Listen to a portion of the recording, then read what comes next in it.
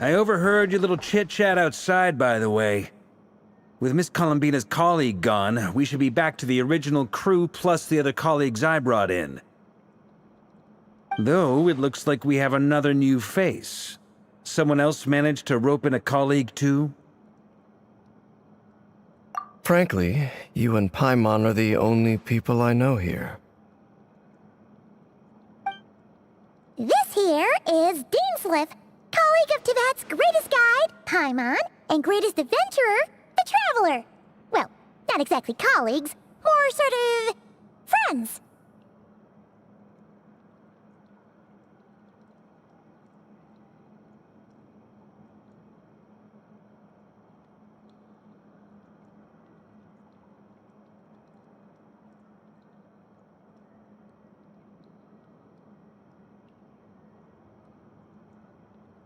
When someone else jumps in to do the announcing, you know you're speaking to someone important.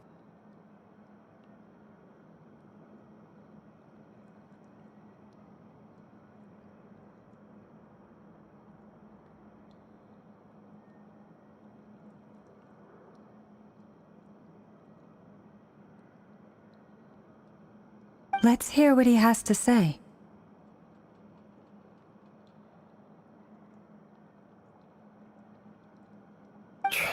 Note to self, once Paimon knows your name, the rest of the world will soon follow.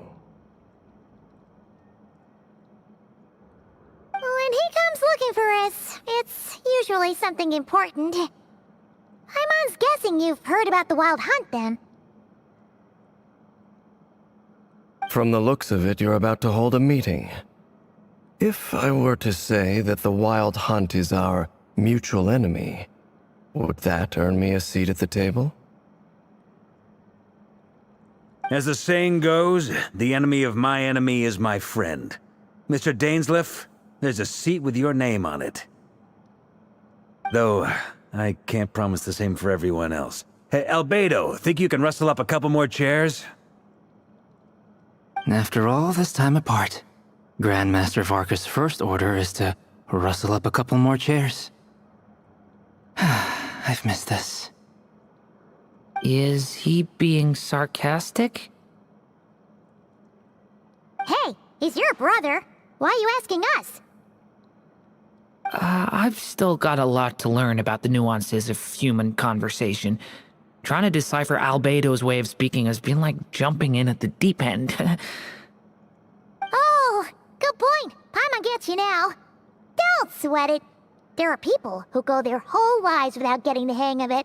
You're ahead of the game already.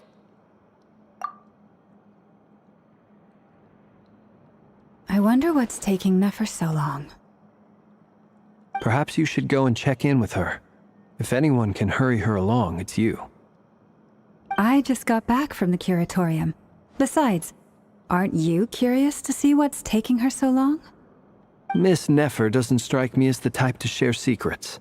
And since gathering intel is her specialty, I'm guessing she'd prefer to keep her methods confidential. Under such circumstances, would it not be tactless for me to impose? Oh, but it's fine for me to impose.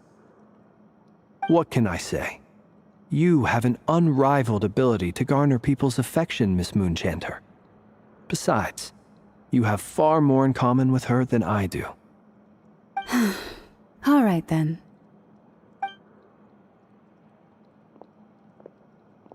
Impressive. She barely fought back at all. I admire your powers of persuasion, my friend. As I'm sure Miss Lauma will realize soon enough, the trick in life is to always pitch in with other people's responsibilities so that you can be selective with your own. Another trick is to simply hide in the background. Spoken like a true sage. Anyway, looks like we've got some time to kill before the meeting. Let's take a little breather, folks. And feel free to chat amongst yourselves. We'll get down to business once the other two arrive.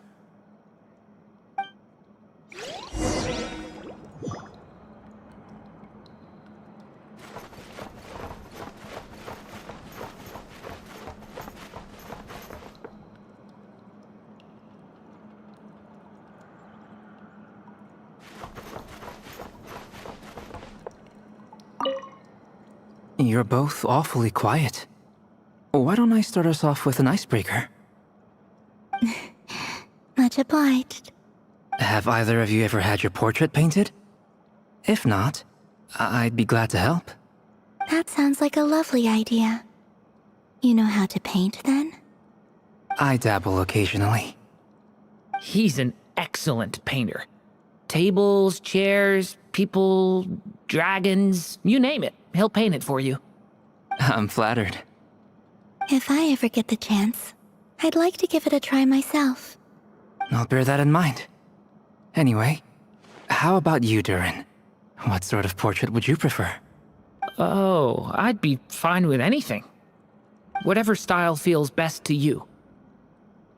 Very well. Then I'll play it by ear. You can replicate any style I want? I can try. If you show me a sample, I'll do my best to match it. Thank you. In that case, I'll dig up some reference material for you.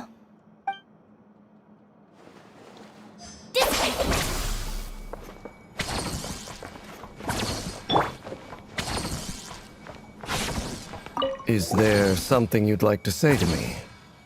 Yeah! For starters, why'd you just show up here without even giving us a heads up? If you think back to our previous interactions, you may recall that that's hardly out of character for me. You do have a point there. Oh yeah! You'll need to find somewhere to stay the night too, right? Want to tag along with us? You never know. We might get a group discount. Sure, let's do that. Great! Paimon will handle it! And in return, we can get Dainsliff to be our very own personal bodyguard. If that's what you had in mind, you should have said so sooner. I'd be happy to help. Oh, okay then. Paimon was only kidding, but good to know. Anyway, since we're all here together, we might as well watch each other's backs. That's just what friends do, right? Indeed. Thank you.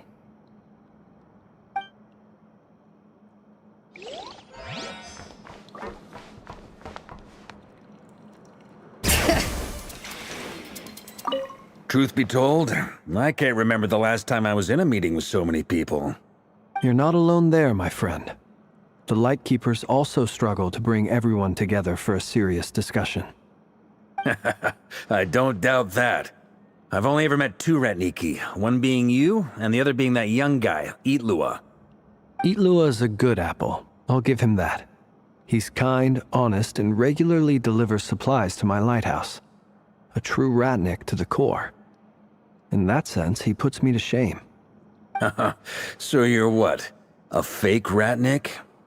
That's what it sounds like you're saying. But I get the feeling that's not quite what you meant.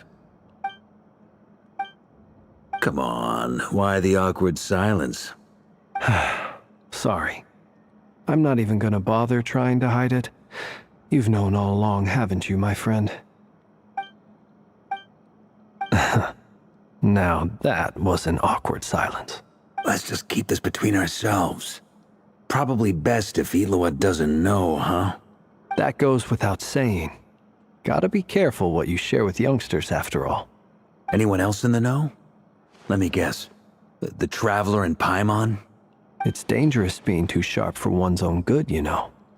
Then, in the name of the Animo Archon Barbados himself, I swear, your secret's safe with me. When we went for drinks, you said that you and Barbados were practically best buds. In the light of that claim, do you really expect me to take your oath seriously? Of course. Just as long as you don't go spreading around the fact that I'm close with Barbados, all right? Fair enough, then. Nothing like a bit of mutual leverage to seal the bonds of friendship.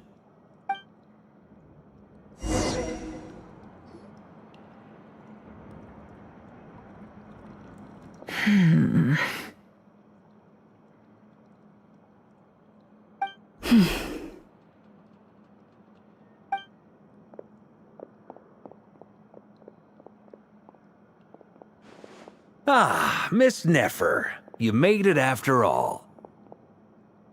But what about Yehoda? I'm here to give you an update on how things are going on our end. Once this is over, I'll be heading straight back to continue my work. I left Yehoda back at the Curatorium to watch over things while I'm gone. Huh. So much for just this once. Shh! Not so loud! We're on a roll here. What if she remembers and suddenly decides to back out? Did you say something, Mr. Varka? Huh? I didn't say anything. Right, Flint's? Must have been a frog. They get so noisy around here at nighttime. It's like they're putting on a concert in the background. Anyway, before we begin, there's a few introductions to make. Let me start by saying that it's an honor to be speaking before so many distinguished colleagues and collaborators. First up, we have Miss Lauma. As Moon Chanter, she's the leader of the Frost Moon Scions, a local religious community in Nodcry. Then there's Miss Nefer, boss of the Curatorium of Secrets, an intel gatherer extraordinaire. Nefer is leading the investigation into Rerer's background, assisted by Yehoda and Lauma. From the little I've heard, they're making some great progress. Over here, we have Mr. Flint's, a ratnik and guardian of the abandoned lighthouse. In our last operation, he courageously distracted the Wild Hunt to buy time for the rest of us. For those of you who've never met, this is Mr. Albedo, a renowned alchemist and captain of the Knights of Favonius investigation team. By his side is a new face for us all, myself included, Mr. Durin, who has come to lend his aid. Next up, we have the Moon Maiden and former Fatui Harbinger, Miss Columbina. Then we have the Traveler, who's earned more titles than I could possibly hope to list out, so I'll spare you the rundown. And Paimon, the ultimate travel companion and quite possibly the best guide in all of Teyvat. Wow! That's a lot of people! Great turnout! Miss Nefer, it looks like you might have another job coming your way, so, congratulations on the booming business, I guess. You think I haven't got enough on my hands as it is? Who's looking for me now? That would be me, Miss Nefer. I have a commission for you. And you are? Who I am doesn't matter right now. What does matter is that I'd like you to gather more intelligence about the Recher of Solnari. Well, it's not as if we never take on anonymous commissions. But in your case, I'll have to decline. I'm gonna take a wild guess and say your job's probably more hassle than it's worth. Something about you seems like bad news. It's my eyes, isn't it? Conrian, I assume. And what's with the mask? Are you trying to hide your identity? In any case, the fact that you're even still alive raises an awful lot of questions for me. My name is Dainsleif. And yes, I am from Conria. As I'm sure you're aware, the Recher of Solnari's real name is Rerir. He was once an acquaintance of mine. Really? Then you must have been quite an influential figure yourself. You flatter me, but none of that matters anymore. My point was simply to clarify why I have asked Miss Nefer to investigate Rerir's background. So you're both from Conria, and it sounds like you used to be friends. What am I missing here? Surely you already know how he became one of the Five Sinners. I'll tell you everything I know. The history of Conria, the names and identities of the Five Sinners. I remember it all like it was yesterday. I have never spoken openly of this before. But the truth was exactly as people say. The Five Sinners were each driven by their own desires, and it was by playing upon these that the Abyss tempted them to their fall, tearing Conria apart in the process. The visionary, Vedifenir, who wished to foretell the future. The wise, Haroptatir, who sought limitless knowledge. Gold, Rheindotter, who desired to create life. the foul, Ultrawide, who pursued supreme strength. And last, but not least, Raker of Solnari, Rerir, Ravager of the Moon. Of the five, Rerir is the only one who remains a mystery to me. He never harbored grand ambitions, so what changed in the space of a single night? How did he come to fall like the others? In other words, you're saying that his change came as a shock to you, and you have no idea what actually happened? That's right. You mentioned how the Abyss tempted them, which led to their fall. But what did that look like in practice? And what other context can you give me about the events of that time? The more detail you can give me, the better. Strangely, now that it comes to it, I hardly know where to begin. The fateful night took place during the era of the Eclipse Dynasty. One day, my elder brother, the visionary, Vedifenir, was summoned to the palace by the Vinster King, only for the king to gouge out his eyes and cast him into the dungeons. When I came to hear of this, my fury knew no bounds. I gathered together every ally I thought I had, and together, we set a night to storm the palace and free Ved. Centuries on, the memories of that night still haunt me like a never-ending nightmare. We broke through the palace gates, just like we had planned, each striking towards our separate targets. But then, I was betrayed. Even Vedifenir, the very person I had come to rescue, abandoned me and partook of the Abyss's power. So, it's personal after all. Then tell me, Mr. Dainsleif, what price are you willing to pay? You, of all people, must know that nothing comes for free. I cannot say what price would be worthy of such a commission. But know this. Rerir was not always a madman. Believe it or not, there was a time when he was just an ordinary man, working for the Conrian Intelligence Service. Uncovering the truth of Rerir's past is the only way to unravel this mystery. But before you decide if you will accept my commission, I will tell you more about him. Enough, I hope, to help you plan your next move. Sounds pretty good to me. Feels like we just flagged down a random passerby, only to discover he's actually a master strategist who has a score to settle with our enemy. Can I borrow your halo? It could be useful in the lighthouse. Hey, enough with the wisecracks! Besides, isn't that lamp of yours bright enough already? Relax. It was meant to be a compliment. If that was a little over the top for your liking, I'll make sure to tone it down next time. I'll give your proposal some serious thought, Mr. Dainsleif. Let's speak in private once the meeting is over. Before that, there's a few things I'd like to share.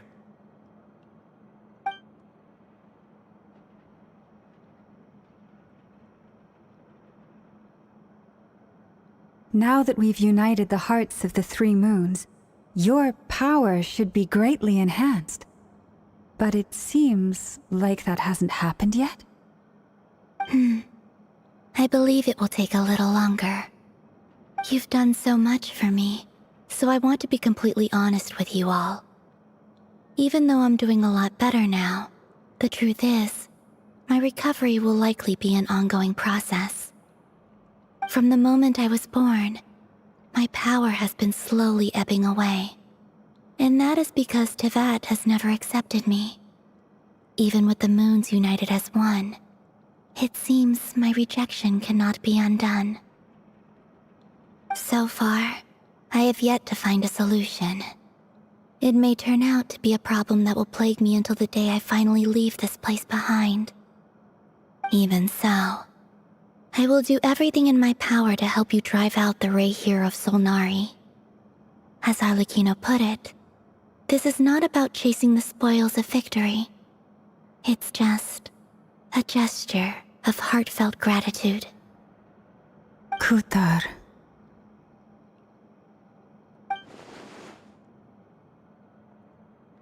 Defeating the Ray here of Solnari will be no easy task. While my strength slowly recovers, we'll also need to gather more intel. Naturally. We should take all the help we can get if we hope to defeat him. We've considered several viable plans now, but our choice hinges on the answers to a few key questions. Is it even possible to kill Rerir? What experiences shaped the person or monster he became? And what's he really after? Given Albedo's expertise in alchemy, I think we should leave him to try and answer the first of these questions. Understood. As for the other two, I'm afraid we'll have to count on you again, Miss Nefer. Believe me when I say it's not my wish to burden you. But right now, relying on your skills is our only option. So you're placing all your hopes on me, huh? We can't thank you enough for agreeing to help us. Honestly, I can hardly believe how lucky we are.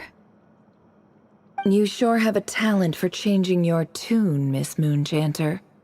Timid like Yehoda one moment, then flinches insincere flattery the next.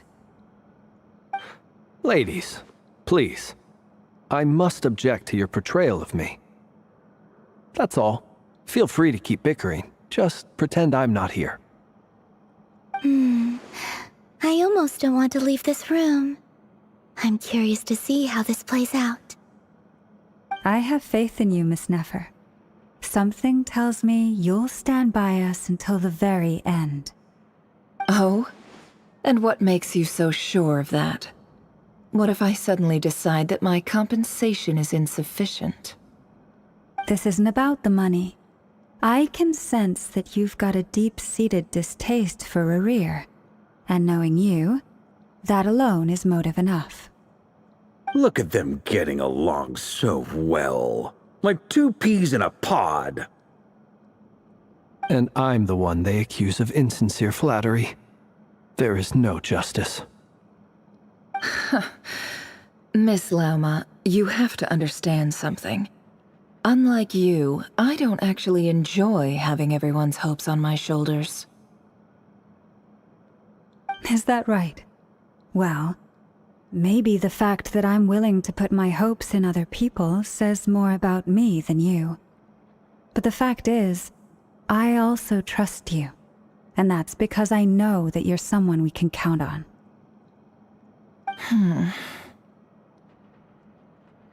Anyway, we've got our plan, so let's get moving. Mr. Dainsleif, let's talk. And Traveler, once we're finished, if you've nothing else planned, I'd like you to come with me. This whole experience is teaching me a lot. For instance, I now know that when other issues come up in the future, I'll have far more luck getting Lauma to convince Miss Nefer than trying to do it myself. Hate to say it, friend, but that's one of the funniest things I've heard in a while. Why? You think I've got it wrong? Quite the opposite. But what makes it so hilarious is how long it's taken you to realize.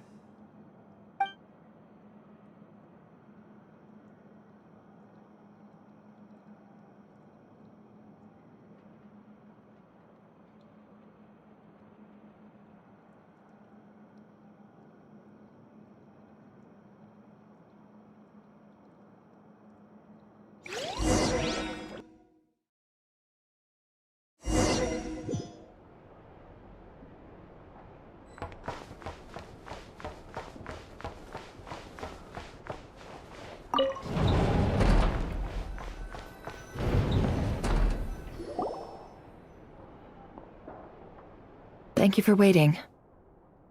It's okay. We actually used the time to help Dainsleif get a room at the hotel. That's very considerate of you. Now, I trust you share my curiosity about Rarier's past, and you seem fairly familiar with Mr. Dainsleif already. We spoke at some length after the meeting. He was the one who suggested I should invite you to join this operation. He feels confident that these secrets will be safe with you. Dane has a lot of faith in us, that's for sure. Likewise. I appreciate that you got right on board without interrogating me about why I invited you. It shows that you trust me to explain everything in due course. That's because we know what you're capable of. We appreciate you too, Nefer. You might have been forced to help in the beginning, but this time, it was your choice. That's one way to put it. Another is this, that once a decision's been made, it's set in stone. After that, my only goal is to see it through. Alright, so here's how it is. I'm going to access Rarier's thoughts again using my confidential method. Now, I'm sure you've seen things like this before on your travels, so you're surely well aware of how dangerous it can be.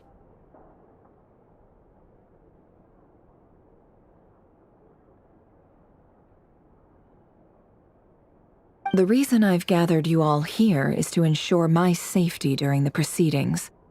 I plan for us to enter the fragment of his consciousness together, and once inside, I will focus on searching for information.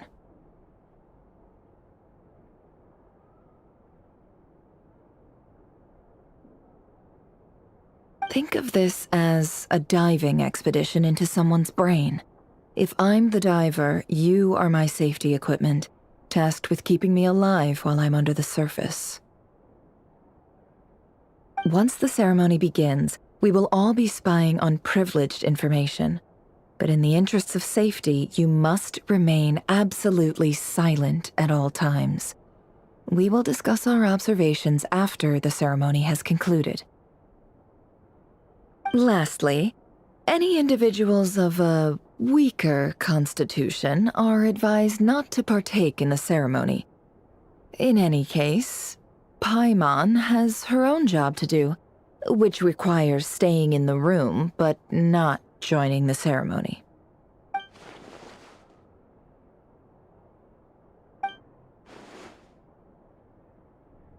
Well, good luck, everyone. Sounds like all Paimon can do is cross her fingers and root for you guys. There's a little more to it than that. I was being serious when I said you have a job to do. While the rest of us are inside Rarier's mind, it's imperative that we have a team member on the outside. In the event that something goes wrong, you will be our first responder. I don't anticipate any issues, but the extra level of safety will be greatly appreciated. I second that. This is a dangerous operation here, and you're our whole rescue team. That's pretty much the most important job in the crew. So, Paimon's like the lifeguard?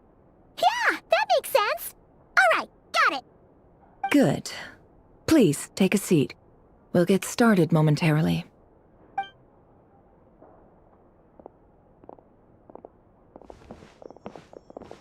So, did Mr. Dainsleif tell you anything else?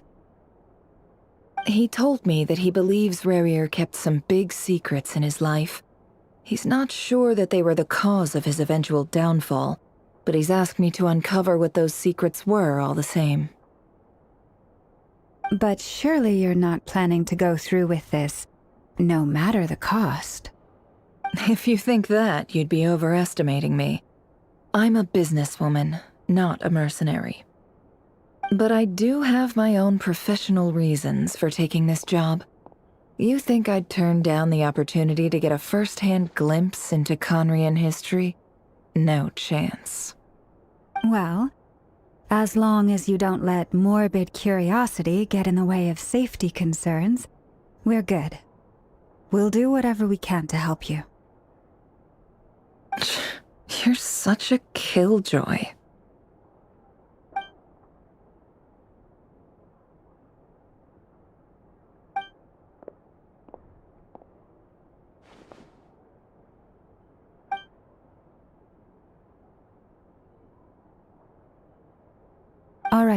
I'm good to go. All set over here, too. Promise, Paimon, you'll be extra careful. All right. Let your whole body relax. We're about to begin. Close your eyes.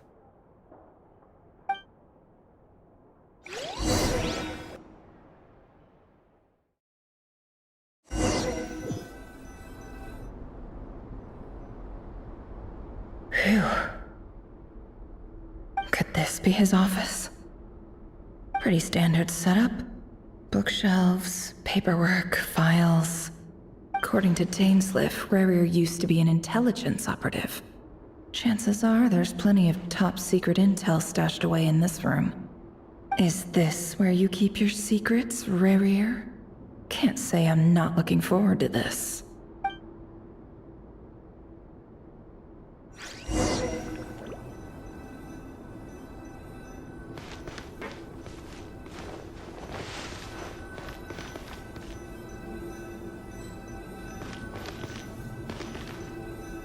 He looks even gloomier than last time. I wonder what's changed.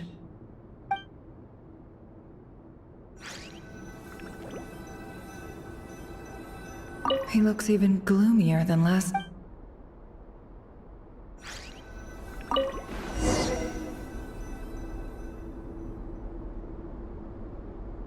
Today's files are in. Time to wade through them, just like usual.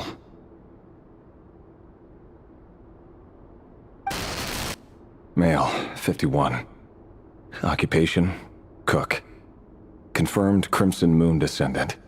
Has maintained frequent contact with other descendants over the past year. Poses a threat to the dynasty. Neutralized.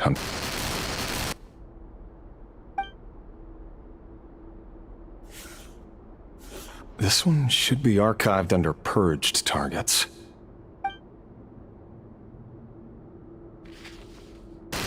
Female, 23. Occupation, office clerk. Confirmed Crimson Moon descendant. Has maintained frequent contact with other descendants over the past year. Poses a threat to the dynasty. Neutralized.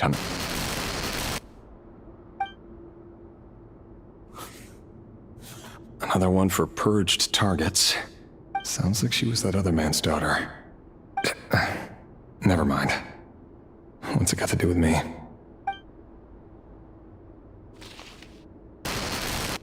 Male, 40.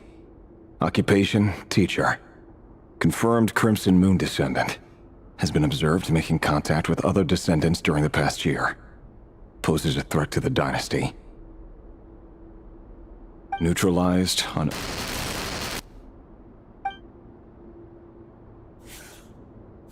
Just another nobody for the archive. Come to think of it, I remember surveilling this man. A case like his never would have been considered a priority in the past. Huh. He barely even interacted with other Crimson Moon descendants.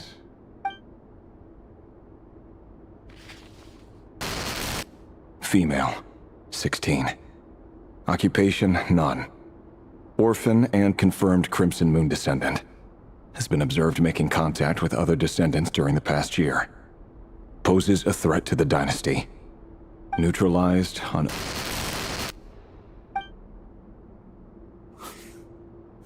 Filed.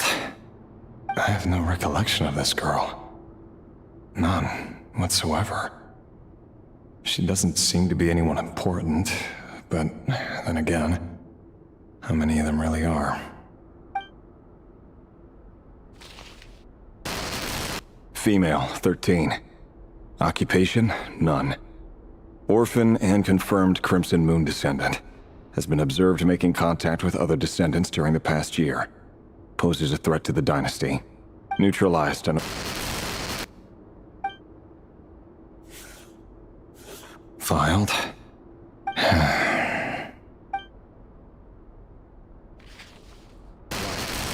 Male, 11. Occupation, none. Orphan and confirmed Crimson Moon descendant. Has not been observed making any contact with other descendants during the past year. Poses a threat to the dynasty. Neutralized on...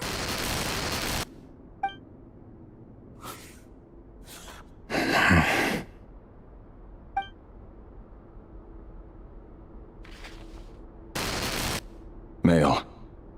6. Occupation, none. Orphan and confirmed Crimson Moon descendant. Poses a threat to the dynasty.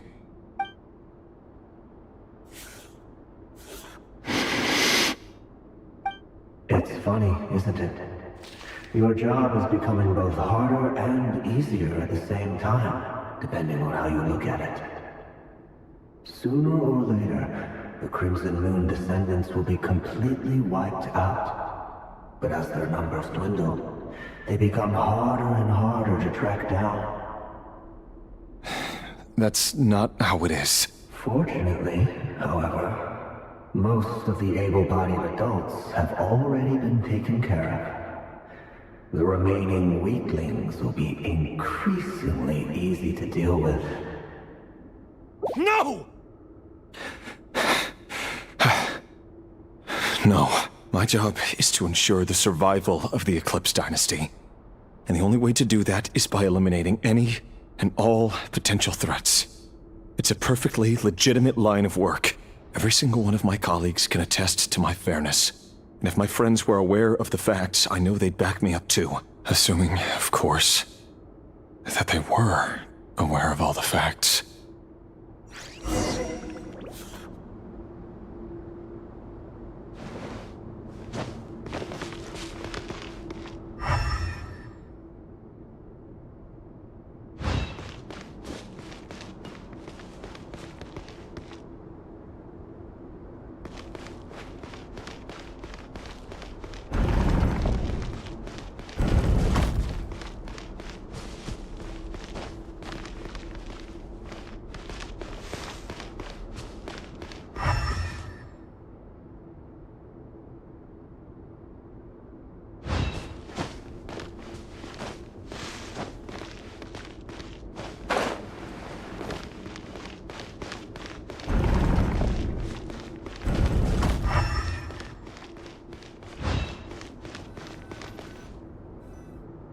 Mr. Vedifalnir, it's been quite some time since we last met.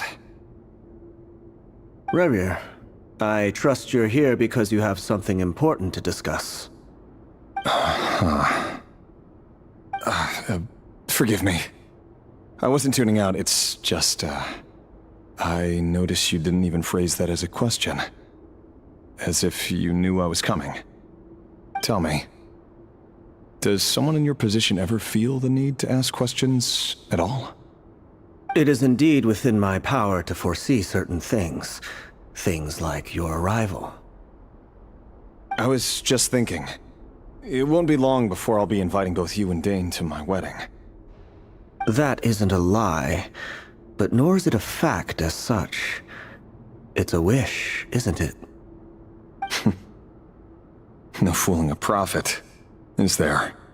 Ever since that day we met for drinks, I knew it was only a matter of time before you came looking for me.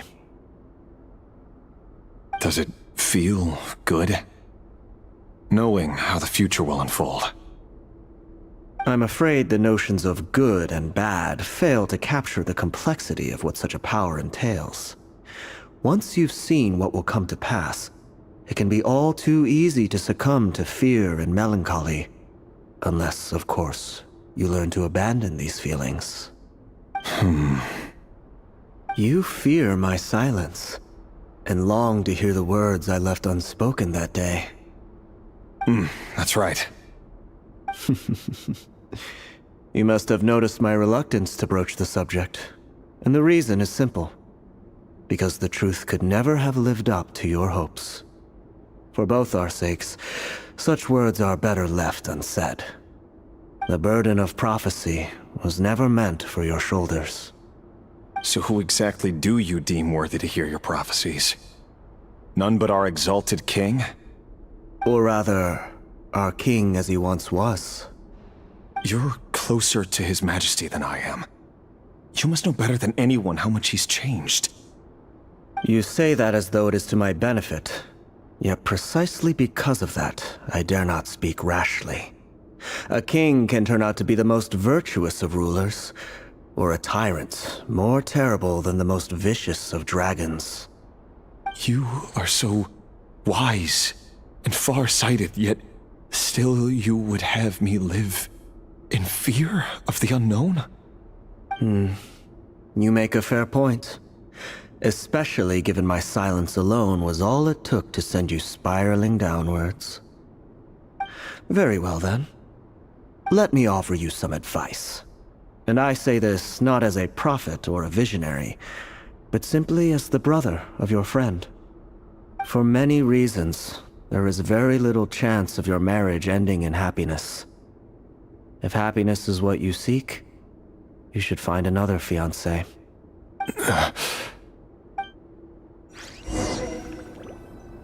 Hold on. There's that same black fog again. Could this memory belong to Thelindis? Guess I better tread carefully.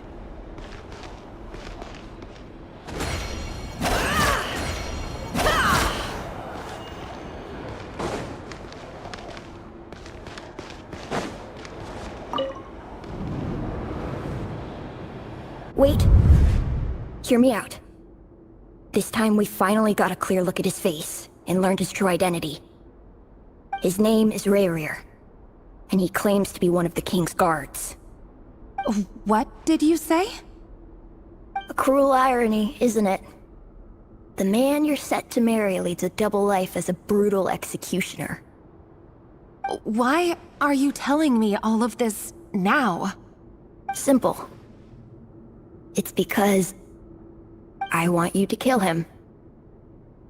You are the only person he would never suspect. No, absolutely not. I would never dream of doing such a despicable thing. So you'll just stand by and watch him slaughter us to the last. Do not forget that the blood of the Crimson Moon flows in your veins too. The blood of the Crimson Moon? What does that matter now? The dynasty has long been dead and gone. You think that alone is reason enough for me to throw away everything I have? Why wouldn't it be? You two were once a child of the Crimson Moon, just like me. Don't tell me you've never felt so much as a flicker of fury for the way we were trampled into the dust. As long as you promise to abandon this pipe dream of restoring your dynasty, I can try to persuade him. Or have him persuade the Vinster King. Persuade the Vinster King?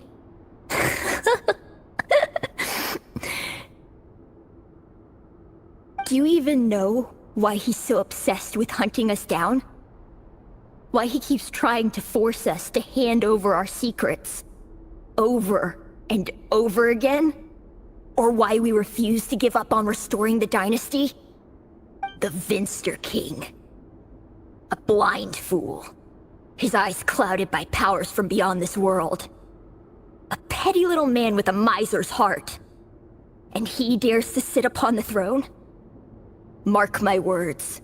Sooner or later, Conria will fall. And it will be his doing. If you can't bring yourself to do it, so be it. Just you watch. It won't be long before calamity descends upon us all. The Rayrir of Solnari. That really is quite a secret you've been keeping from me, Rayrir. But who am I to talk? Am I really any better? I've kept my own past a secret this whole time too. Love should be built on honesty. But ours was born from lies. And yet, is it really so wrong to hide things that would only make life harder? If we don't cover up the parts that no one else should see, how can we go on pretending to be normal? Vedifulnir must have known all this. And that's why he made his prophecy. In the end, nothing stays hidden forever. But I won't just sit by and watch this disaster unfold. I'll do everything in my power to protect what I cannot afford to lose. No matter who I have to face.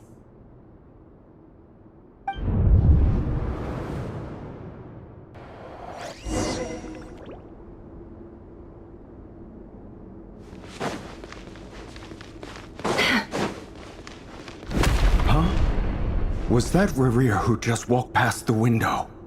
Doesn't it give you the chills that he still takes the same road to work every day? As if nothing ever happened. Those people at the deli. Enough already. They're clearly pretty taken by their own disguises, so just smile and play along. Pull the rug from under beasts like that, and you'll risk having your throat torn out. Deli? They're talking about those people from the opposition. Right. I'd almost forgotten they used to run a deli. People of no consequence always vanish so easily. And no one even remembers them.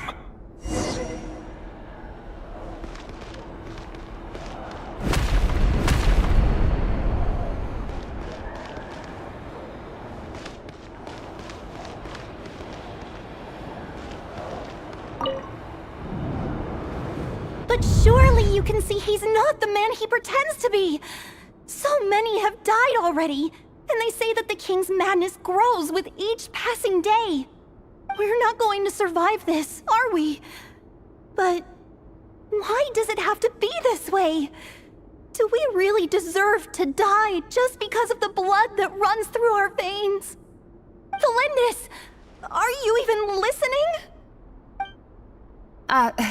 Sorry, Freether. My mind was off wandering. I heard you, though. You're talking about what Rerir said. He's just following the king's orders. He's a secret agent, and it's his job to hunt down rebels and dissidents. By the time you first met him, he'd already taken lives. Maybe he was using you from the very beginning. No. Rerir has no idea I have anything to do with the Crimson Moon.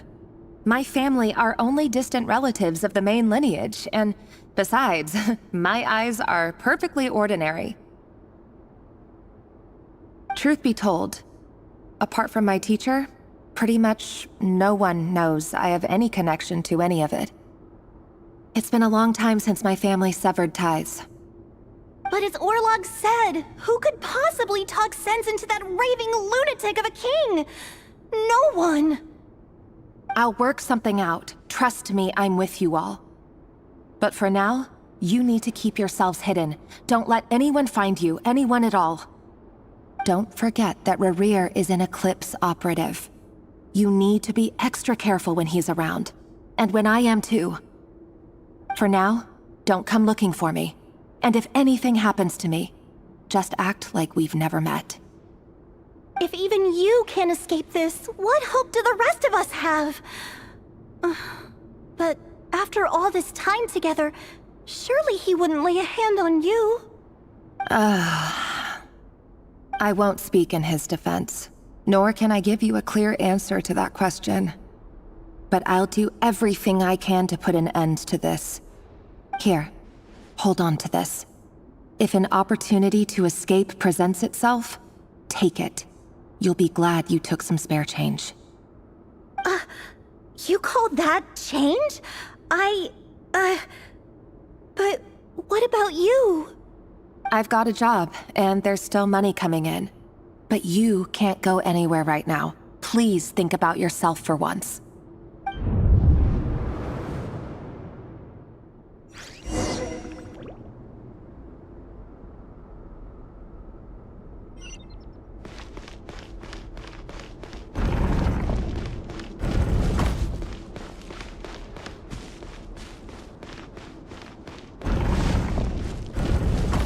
Another day, another round of assassination training. Training ground is just beyond this hidden passageway. When you kill a person, doesn't it bother you when you end up covered in their blood? Why would it? Aren't we all just walking blood bags? Not everyone is accustomed to hunting down others like prey.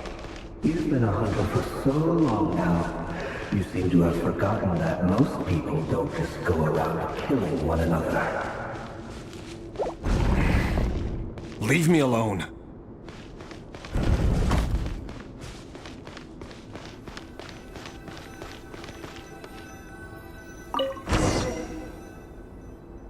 Make sure you have a firm grip on the handle, then choose your angle well. Keep your movements light and brisk. and the prey won't sense a thing. I doubt that. I'll bet no one's ever died a quiet death at your hands. I work clean. No traces.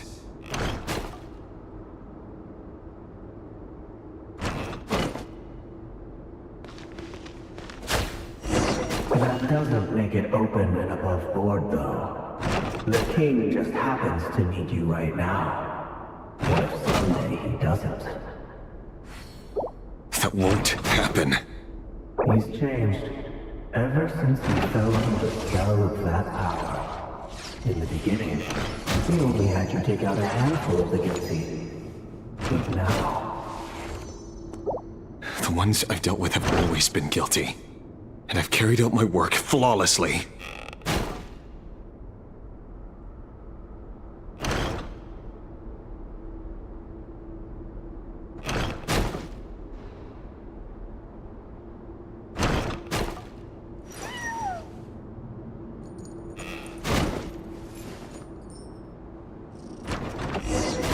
You know why Felinda didn't accept your proposal, don't you? Was it because she didn't trust you? Or something else? Enough!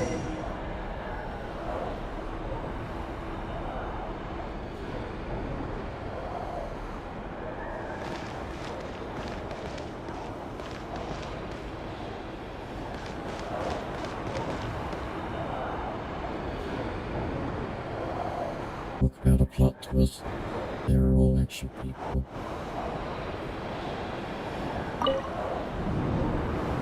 Felindis, do you still remember Orlog? Orlog. The boy who was pretending to sell flowers. You spoke for quite a while, didn't you? Yes, we did. What about him? He was arrested 2 days ago. Chances are he's already dead. He... I just don't get it! After everything he's done, why do you still stand by him? Or does it mean nothing to you that people keep dying? No, that's not... Just hear me out. I need to go now, Thelindis. They're looking for us. You take care too. If you ever need a place to hide, come find us.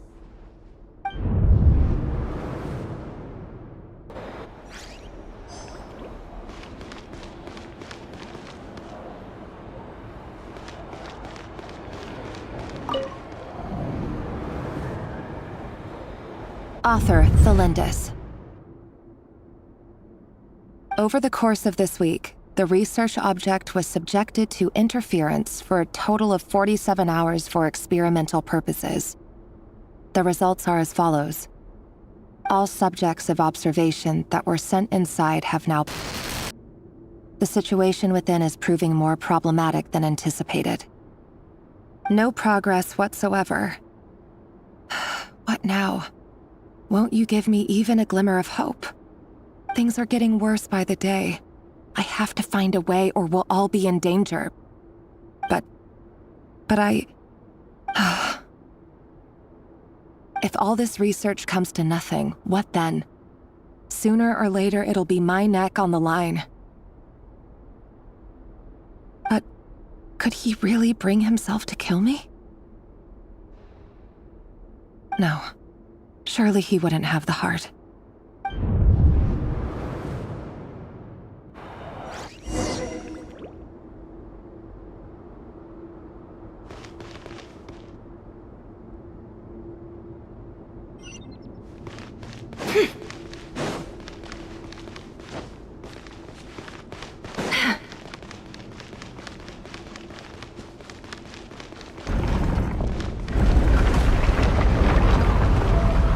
Why won't you just let us go? We don't even know each other. All we want is to live ordinary, peaceful lives. You want... to live?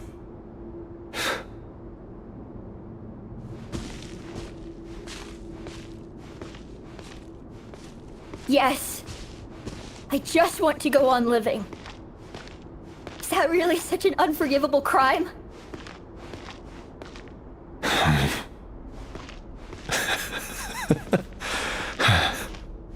You want to go on living.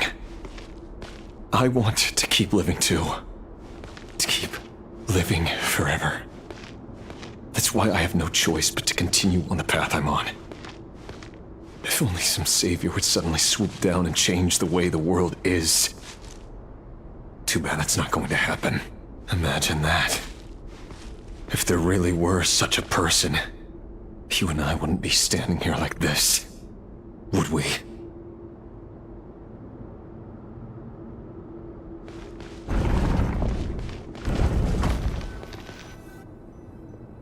Today's files are in.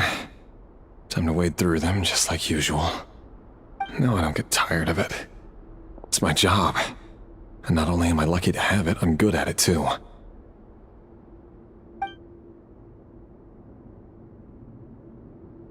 Huh. Wait. That's... Thalindis? No. No! No! Why? But you bear no mark of the Crimson Moon. How could you possibly have anything to do with them? It cannot be! A diluted bloodline. Carefully concealed. I see it now. You've been living in the shadows just like me. What a fool I've been. Numbing myself with talk of justice. Even imagining my friends would back me up. But in the end,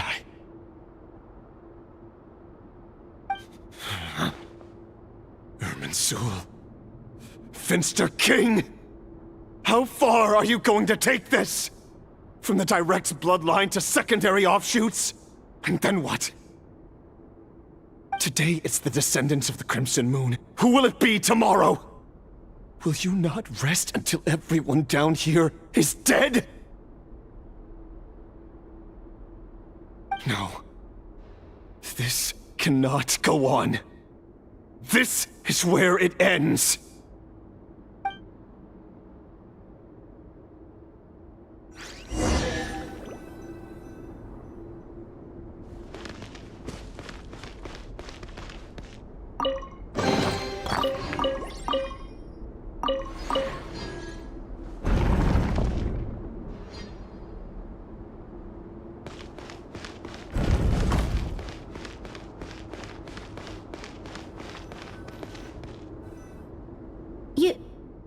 You're really letting me go? I am. As long as you can guarantee that no one will find you. Don't worry, I'll be extra careful. No one will know I was here. But... what about you? Me? If you let me go, you won't be able to complete your mission, will you? Good point. In that case, maybe you should stay. No, please! I just want to see the outside world again. To... Go on living? Yes. I know you're a man of your word. So please, just let me go. If I let you leave, what will become of me? Just kidding. Go, now. But remember, don't let anyone know you were caught. We'll be seeing each other again very soon if you do.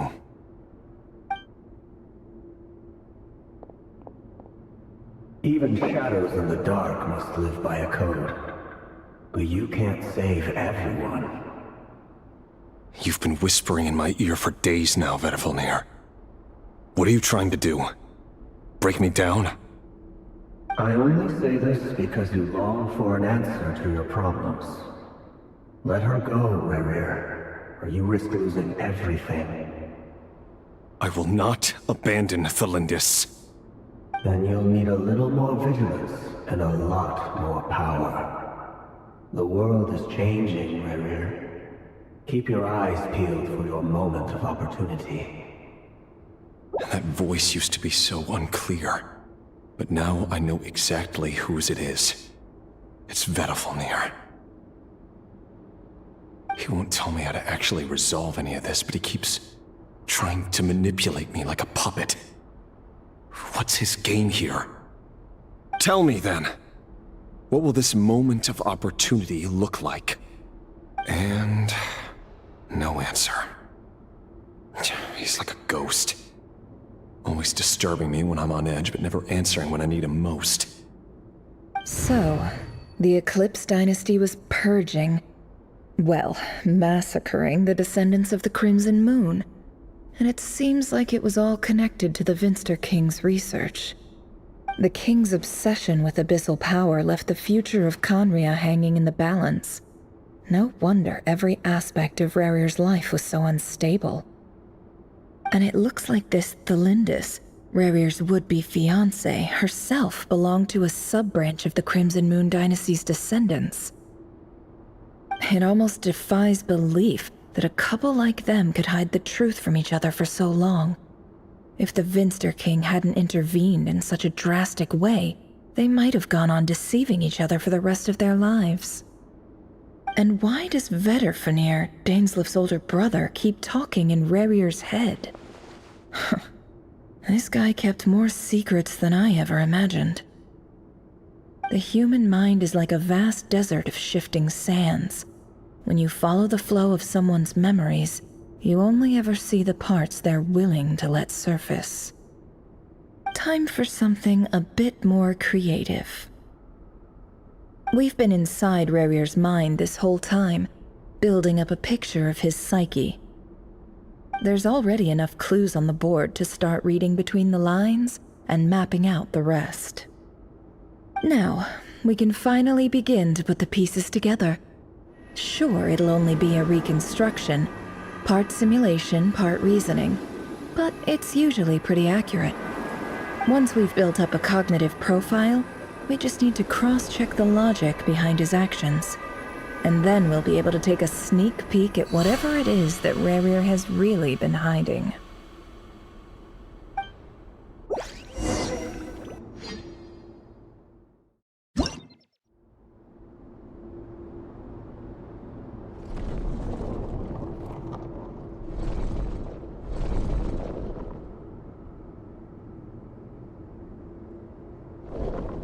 Rerir, are you there?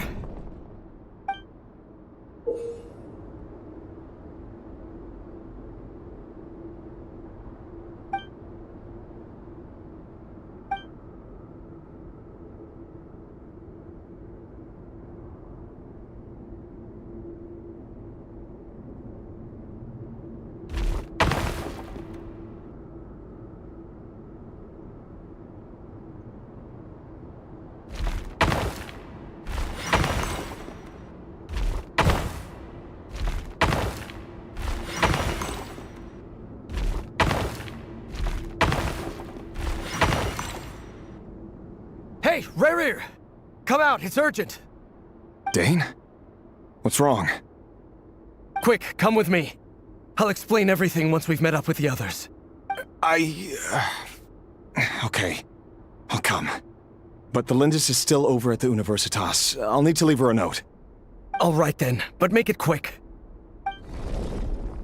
I've never seen Dane so worked up before. Whatever this is, it must be big trouble.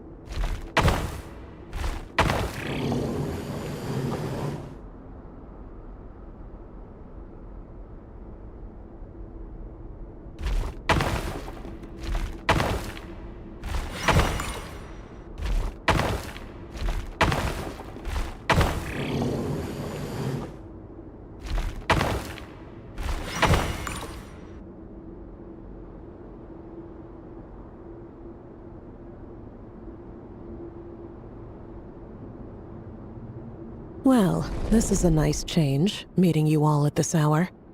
When men and women of ambition can speak face to face in broad daylight, I say that's a big step forward for our dear Conria.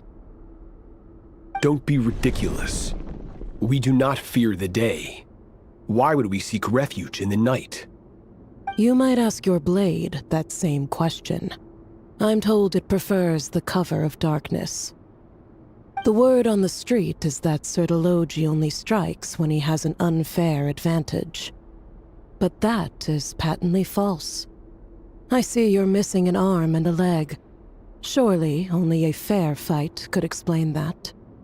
If this is your way of offering me replacement limbs, believe me, I'll take them. Oh, we can certainly discuss that. With bioalchemy, anything is possible. Assuming I have your full support in my research. Lunatic. Robtatir, what brings you here? Why, Dainsleif, of course. He invited me. Please, cast aside your apprehensions, Miss Rhindaughter. Whatever the rumors may say, I am but a humble servant of the king, and I can assure you he affords me no greater convenience than he does you.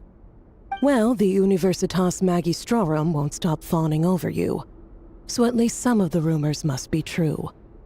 You're clearly doing well for yourself, so drop the humble servant act. It endears you to no one. You're president of the Universitas Magistrorum, the chief royal mage known as the Wise by royal appointment, and by far the most favored among the 4 pillars of Conria. Vice President Veit doesn't even try to hide his envy when he sees you. My success is the product of hard work and good luck. It's as simple as that. Were the king not such an extremist, I hardly think I would have received a senior post at my age. Of course, no job is without its gripes. Serving a king like ours can be a challenging task, as I'm sure you can imagine. And as for Efterveit, in missing out on the presidency, he's dodged a mountain of stress. Like everything else in life, it comes with pros and cons. You're all here. I apologize for the short notice, but it was an emergency.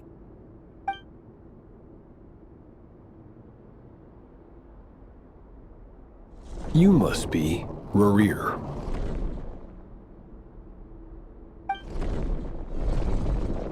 Mr. Sir Elegy. Yes, I handled your case file during your sentencing. Nothing personal, of course. I'm pleasantly surprised that you remember me. You're clearly a person of substance if you've been invited here. But Dainsleif, you'd better have a very good reason for convening this little gathering.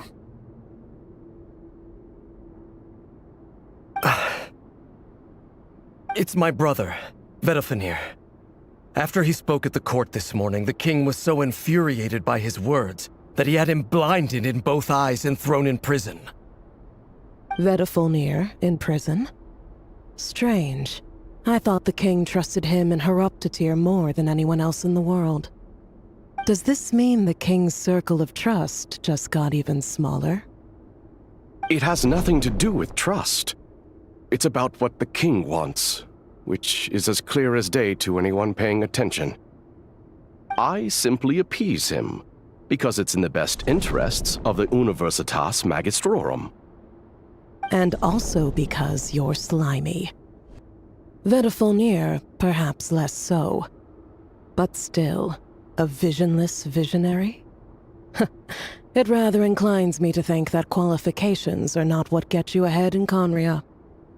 Do you honestly think this is an important discussion to be having right now? Dane, what are you planning to do? Rescue Vedofenir, I assume. Correct. It will mean storming the palace by force. Tonight. I need all of you on my side. That's far too dangerous. And don't forget, Dainsleif, you're captain of the Royal Guard. You swore an oath to the throne. You've been planning this for a while, haven't you? I have no desire to commit treason. But whatever critique the king may have of Vedofenir, disfiguring your most loyal subject for putting the best interests of his court and nation first. This is not the conduct of a wise ruler. My blade will force the king to see the error of his ways. So, Vedafilnir's prophecy enraged the king. I'm sure it wasn't what he wanted to hear, but if he won't take counsel even from the visionary, that is deeply troubling news. The extent of His Majesty's madness is now all too clear. The question is, how does a man like me get out of this situation unscathed? You have noble ambitions, Dane, but I'm afraid they don't do much for a guy like me. I'm not interested in saving the world. All I want is a letter of pardon. A letter of pardon? For whom? Thelindis? The chances of the Vinster King issuing a pardon for anyone connected to the Crimson Moon seem vanishingly slim.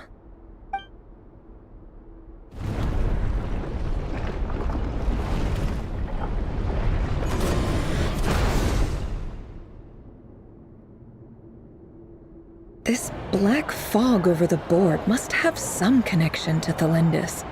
But why is it taking this form?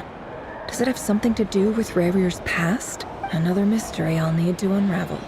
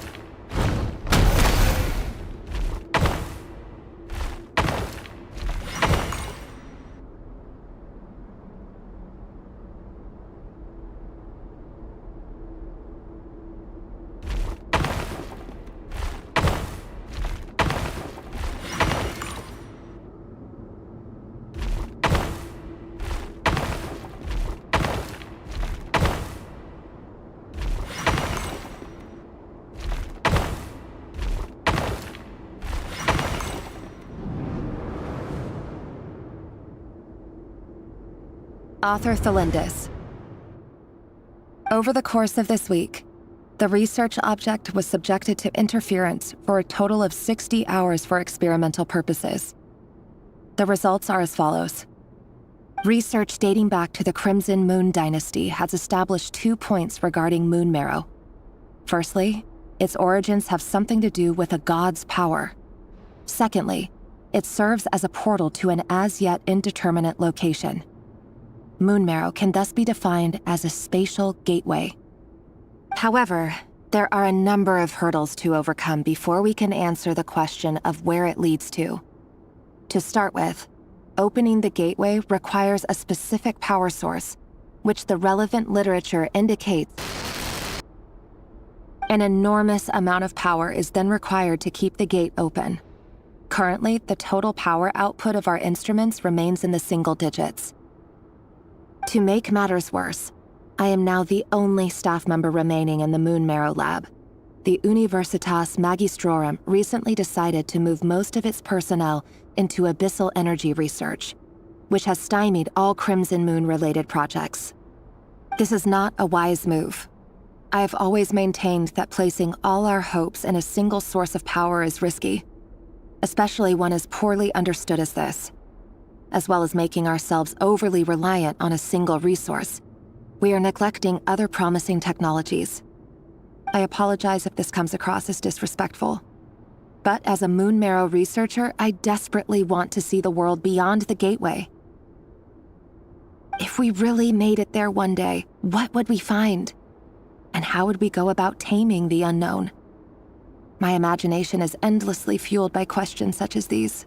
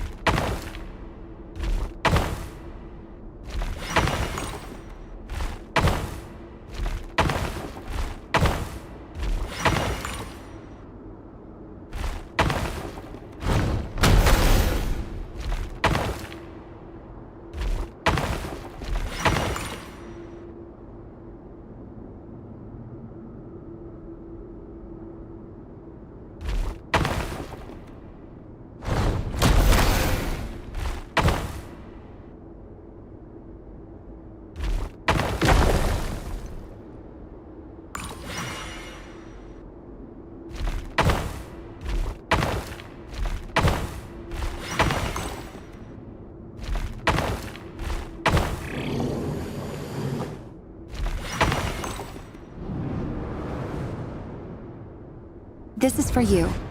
I heard you're gonna leave the city with your parents.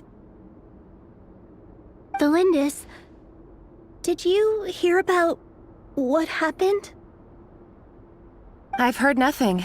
Rerir got back very late last Friday, and he was acting a little unusual, but he slept pretty well, so I'm guessing whatever he did was a good deed.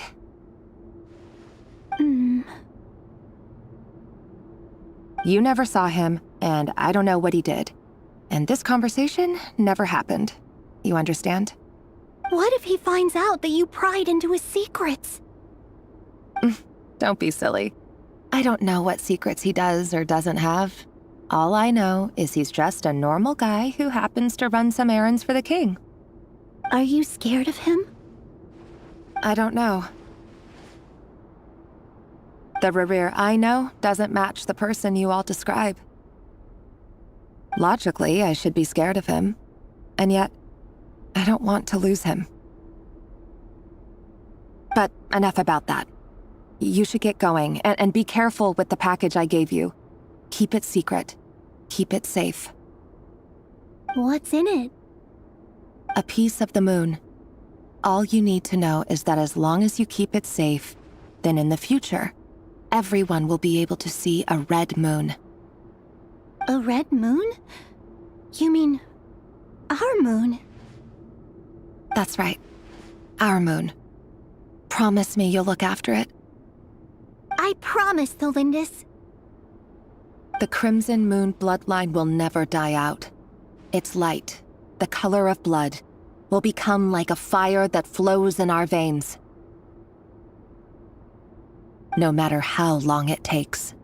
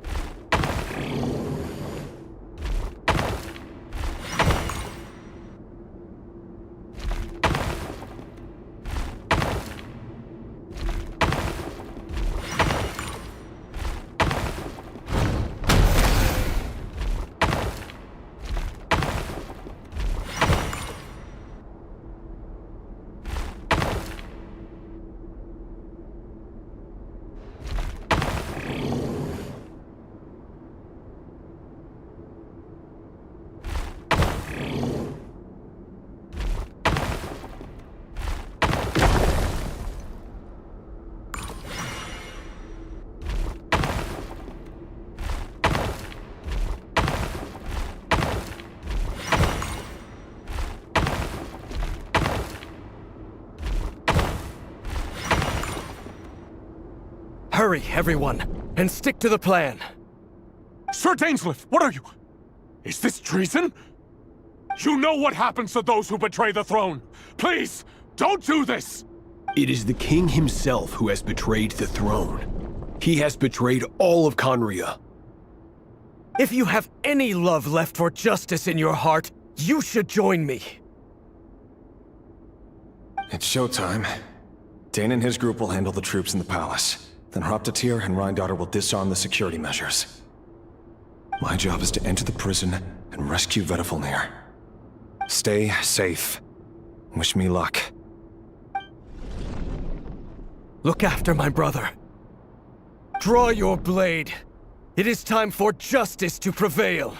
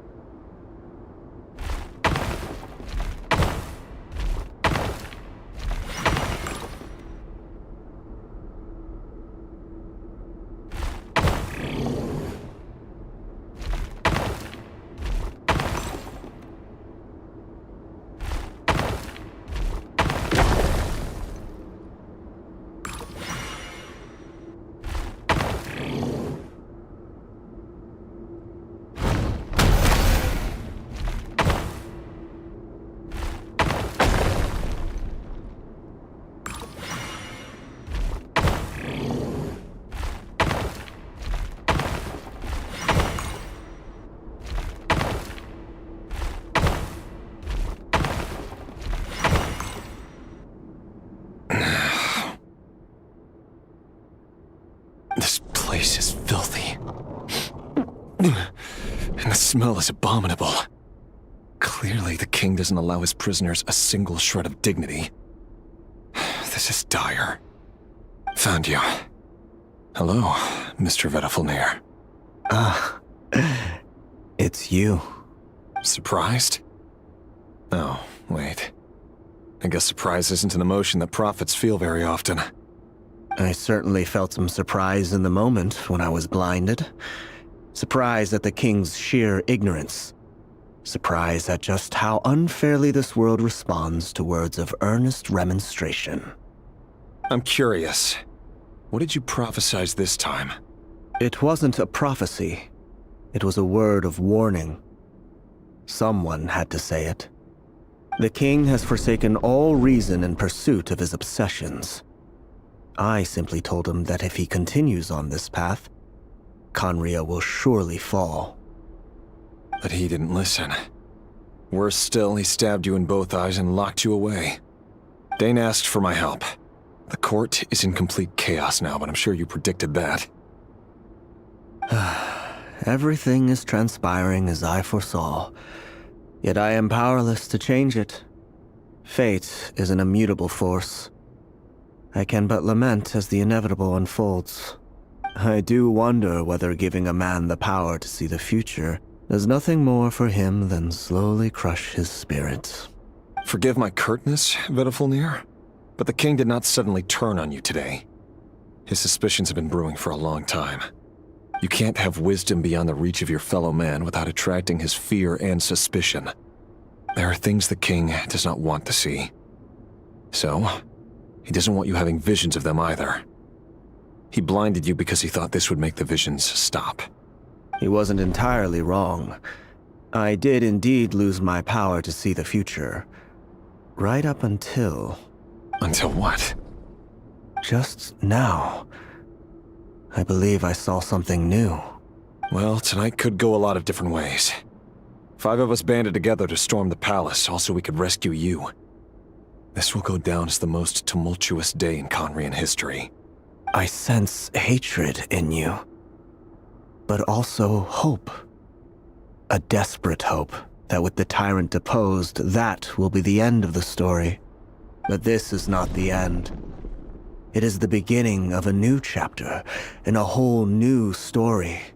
There are many men of honor and courage in this world, Rerir. But you are not one of them. You're not here for justice, are you? You're here for yourself. Is that a dagger? Interesting. Why not the polearm? It was always your weapon of choice.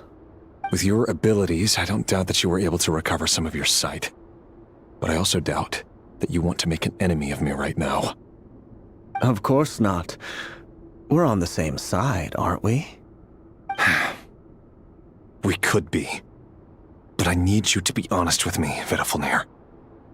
At this point, you're my only hope for the future. You mean your future? With your beloved, Felindis? Yes. And I know there are bigger things at stake here. A dynasty, a nation, maybe the entire world. But forgive me, I care first and foremost about myself. I can't abandon the one I love to save myself. I just can't do it. But you see a broader picture of the future than I. You see the solutions to the biggest problems of our age. So tell me, what is my solution? What's the answer? In matters of fate, answers are either right or wrong. What will be and what will not. Maybe you are willing to pay a certain price in the pursuit of happiness, but unfortunately, fate does not negotiate. That is the cruelest thing about fate. It is unmoved by your sacrifices. That can't be true. I know it's your voice that I keep hearing in my head, urging me to see how the world is changing, to seek more power, so I can protect the things I love. You show me disaster, but you won't show me how to avoid it? Why? Why are you doing all this? My voice. In your head.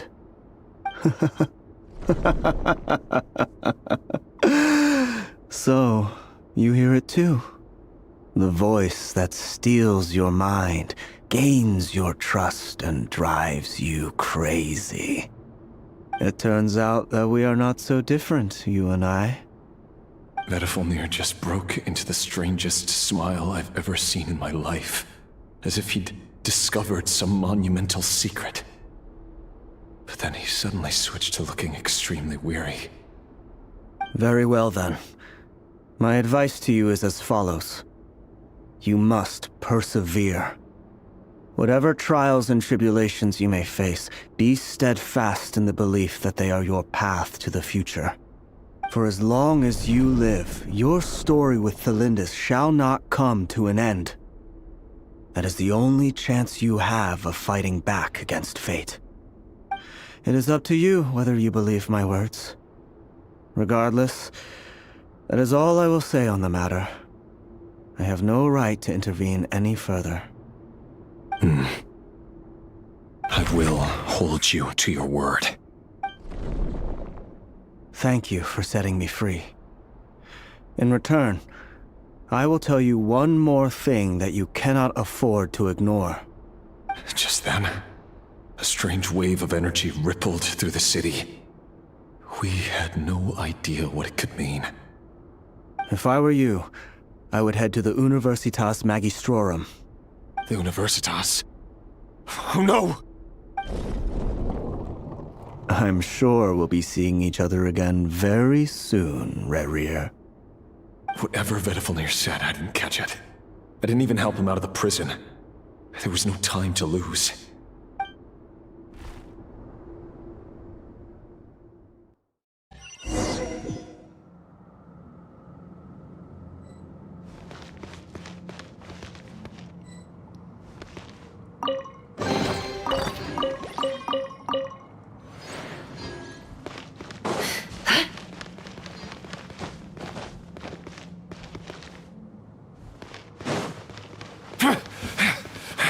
Monsters? is this Rheindarter's doing? Or the Universitas Magistrorum? Out of my way! It all ends up.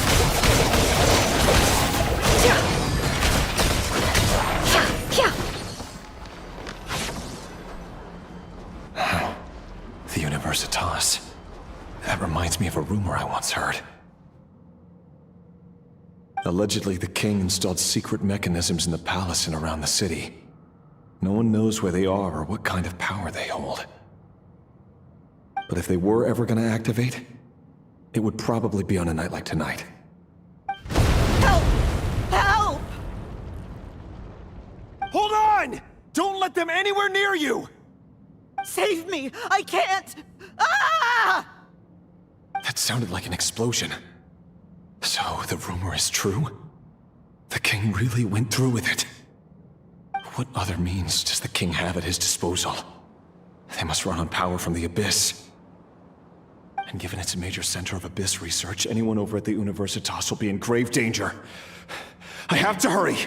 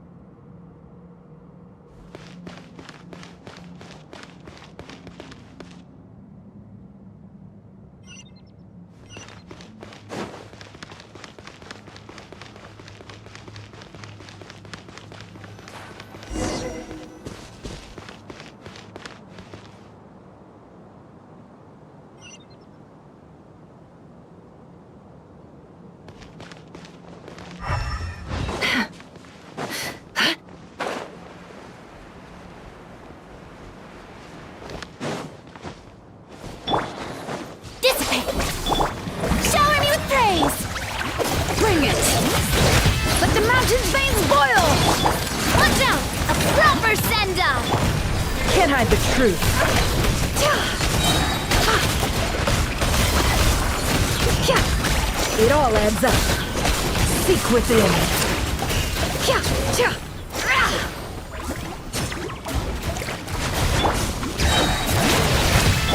Stand with me. I'll settle this. Hiya! Coming at ya! Coming at ya! Attack! No more lies. It all adds up.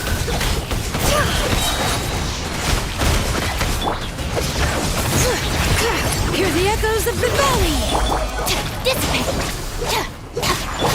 Strike a pose!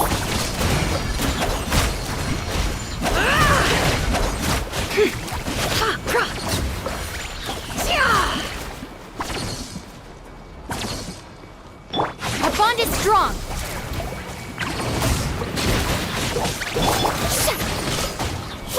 Shower me with praise!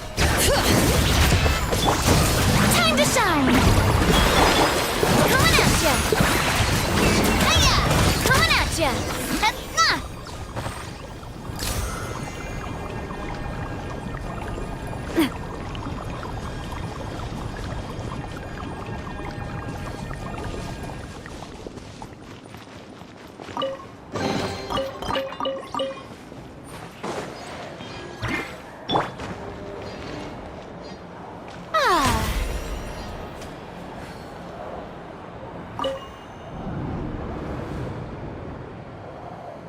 Monsters! At the Universitas Magistrorum? Why now? Oh no! They're coming! It's no use. The table won't hold out much longer. The weapons. Where are the weapons? Of course. All the lab equipment was upgraded after the inspection last week, but the new weapons haven't been allocated yet. I'm done for. Is anyone there? I need help! Ah! Stay back! Please stay back! Please!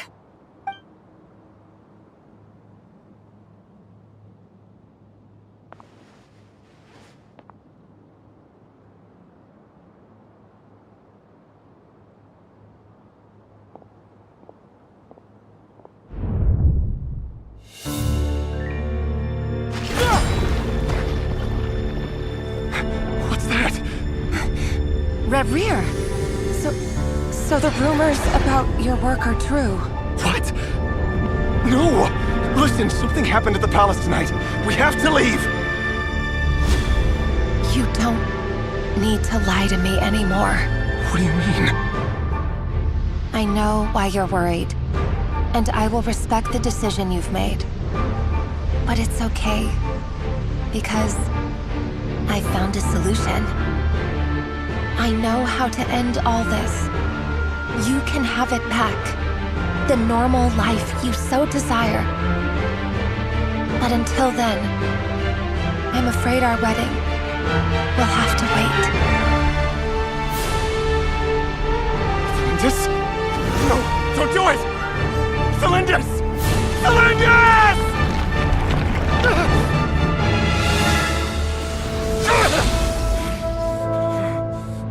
I told you, Reverie. Let her go. You will find someone better. No, I won't do it! I have to save her! By what means exactly? A lowly pawn.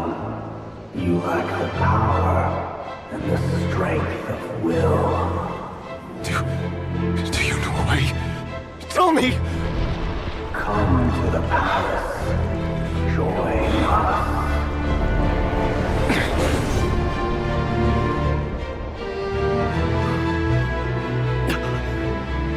Reverie, thank goodness we...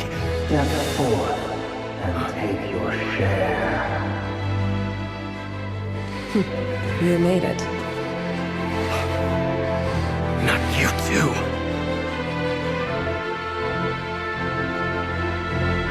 Hatred or grief, despair or desire.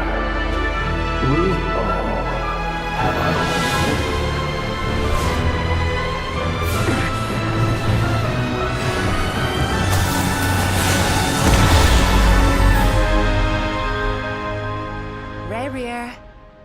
Reverie. Celindus? Were you daydreaming?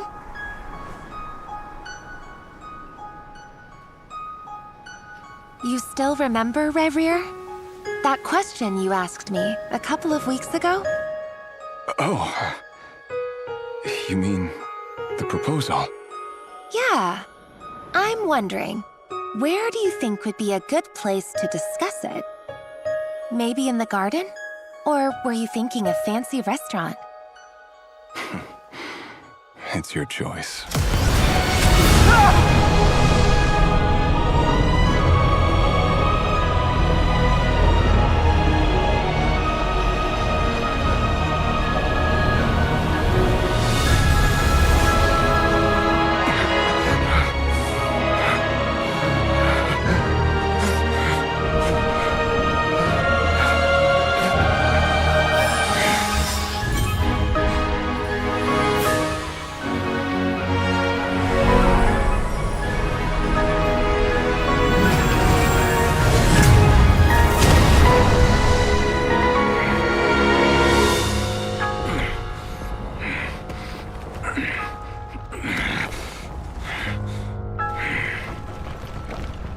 I will find you.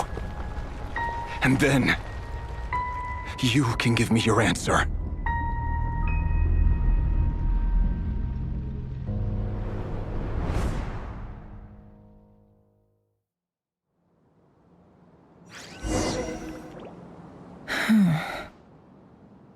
So that's how the Raker of Solnari was born.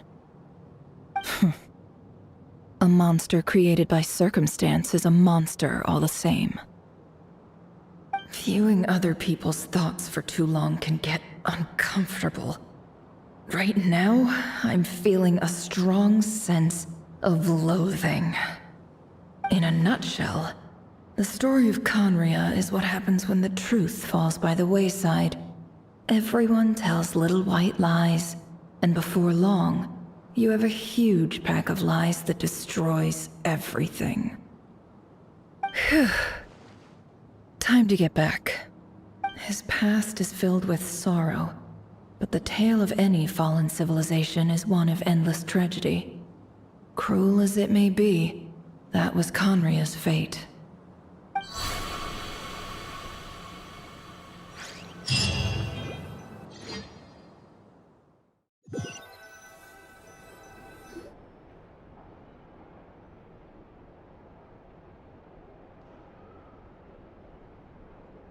Everyone, I'm back. Can I get a standing ovation? Never! How are you holding up? Feeling okay? She's fine. Boss is a pro. Yes, I'm fine. You will have seen the events of Rarir's life through my thoughts. It's now clear that he is just a regular nobody, driven by personal tragedy, as he said himself. I mostly agree. There's only so much we can know about him from his memories alone, but they did give us a clear glimpse into his life in Conria.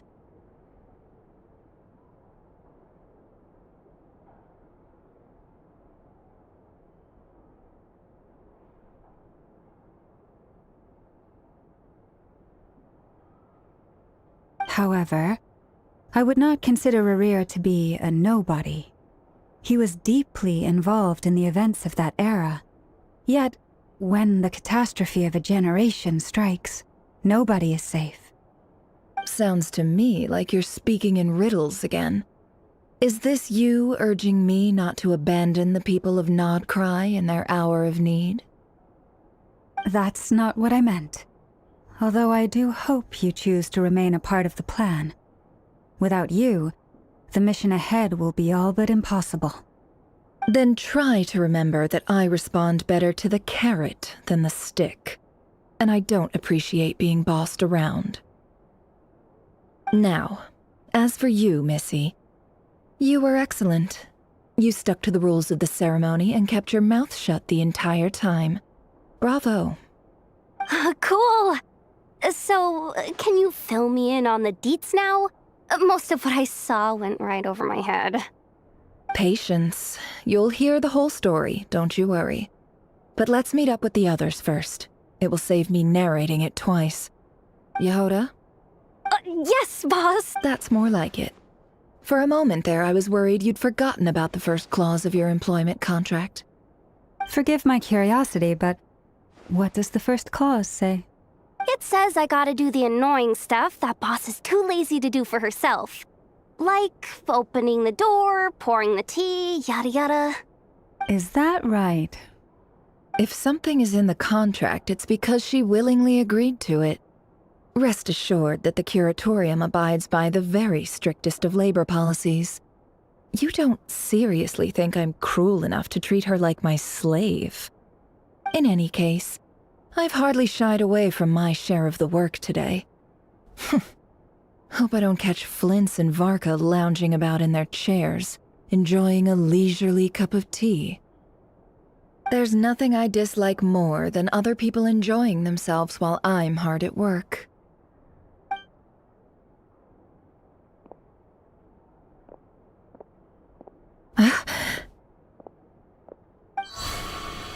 Oh no.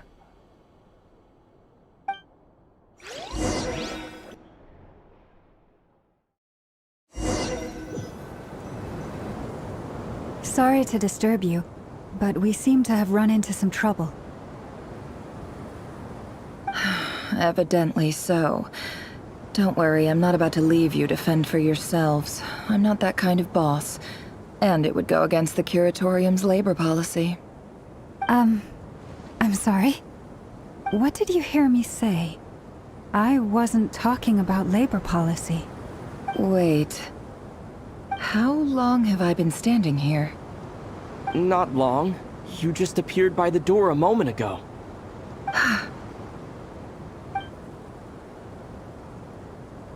Boss, what's wrong? You look like you've seen a ghost. We've been tricked. We never left at all.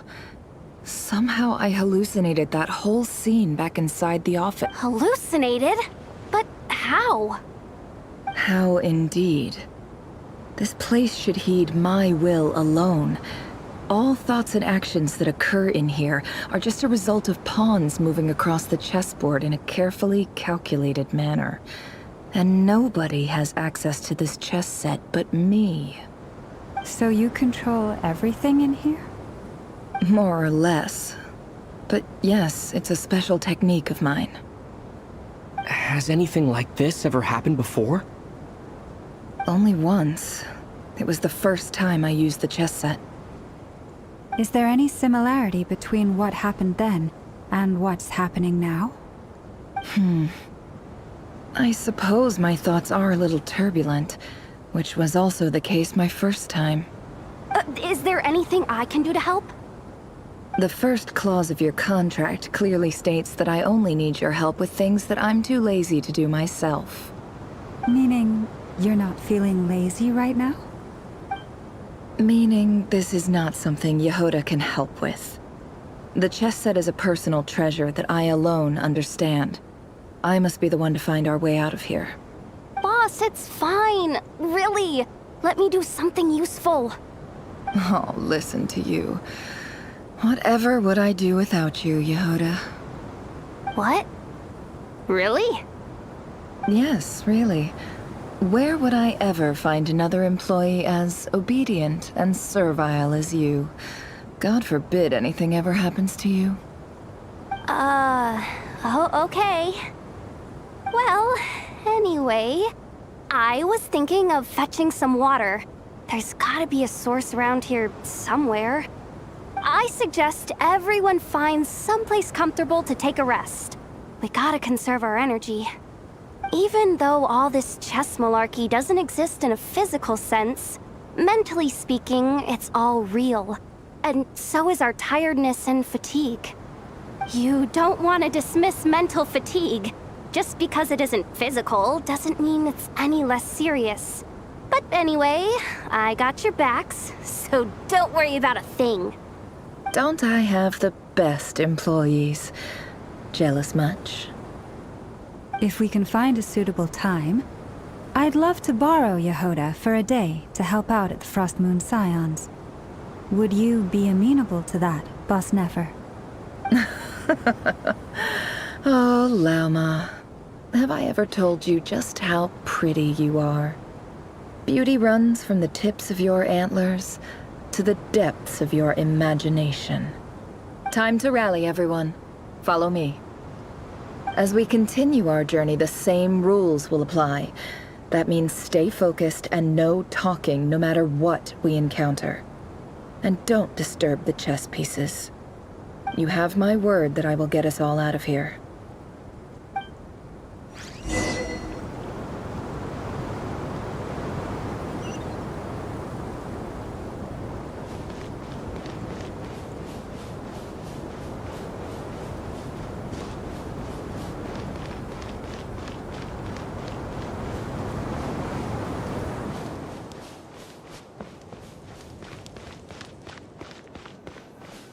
This place looks familiar.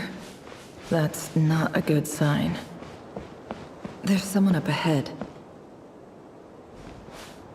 I wasn't expecting visitors at this hour. Wait, is that? Oh, it's him. There you are. Sinue's been looking for you all day. I think he has some news for you. Oh yeah? What were you doing just now, Uncle Retinue? Hiding away some more loose change? I know I saw some Mora. What do you mean loose change? Oh, come on, I'm too old for this. Just pretend you saw nothing.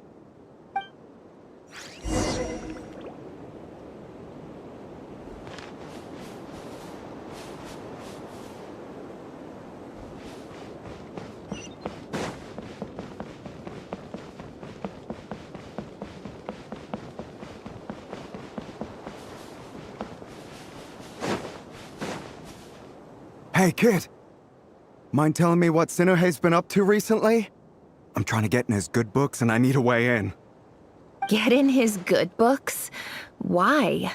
What do you want with my dad, Uncle Apepi? I've written a new song. I was hoping to showcase it at the next festival, but I'll need his approval. A new song, huh? I'd love to stay and listen, but unfortunately, Uncle Retinue says my dad's looking for me. Well, There's plenty of time and I'm not going anywhere. See that pile of stones? I'll be sitting there warming up my vocal cords. Come find me when you're done. Pile of stones. Got it.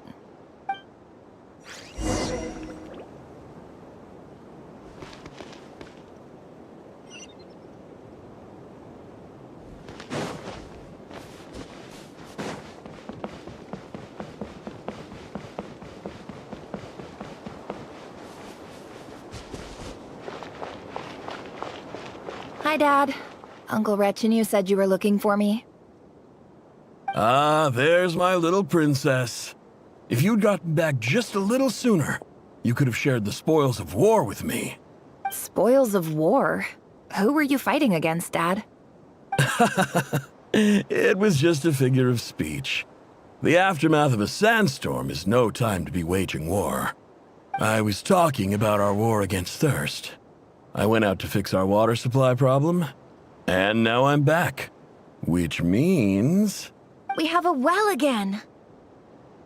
That's right. I found a new one and brought back as much water as I could carry. It should last us for a good while.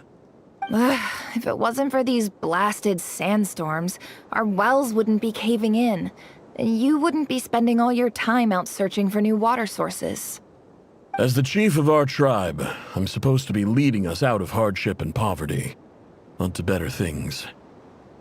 You know how prosperous our ancestors were. I've told you all the stories. And look at us now, squeezed into these hovels. No one would choose this, if it wasn't for the endless wars over the years. But things are looking up. I started working with some folks from the academia a few months back. They gave me some contacts in return for my assistance in the desert. So you're the academia's helper now? Special ambassador, they call it. Think of it as a partnership. It's nothing bad, okay? We've been isolated here in the desert for too long. Seeking opportunities elsewhere is the best thing for us, and the fastest way to progress. So, do you get anything good out of being a special ambassador? Of course. My luck's improving all the time. One day, I swear I'm gonna lead us out of this place. We'll find somewhere new. Somewhere better.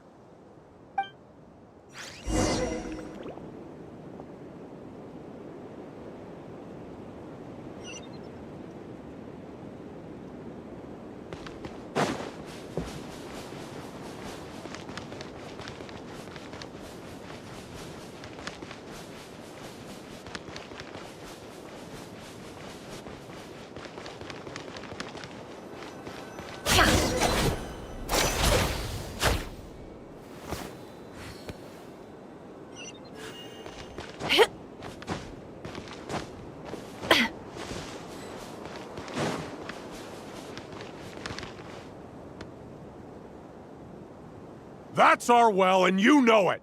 You stole from us! Well, you've gone from chief to thief, and now you have to face the consequences! Did you really think you could take our water without permission and get away with it? You're either brave, stupid, or both. And that Special Ambassador Act? Yeah, nice try! We spoke to the academia. They said it was all news to them. You're a liar and a cheat!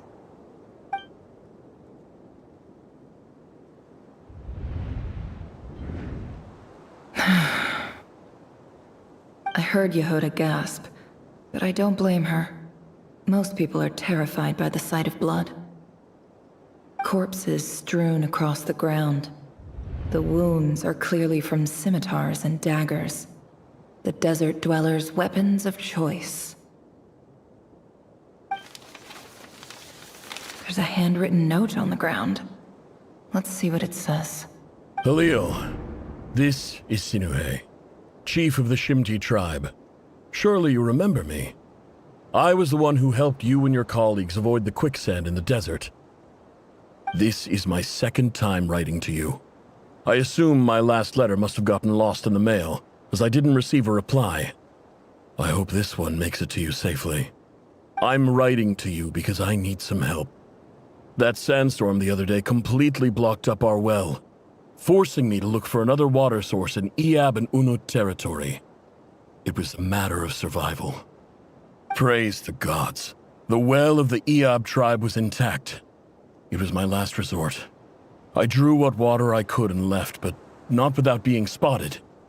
I fear they will retaliate. You told me to write to you if I ever needed help. You said you'd be my ally in the academia. I urgently need you to formally recognize my title of Special Ambassador and send some of your people to assist me for a few days. It's the only way I can convince them that this was the academia's decision and prevent them from retaliating. This is an emergency. Please send help as soon as possible. Looks like this letter never got sent. The writer died a grisly death, and the letter was trampled into the ground. It's badly defaced. Some parts are barely legible. What a ridiculous lie the surviving Shimti tell. Their whole village was butchered over a sip of water.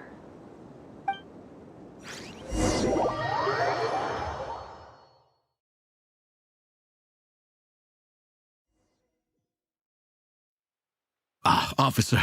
Welcome. Welcome to our humble village. I thought you would at least have the courtesy to provide some respectable libations. This is the finest wine Aru village has to offer. I promise.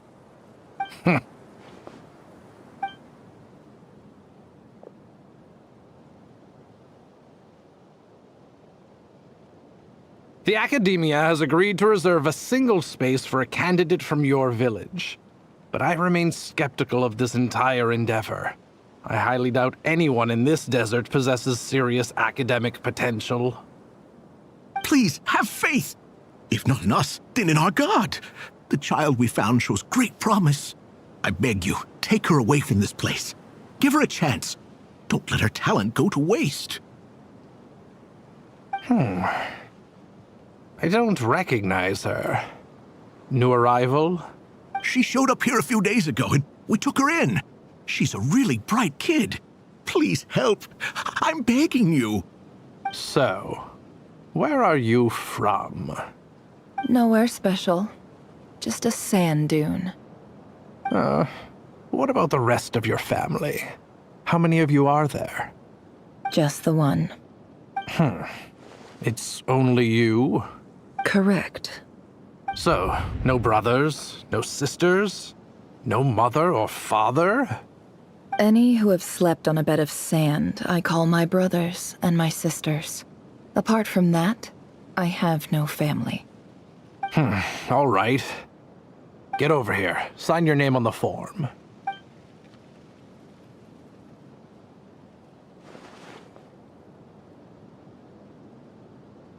Never? You're rather fair-skinned for a desert dweller.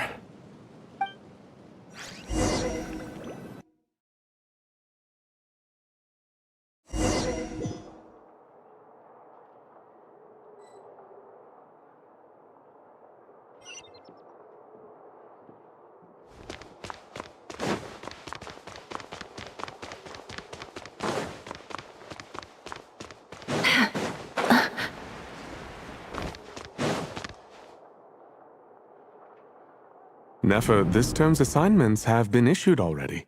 Please read through the materials thoroughly, conduct your own additional research, and then write an essay on the topic. Yes, Professor, I'm aware. I just had a couple more questions I wanted to get your perspective on. Oh? Please ask away. Well, I saw the other students' problem sheets, and I couldn't help but notice that my assignment is much easier than theirs.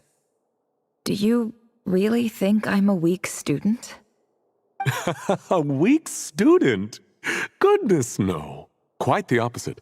You have a sharp mind. Almost too sharp. I think what you're saying is, a weak student wouldn't have noticed the discrepancy. And if they did, they certainly wouldn't complain about the lighter workload. You see? Sharp as they come. You see things the way they are, and I'm sure you know why they're like that.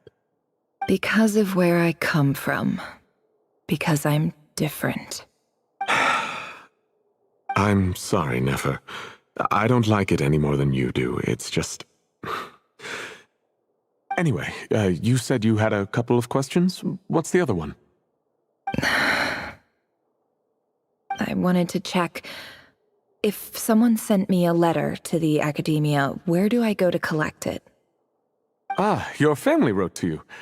Well, as long as they put your name on the envelope, someone should hand it right to you. Not exactly. It's not even a recent letter. I was just curious where the mail would end up if no one collects it. The House of Dana, I expect. I know there's a box for unclaimed mail somewhere in there, probably sitting on a shelf. Whatever you're looking for, that'd be the place to start. Okay, got it. Thank you, Professor. Oh, don't mention it. Honestly, I feel like I failed you. I'm supposed to be your teacher, but I haven't taught you anything. Hey, don't say that. You're a great teacher, and you do your best for all your students. But the rules are the rules. You're not allowed to teach students like me. It's not just the academia either.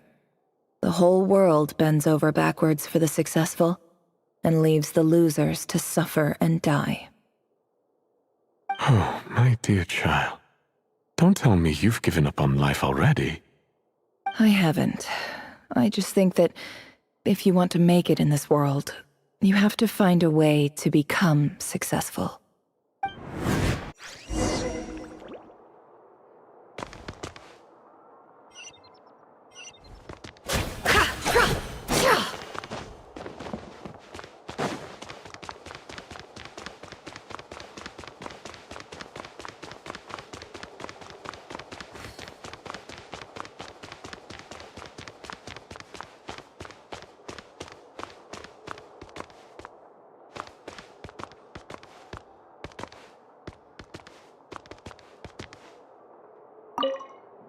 This must be it. A big cardboard box full of unclaimed mail. And probably some letters that ended up here by mistake, too. Let's take a look.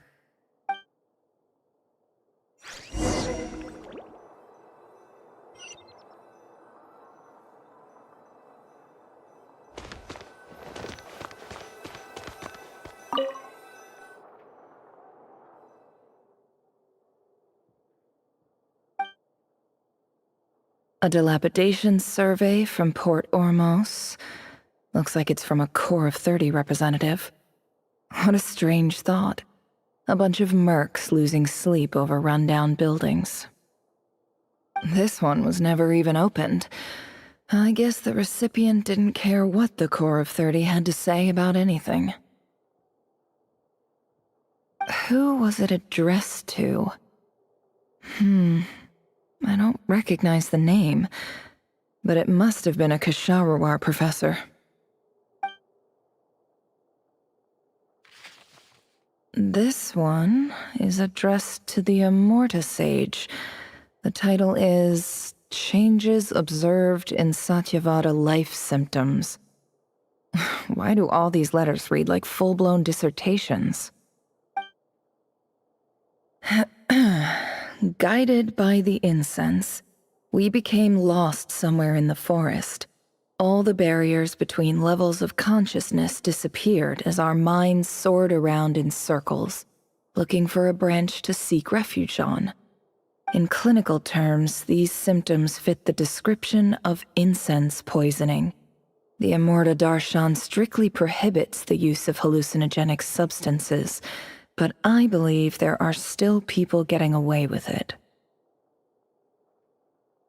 For example, my neighbor who always breaks out into song and dance after using incense. This seems like something the academia would want to know about. Why wasn't it collected? Wait, what's this written on the back? It's so small. The note says, "The sender authored this letter while under the influence of mushrooms." I would send it back, but no return address was provided. Stamped by the Grand Conservator of the House of Dana.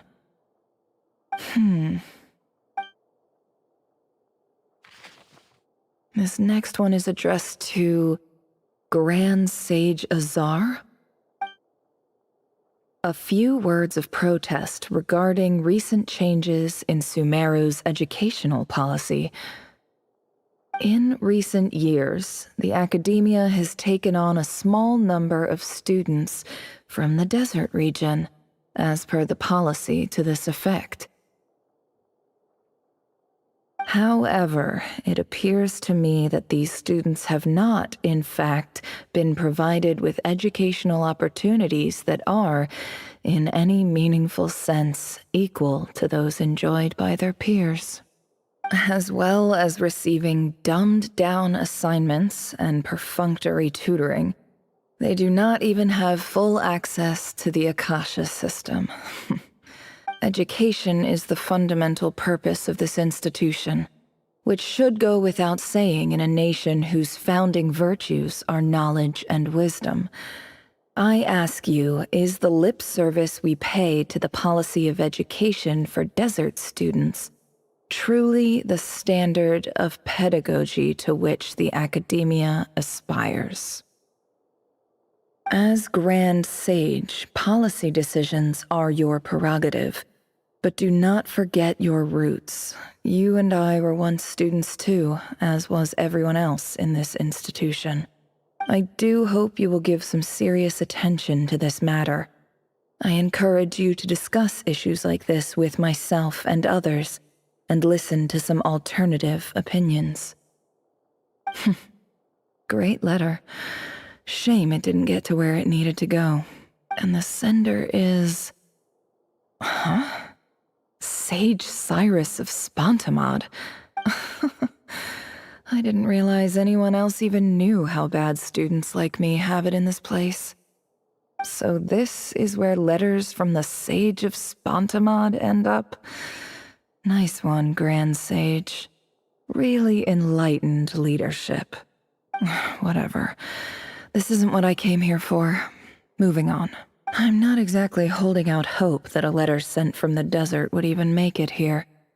But if it did, where else would it end up if not in this box? I can't believe how much discarded mail there is. Must have been years since someone last went through it all.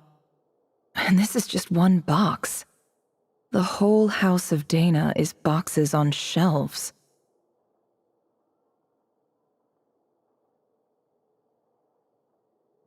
I don't believe for one second that any human being has sat down and read through all the documents in this place. Who has that much free time on their hands? Wait, could this be it?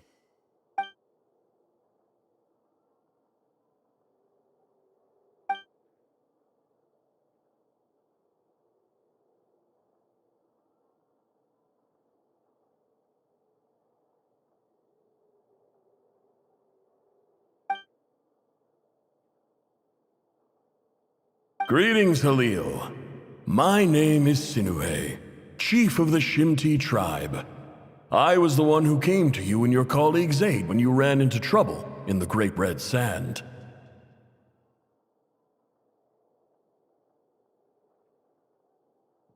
I don't know how well you remember it now, but I brought you to safety and gave you some water and other supplies.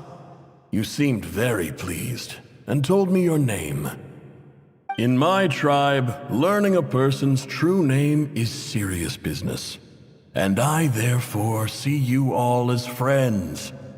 You were kind enough to leave your contact details, so we could stay in touch. The Shimti tribe lives a harsh, nomadic existence in the desert. You were sympathetic towards my plight, promising to make me a special ambassador of the academia and help us find a way to make a better living. This brings me to my reason for writing. Our tribe has fallen on particularly hard times. and I would like to ask for your assistance.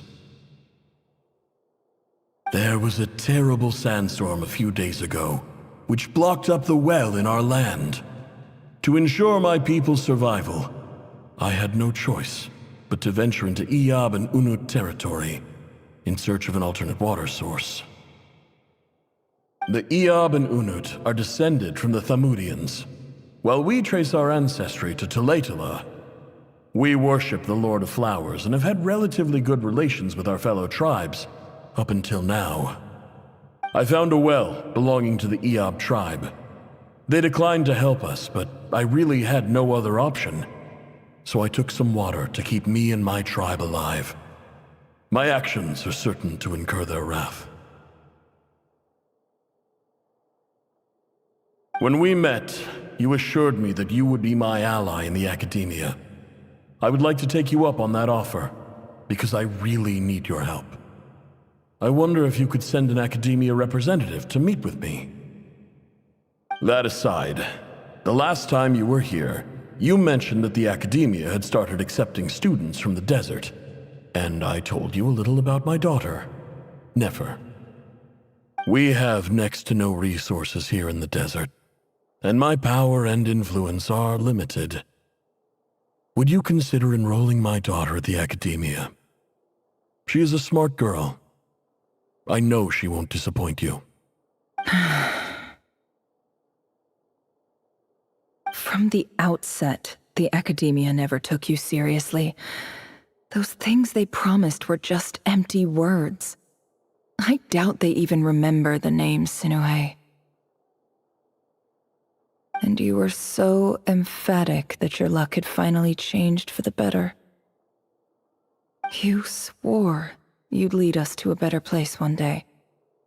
You spoke with such conviction, like you were the most powerful chief in the whole desert. You liar. You lied about everything. You promised the world and delivered on none of it. And who fell for it? Just me, by the looks of it. Despite your best efforts. Which makes you a pathetic liar. You weren't even any good at it. I think I'll take over from here. Let me show you how it's done.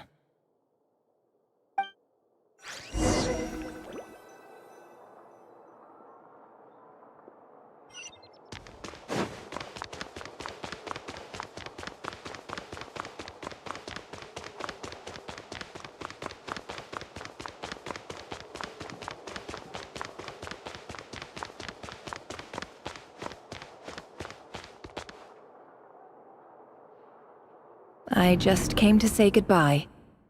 Thanks for everything you've done for me in my time here. Nefer? You packed your bags. Where are you going? I'm quitting. Something's come up in my hometown. Gonna head back and deal with it. Huh? But this was a hard-won opportunity for you. You know that better than I do. It was, but it doesn't matter. I have more important things to deal with, and they can't wait. Oh, and I didn't want to overfill my bags, so I left some incense on your desk. What's wrong? I thought you liked incense. Although, I did read somewhere in the House of Dana that it has hallucinogenic effects. Don't use it all at once, all right? Isn't this the stuff you brought from your hometown? You're just letting me have it? But you said it's a rare and valuable commodity. Yeah, about that. I lied. It's not rare at all. There's this bunch of ruins near my hometown that are practically overgrown with this plant. It's not worth much. Keep it, it's fine. But Nefer... All right, that's all from me. You take care.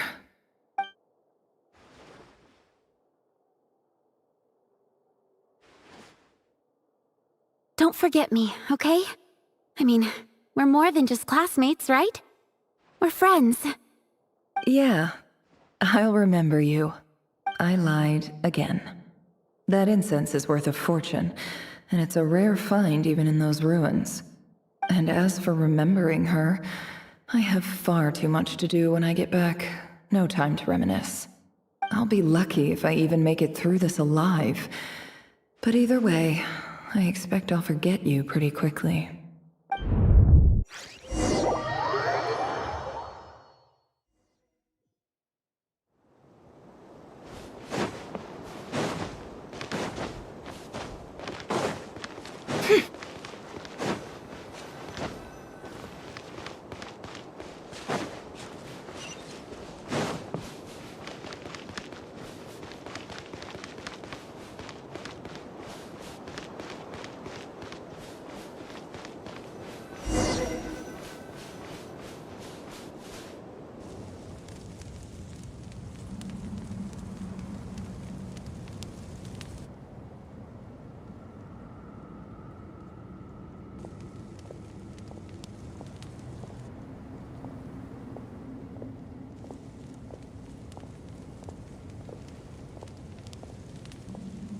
It's a pleasure to meet you, Mr. Arif. So, what does the Academia want? Since they've sent their special ambassador, I assume there's a big business deal to be made. If not, I'd be very disappointed. Please, sir, lower your blade. You're lucky I'm the one they sent. Not all special ambassadors share my admiration for the Iab people. The ever-shifting balance of power in the desert reduced the once great civilizations of this region to rubble and sand. But the story of the Iab has a very different trajectory. Others grew weak, but you grew strong, beginning in obscurity and moving to prosperity. You're the only ones who defied the trend. Huh. So, you do know who you're dealing with? This well is the perfect symbol of your strength, is it not? It used to belong to the Unut, but it looks like you have control over it now. You're not wrong. But I'm sure you didn't come all this way just to flatter us. Of course not. I came to bring you some very good news. Some information that recently came to light, which might just be your ticket to freedom.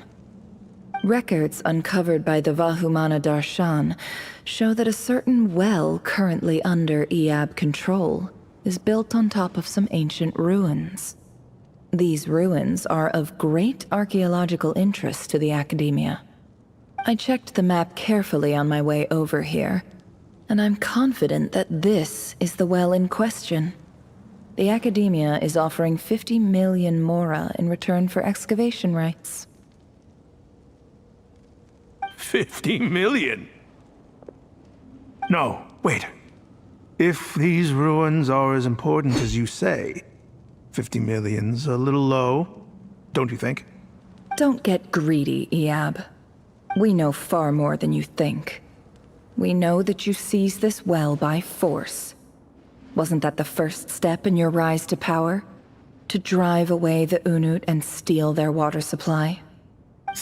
So what if it was?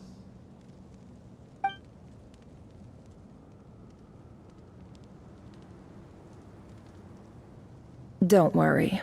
As unscrupulous as it was, it's something we're willing to overlook. The Academia is only interested in dealing with the de facto power holders in the region. I hope I am making myself clear. And I hope your words are the truth. If I find out the Academia is trying to play me, I'll hunt down every one of your people and make you watch as I cut their heads off one by one. I assure you, Chief, that would not be in your long-term interests. You don't want to make an enemy of the Academia. You see how I'm dressed, don't you? I appreciate that you've never been to the rainforest, but surely even you recognize an ambassador's attire when you see it. And what does a barbarian like you have to lose anyway? You really think the Sumeru Academia would bother to come all this way just to lie to you? We have more important things to worry about. All right, I take your point. The Academia is the highest authority in the land. I'm sure you're trustworthy people. In that case, we have a deal. We will sell you the excavation rights. I'd like to thank you, Ambassador. This is good news indeed. Excellent news. In fact, it calls for a celebration. Would you do us the honor of staying a while and enjoying some Eab hospitality? Gladly. I am partial to wine myself, and I trust you are as well. So let's indulge in a few drinks together, in celebration of this momentous occasion.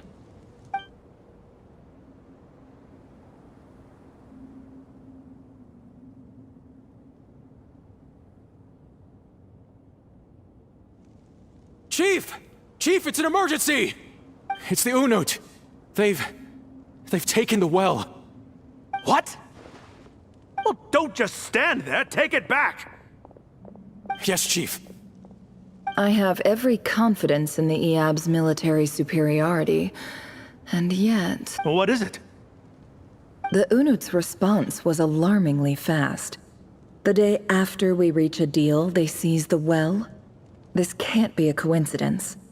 Perhaps there is a traitor in your midst. I don't think so. I am obliged to remind you, Chief, that the Academia will only deal with the de facto power holders.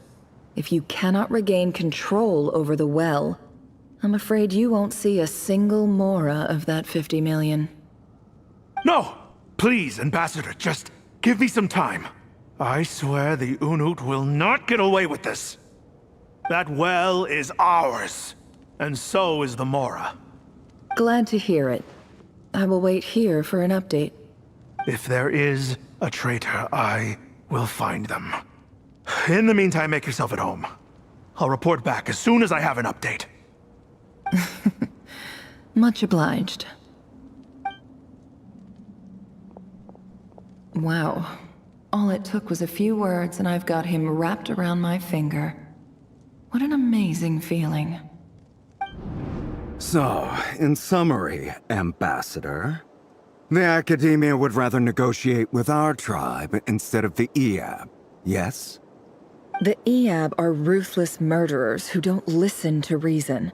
And now they have the gall to interfere in our research projects in the desert region. So let me ask you, Chief. If you were the Academia, what would you do? Kill them all, of course. Precisely. The Academia does not tolerate those who stand in our way. The Eab have held back our academic pursuits for too long, and our patience is wearing thin. At the same time, there is simply no way that the Academia can be seen to be intervening in desert affairs. I'm sure you understand where I'm coming from. We have our own rules out here. If the rainforest dwellers raised arms against a desert tribe, it'd start a bloody war. Right. We can't confront them ourselves, but we can support their enemies. The Unut have always had strained relations with the Eab, which makes you our natural allies. Natural allies. Weren't the Eab your allies once? You were quick to send them after us to protect your interests back when we stole that water. And now look at you. You're at each other's throats. Let me be clear. The Academia wishes to collaborate with the legally recognized rulers of the desert in this matter.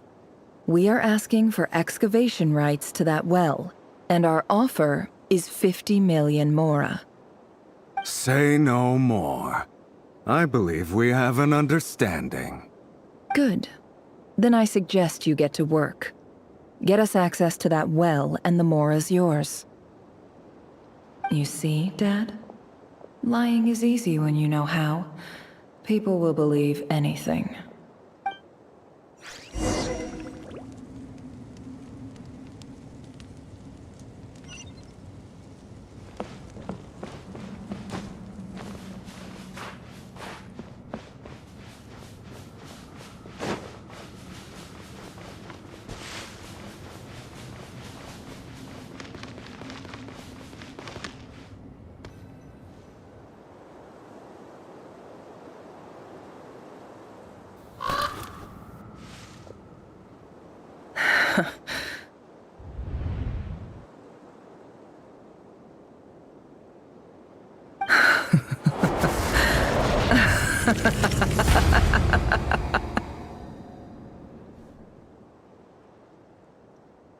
Look at yourselves.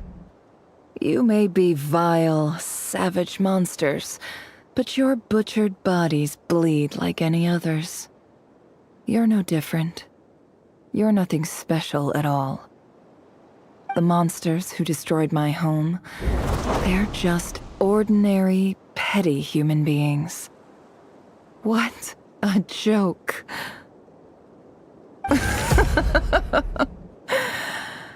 I think we're even now. Maybe I've even done the desert a favor. It's a better place without all these people around. Oh, Sinuhe, my gullible fool of a father. Perhaps if you'd been as ruthless as I was today, our tribespeople would still be alive. In this dog-eat-dog world, a chief needs to be tough to survive. But you couldn't do what had to be done. So I did it for you. Nefer, it's okay. All of this is in the past now. I believe I remember you promising to remain silent. Yeah, but even so... Yehoda, is there anything you can do to ease the tension? Alright, time for a sharp turn onto a completely different topic. So, anyway, that's enough of that. When are we getting out of this place? Feels like we've been walking forever. I'm getting pretty tired. Oh, Alma, you tired? Yes. If we can find somewhere to sit down, I could certainly do with a rest. It's not far now. There should be a temple just up ahead. Yes. Really? A temple? That's where this story ends? I guess that's how things go in the desert. Desert dwellers can never escape their destiny. Or so everyone says. I never wanted to believe it, but looking back now, I'm as desert as they come. You mentioned a temple. What's waiting for us there? My biggest trade secret of all. Ah. Then I'm guessing it's where you got your power from. The power to peer into other people's minds. I didn't know you were clued up on any other religions. I'm no expert in the history of Sumeru, but since you come from the desert, I would imagine it has something to do with King Deshret. Sounds impressive. Ah, I know who you mean. General Mahamatra Sino. The spirit of Hermanubis dwells within him. That's Boss Neff for ya. She knows everything. Sino's hardly a figure of obscurity, but I know about Sethos too. What about him? Is he a big deal or something? Well, he's not a small deal, let's put it that way. Please, this is the bare-bone basics. Save the flattery. Thanks for your patience, everyone. I'm sure it's been a lot to take in. With any luck, that's our exit just up ahead.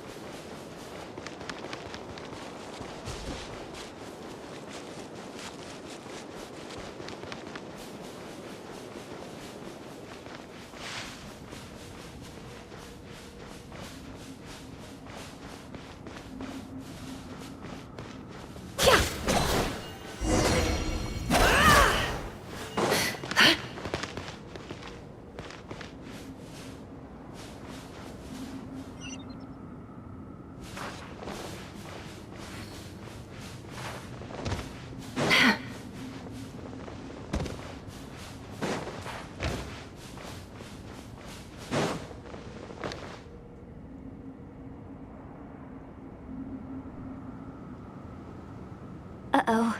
Uh-oh. Uh-oh. I'm totally out of my depth here. I don't have anything to add about any of this stuff. Like, look at that statue, for instance. I want to do the whole name-dropping, this girl knows her stuff thing too, but I've never seen anything like it before. A statue with the head of a bird. That's Thoth, the Ibis King, one of the 7 pillars of King Deshret.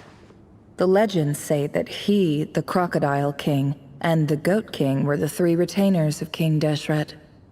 Let's take a look.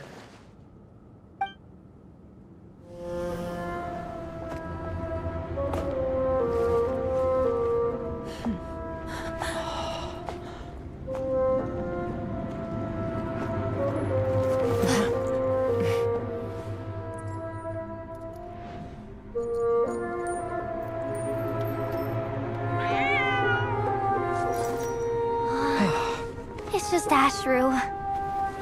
So, all is well?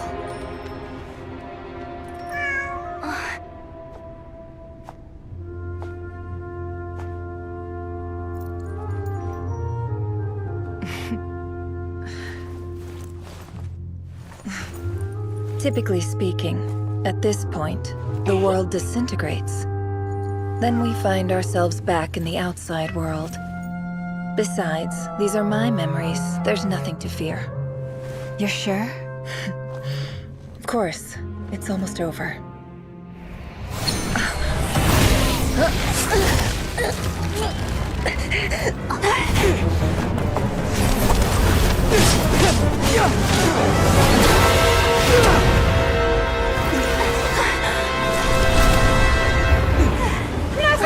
Hold on!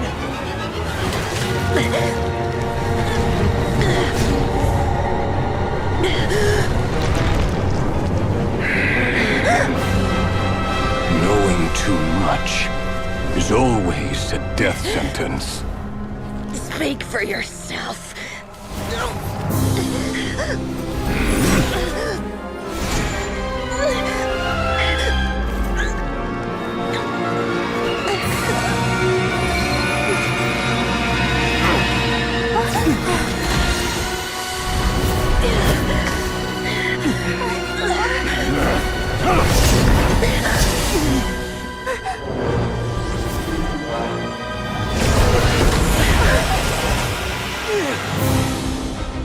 How repulsive.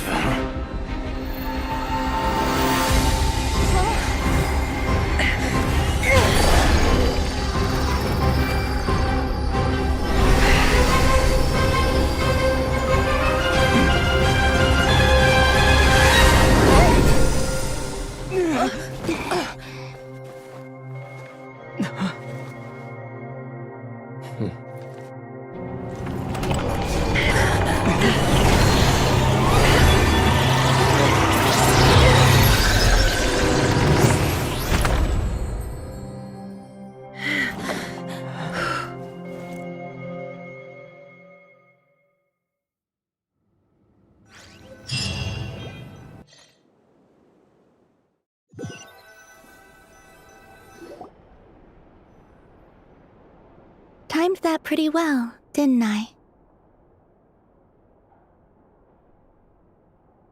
It's okay. I'm just glad no one was hurt. Paimon noticed you doing something too, Dainsleif. Were you helping get them out? Of course. When I asked Nefer to conduct this investigation, I was not naive to the dangers involved. I had a duty to ensure your safety. Good to know your sense of justice is still intact after all these years. I take that to mean that you saw the truth. That comes as a great relief. I certainly did. And thanks to your help, I also managed to trap Rerir inside the chess set. Whoa, really? How'd you manage that? Well, to be honest, I sensed that something was wrong long before we made it to the temple. By using this fragment to probe into Rerir's past, well, the monster formerly known as Rerir, it seems I alerted him. I was tracking him, then he caught on and started tracking me too. Can't say I'm surprised. But how did he track you through your thoughts alone? That shouldn't be possible. Rerir was a secret agent who reported directly to the Vinster King. He is an expert at finding a trail and hunting down his pursuers. No wonder. He infiltrated the chess set, read my thoughts, and built a new virtual chess set inside of it. That's why we weren't able to leave at first. Speaking of your chess set, it's quite a remarkable item. Would I be right in thinking you have some connection to King Deshret? You overestimate me.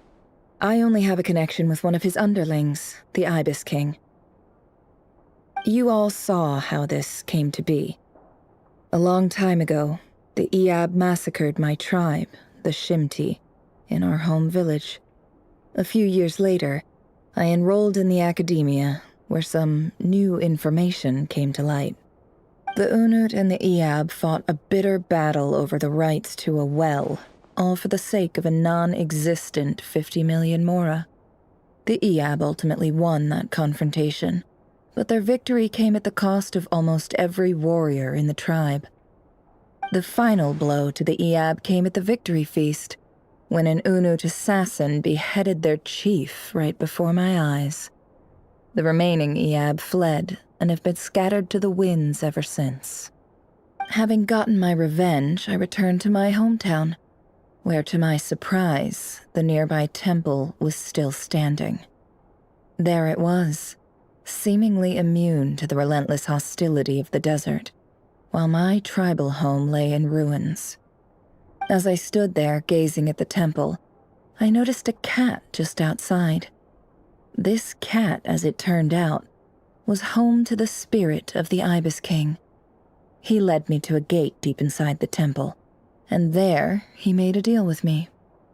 This chess set is my gift from the Ibis King. The chessboard within is made to the same specifications as the one in the mausoleum of King Deshret, and represents his power of piercing analysis. With this chessboard in its container, I gained a certain ability to perceive hidden secrets.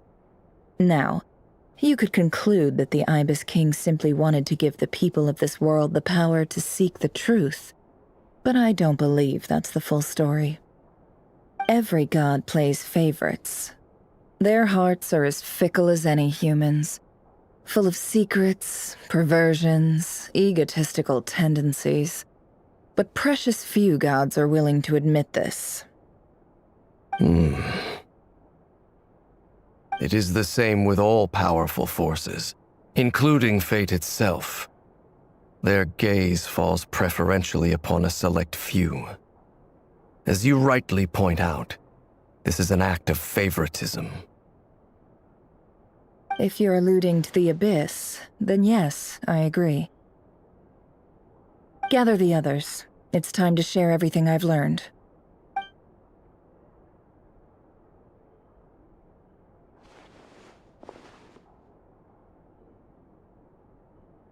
Thank you all for being here.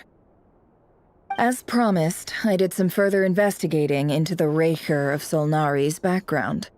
I am pleased to report that the investigation has been most fruitful indeed. The Raker of Solnari, real name Rerir, was once a Conrian subject who served the Vinster King. I will now share the important details of his story. Please save any questions or comments for the end.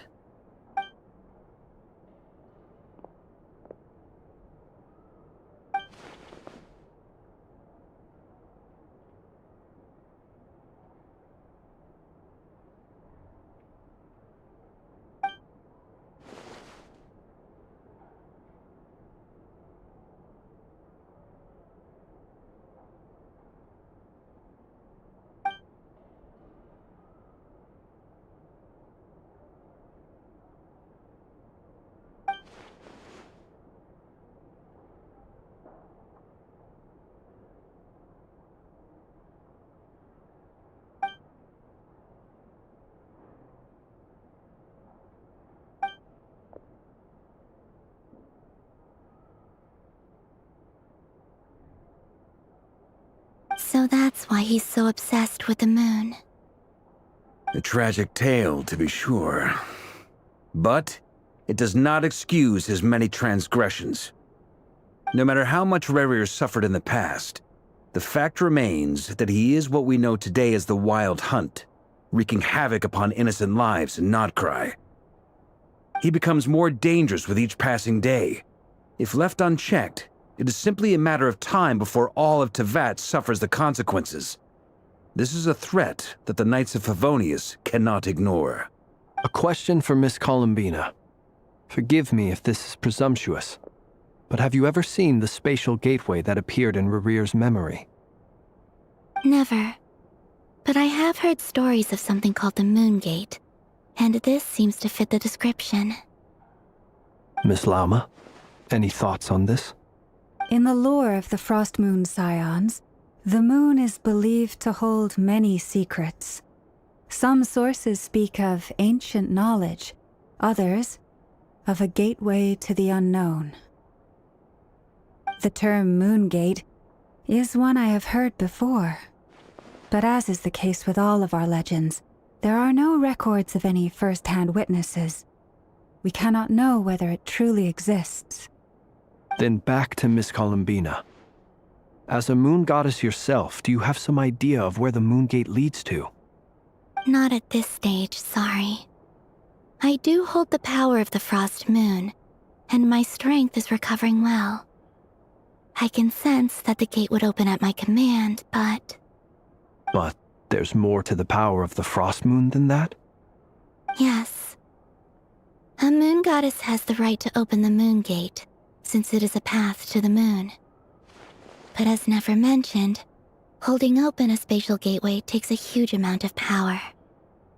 And right now, I need to conserve my energy to fight the Rahier of Solnari. I'm afraid this is one mystery we may have to leave unsolved for now. I agree. Better to save your strength. But if you'll humor me for a moment, I have a bold conjecture of my own regarding the world beyond the gateway. I highly suspect that neither Tholindis nor Rerir made it through unscathed. The evidence pointing to this is the fact that the Rahier of Solnari exists in the form of countless fragments. With the abyssal power he wields, no ordinary foe can touch him, let alone tear him to shreds. And yet, the Wild Hunt proliferates wherever his scattered fragments lie, drawing hordes of monsters to many different locations across the land. So your theory is that Rerir was physically torn to shreds by some powerful force? Hence, why the Wild Hunt is a distributed phenomenon, rather than a unified one? Makes sense to me. Explains why the Wild Hunt is so pervasive, and why he's been trying to piece himself back together. He was whole to begin with, and he wants to be whole again.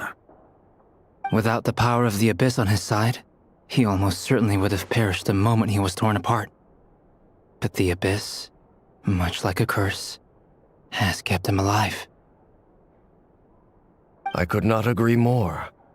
The power of the Abyss is most surely a curse. It is a compelling explanation, and one that accords with my present understanding of Abyss creatures. Whether the life form in question is primitive or advanced, if a curse has extended its lifespan unnaturally, it will continue to survive in spite of everything. This raises some interesting questions. I will run some experiments and see if there is any validity to my suspicions. That being said, regardless of whether my research bears fruit, I would like to thank Miss Nefer for conducting such a thorough investigation. Already, it has greatly enriched my understanding of the entity we face. My pleasure, Mr. Albedo. I too hope that the information I have shared today proves useful as we look to formulate the next stage of our plan. Hey! What is it, Dainsleif? You look really upset! It's just... when I think of the man I once knew as Rerir, I struggle to understand why things had to turn out like this. The two of you used to be friends, didn't you? I don't know if these words will bring any comfort, but my heart goes out to you. Mine too. We can never know all the hows and whys of the way things are. The moon and stars are full of untold secrets and lies, and the skies are host to many more mysteries than these alone. Yet, none of that can begin to compare with the complexity of human life. Those are the first comforting words I've heard in a long time. Thank you, both. Well, I think this is a good place to end today's meeting. I'm sure Nefer needs some time to recover. She's been through an awful lot today. That's very thoughtful of you, Lama. Of course. Sounds good to me. Take some time to rest and digest before we reconvene to nail down a plan.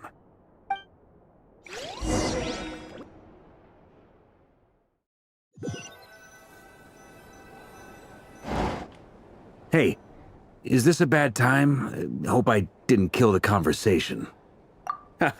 No need. Come on, let's talk outside.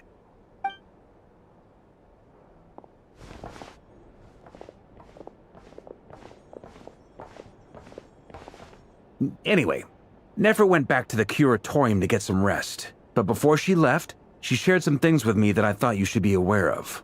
Firstly, although she managed to trap the Raker of Solnari inside her chess set, there's no guarantee that the power of the Ibis King is any match for one of the 5 sinners. Their powers are beyond our comprehension.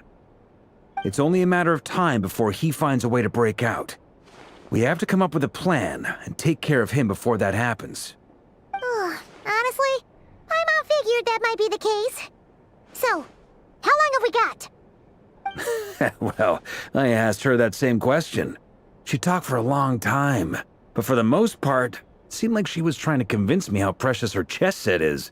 What a long and storied history it has. It felt like some kind of sales pitch, you know? The kind where you end up handing over Mora against your will? Anyway, after all that, she finally answered the question. 2 days, at most. 2 days? Holy moly! Can we even recruit enough help in that time? That remains to be seen. Which brings me to the second issue. Dainsleif is obviously conflicted about this whole thing. But given how little time we have, there's no way we can pull this off without his help. You have some history with him, right? Do you think maybe you could talk to him for us? Great, I appreciate it. All right, on to item 3. So, Albedo, Durin, and I put our heads together and came up with a plan. Can't promise it. We figured we'd bounce the idea off you first. We'll explore it further once everyone's recovered. All right, on to item 3. So, Albedo, Durin, and I put our heads together and came up with a plan. Can't promise it's gonna work yet, but at least it's a start. Oh, Paimon's dying to hear this. All right, so here's what we're thinking.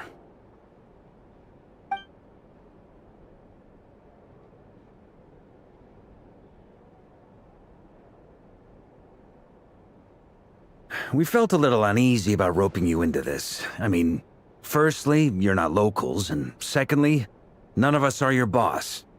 You're well within your rights to refuse if you so choose. Roping us in? Why would you even say that? We know the stakes here.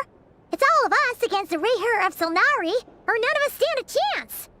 I choose my words very intentionally, I'll have you know. I like to think there's an art to striking a down-to-earth tone even when the stakes are through the roof. Sir Varka, I have a few thoughts about this plan. I'm all ears. I think we can be more flexible with how the roles are allocated. In my view, the most sensible lineup would be like this.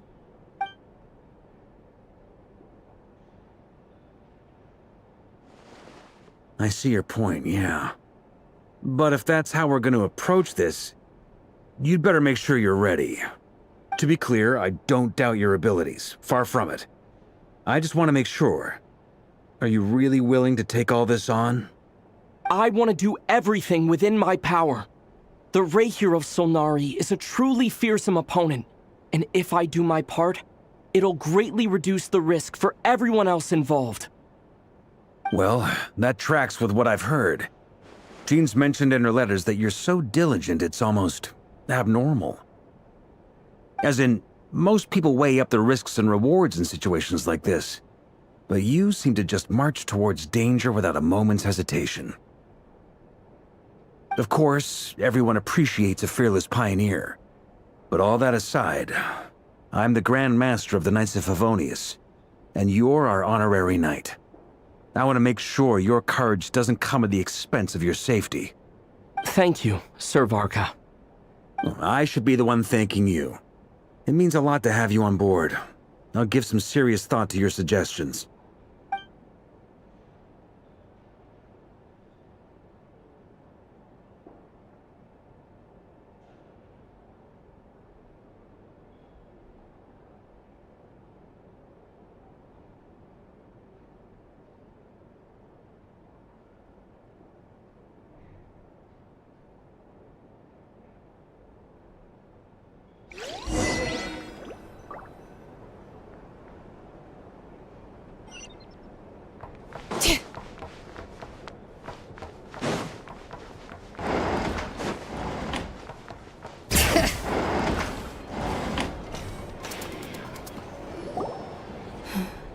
This is a thorough plan, but I do have one last question before we take action. How can we be sure that our enemy won't leave the designated area? Great question. Albedo's been hard at work analyzing Rerir and the Wild Hunt's behavioral patterns. His conclusions are as follows. Firstly, from the earliest known confrontation until now, Rerir has never displayed any ability to manipulate the dimension of space. So it's unlikely he has any power in that domain. Secondly, he seems to have a particularly strong vendetta against our group. If we put him in a fight-or-flight situation, he'll choose to fight every time. Thirdly, finally, and most importantly, he is consumed by hatred, both for the moon and for his enemies. Turns out, we tick both of those boxes. We have a reincarnated moon in our ranks, and a spy who accessed his private memories without permission. He'll be baying for blood, not looking to escape. As someone who's had their fair share of interactions with the Wild Hunt, those all seem like valid observations to me. Understood. Then I will defer to the verdict of the group.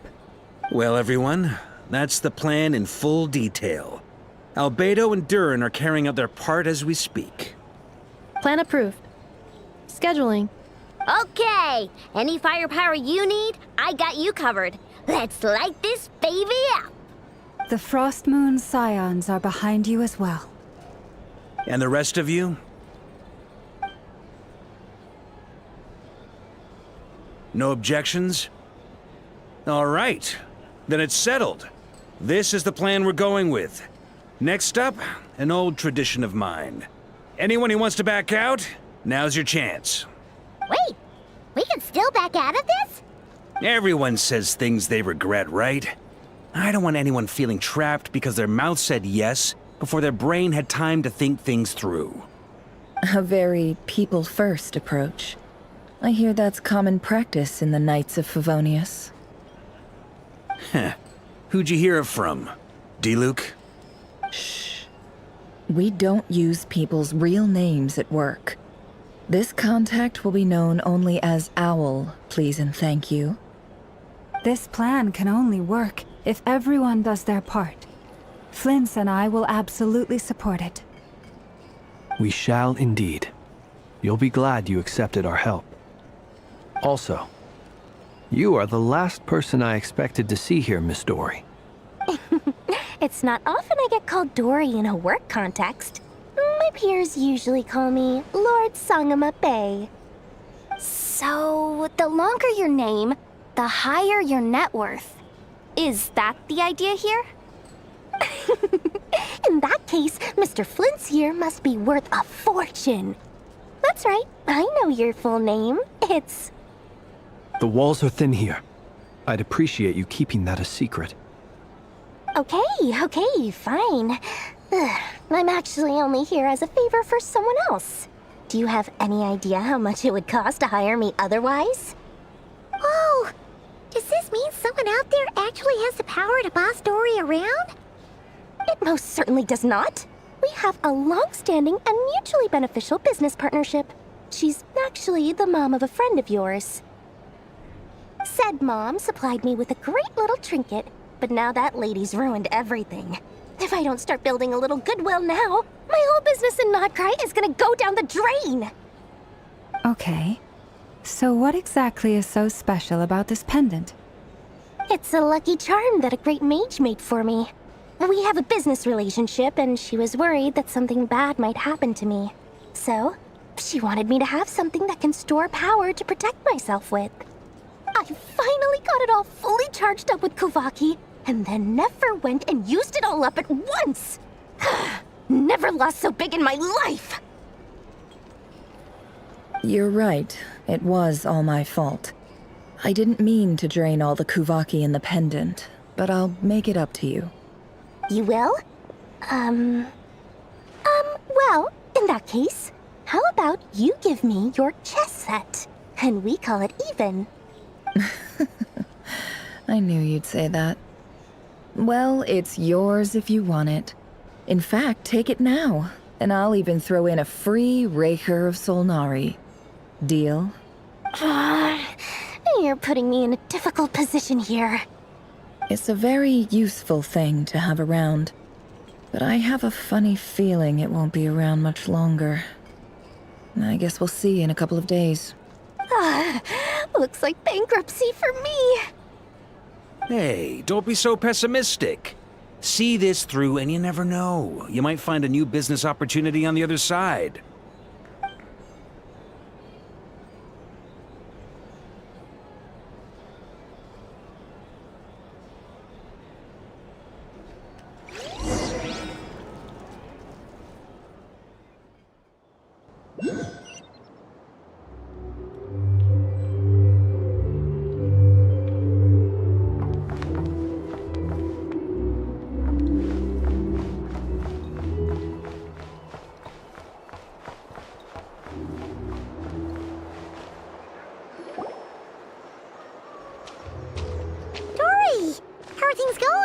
Feeling ready? Oh, I was born ready. We only have 2 days. You think Lord Sangamabe would let an opportunity like this slip by? Don't forget, when something's in high demand, the people with the goods on hand get to charge the highest price of all. Even higher than the sellers taking advance orders. Ta-da! See? It's right here. Ah, it's so pretty. Did you make it? No, I have a supplier. We go way back, so he made me a very attractive offer. Aha! No wonder you were talking about lucky charms at the meeting. You've been getting Kaveh to make them for you. That's not the full story. It actually started a while back as a project between me and the Dendro Archon. Mage Alice once warned me that this world won't stay safe forever. There may come a day when everyone faces a great crisis.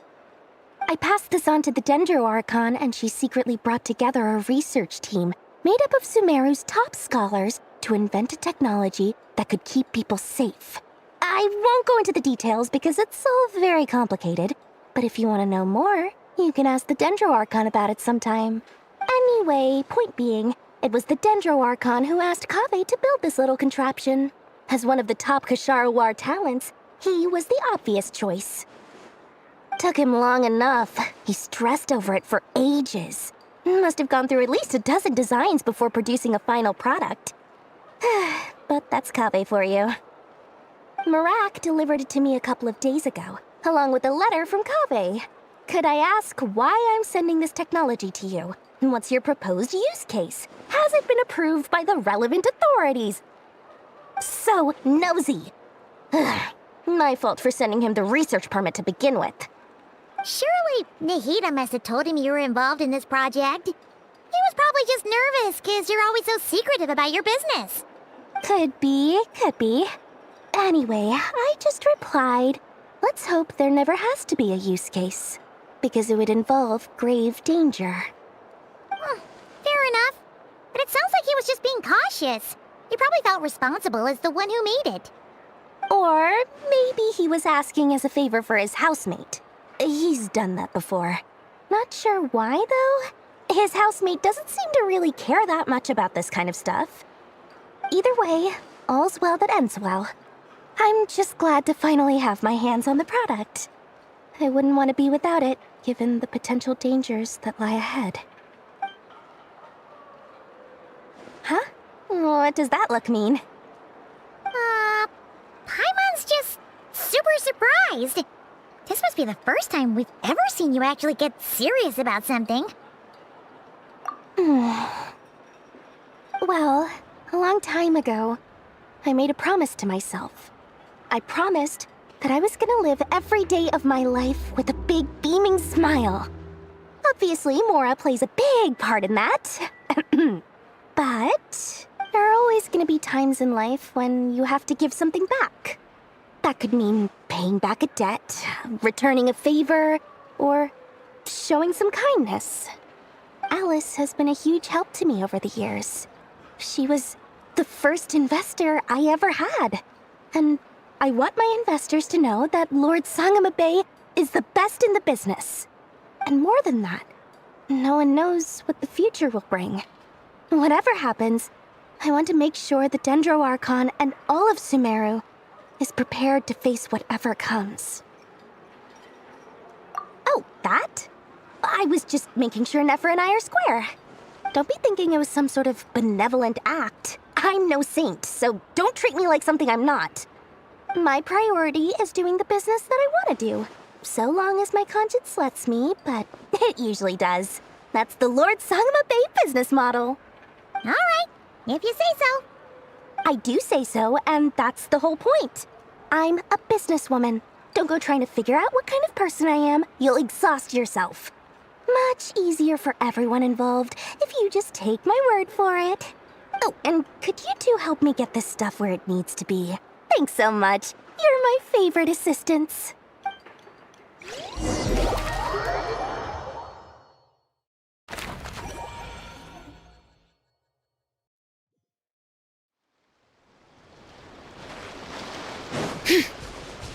Bring it!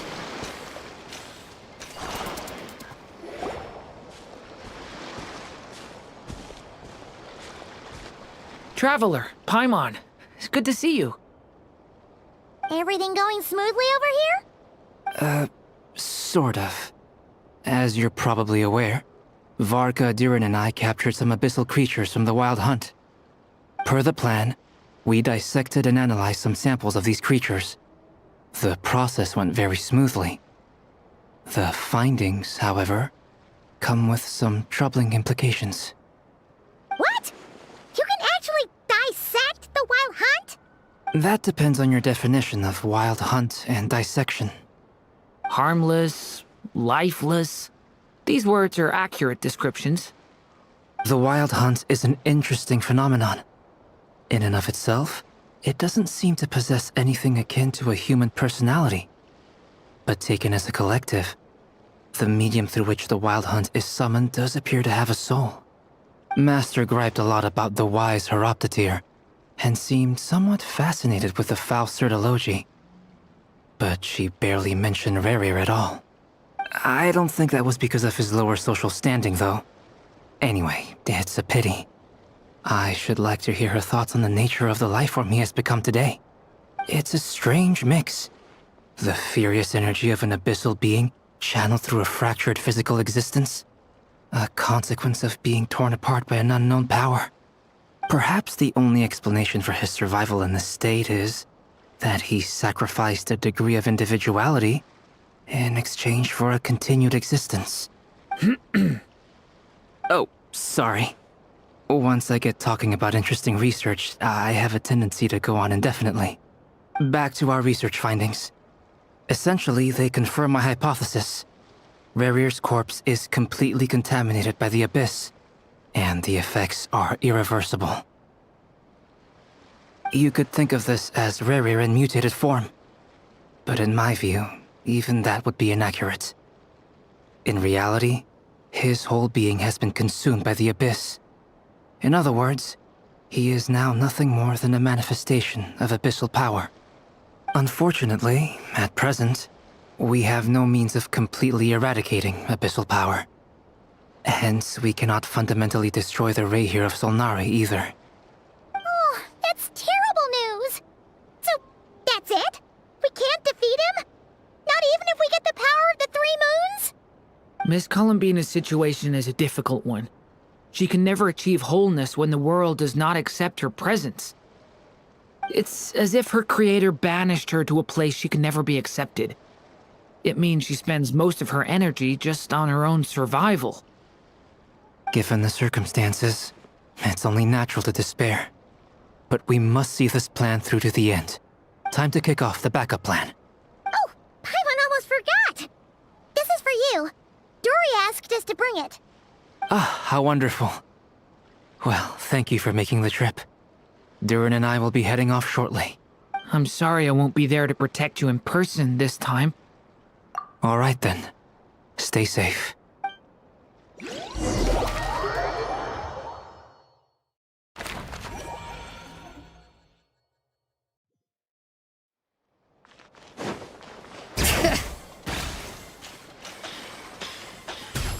Let the mountain's veins boil! Yoo-hoo!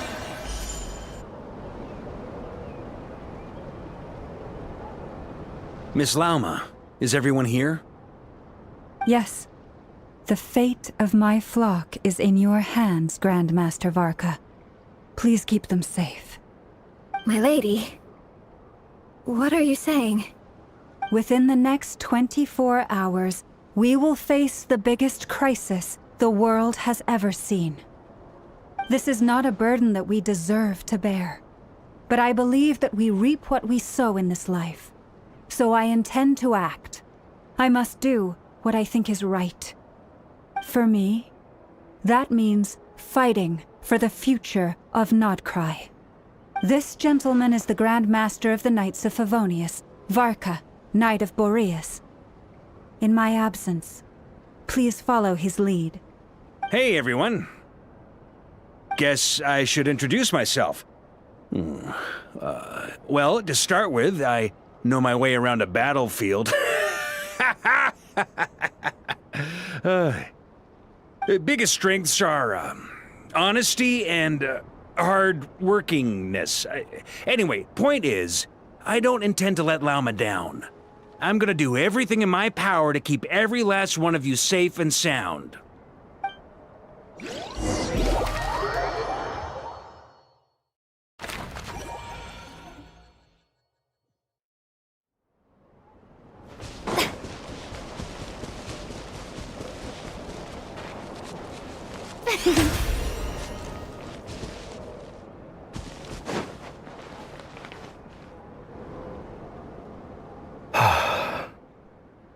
Something on your mind? Miss Columbina, was it? I believe that's how the others addressed you. That's right. Names are funny things. Have you always been called Dainsleif? Yes. I take it your own name has a more complicated history. I have a different relationship with names than other people. To be honest, I'm not even sure that Columbina is my name. At least, not in the same way that Dainsleif is yours. But it's what everyone calls me, and I go along with it. A lot of my life has been that way. I get so used to things that I forget to question why they are so. I never used to think much about where names come from, or what they mean to people. Maybe something's wrong with me. You're different from other people. I sensed it the first time we met. You're more perceptive than most. I'm sure your long life and rich range of experience explains that. Do you ever find yourself missing Conria, Mr. Dainsleif? Difficult to answer. I have dreamed of the past many, many times. Sometimes I'm fighting tooth and nail. Other times I'm lying on the ground, defeated. I don't recall any happy moments from that time. It has been too long. Is that because hatred survives longer than love and affection? That would not be for me to say. I make no excuses for the grudges I bear. But whatever the reason, I remember little that was beautiful or sentimental. Thank you for your help with the Rerir situation. Without your efforts, I never could have learned the hidden truth of his story. You're welcome. I know he's your friend. Friend? He betrayed me. And I never really understood what he was going through in life. Some friendship, that is. Okay. So, do you plan to fight him with us? You see, you're torn. Now you know what really happened. You see the things he's done in a new light. I need some time. Of course. I completely understand. Anyone else in your position would feel conflicted too. Actually, I went through something similar myself recently. Something happened that changed my perspective on a situation. A situation I took for granted at the time, but now I feel very grateful for it. You mean the Harbingers who still support you, even though you've left the Fatui? Yes. I always thought they were only helping me because Harbingers are forced to work together. But then I abandoned them, and even now, they still support me. Which means I was wrong about them all along. I always thought they were only helping me because Harbingers are forced to work together. But then I abandoned them. A warrant was even put out for my arrest. Clearly, they view you as a friend. I feel a little guilty now. I regret not seeing her help for what it was, and not treasuring it. I see the guilt that you're feeling now, because I feel it too. Hopefully, talking about it will do us both some good. Have you noticed that the Traveler and Paimon are over there? I think they've been listening. Huh. Shall we say hello? Sure. Hello. Ah! They caught us!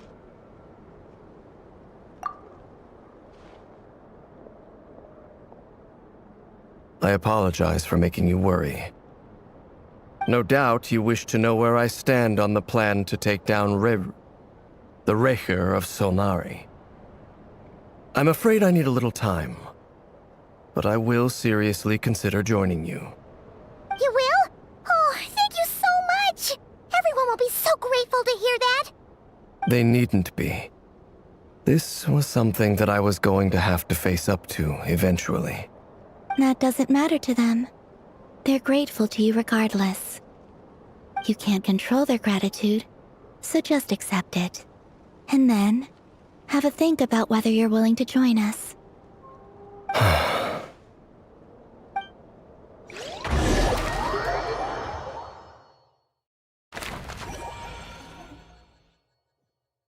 It's nearly showtime!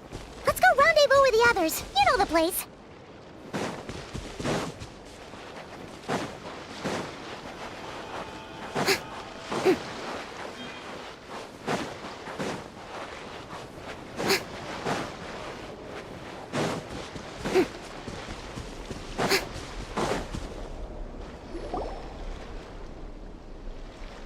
Ah, you're earlier than I expected. Hey, Flint's! Been waiting here long? Not too long. I came a little early so I'd have some time to think. Are you nervous about the battle? Quite the opposite. I'm reminiscing on my past battles. When I was awakened by the Ratniki, I had not touched a weapon in many years. I felt like the battlefield was not where I belonged. But after waging war against the Wild Hunt for so long, I came to realize something. A life of absolute peace is simply not a possibility for me. My restless flame indicates that somewhere inside of me, there is a deep yearning to root out the evil in this world. Oh, that doesn't sound like such a bad thing. Well, in the past, when I was a Fae whose primary concern was hibernation, it was hardly ideal. But it certainly serves me well here in the present. And I am delighted to be able to join forces with you in this endeavor. Looks like I'm not the first to arrive. Ah, Miss Lauma. Did you sleep okay last night? I struggled to settle down at first, because of the nerves. But don't worry. I got enough sleep in the end. I'll be just fine.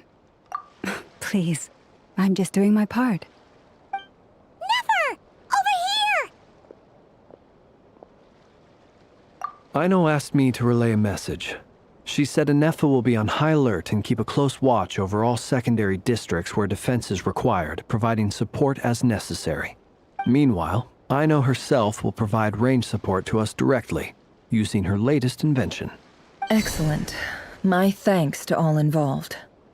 The chess set's looking a little unstable. It won't hold him much longer. We should be prepared to engage at a moment's notice. No sense sitting around waiting. Let's make the first move while we still have the option. I agree. Paimon, find a safe hiding place. Got it! Be careful, Traveler! I will.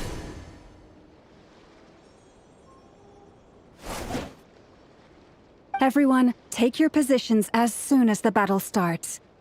Every ounce of strength we have in our bones, let us bring to this fight. Ready?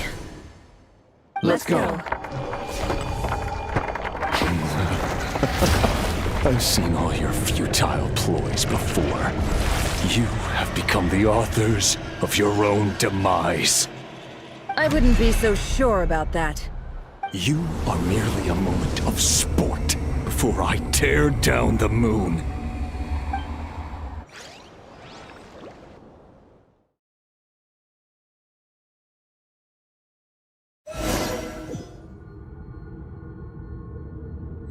Stay on your toes. Yep, you too.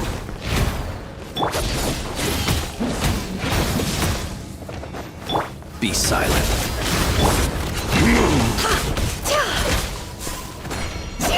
Let me help you guys. The moon is all futile. Hunt them down!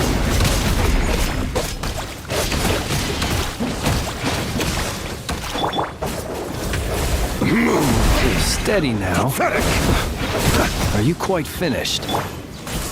Hunt them down! The moonlight betrays you. Move! Time to come clean.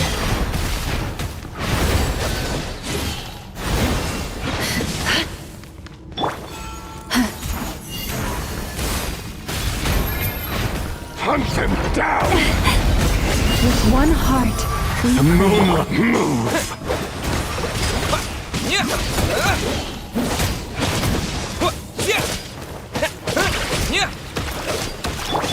The moonlight Observe. Close your eyes. To dust. move! Futile! Hunt them down! a grave transgression. No more lies. A future made of. The moonlight betrays you. The mystery unravels. Move! Water jet! Bombs away! It all adds up.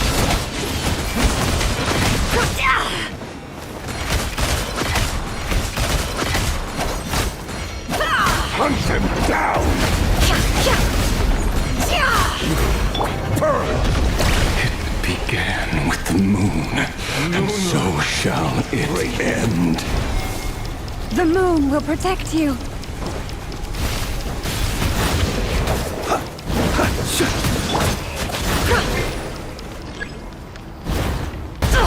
Absurd.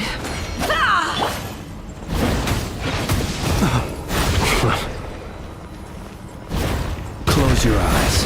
Be silent. Do you see now? clear. From here, when will it be as you foretold?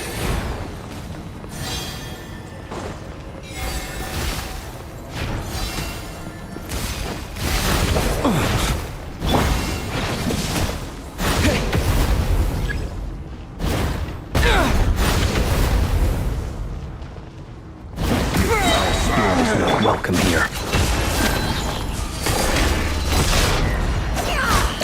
No more love. Observe. The long sleep beckons. By the frost moon of old.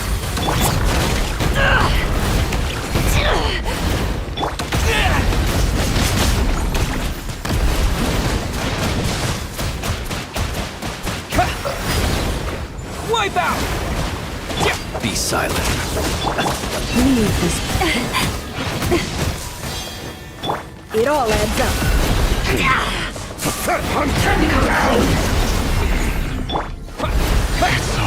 Futile. Observe. Close your eyes. The moonlight betrays you.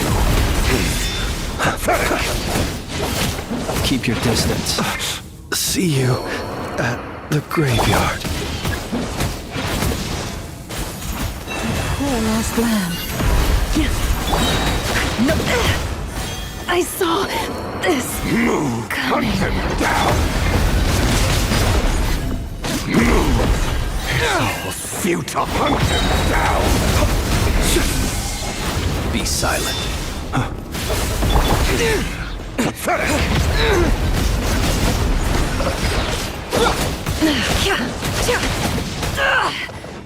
It all adds up. It's all futile. Hunt them down. The moonlight. It all falls into place. Pathetic.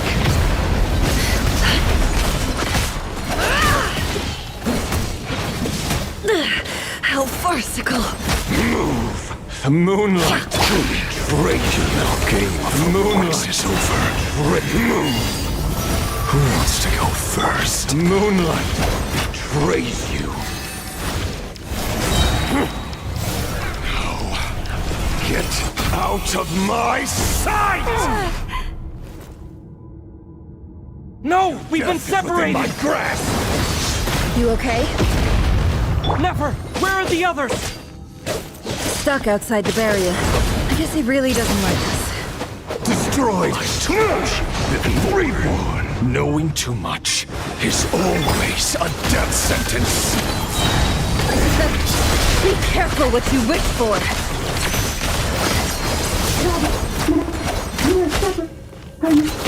Lama! Can you hear me? Hold on, Silence! The voices are gone. But at least I know they're still there. I need to focus. Stick to the plan. Remember, my most important task is to keep stalling him. If I can stall him for long enough, the moment will come.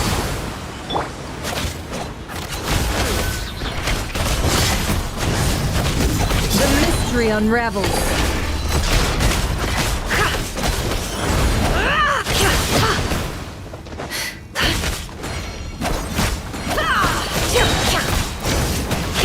It all adds up. No more lies.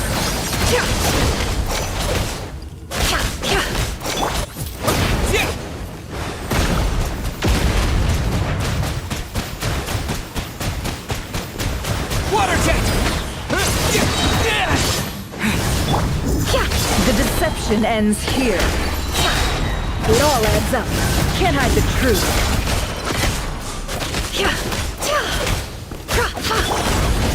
Water jet! We run.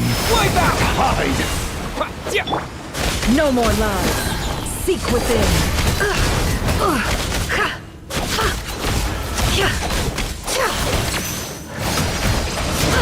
Absurd.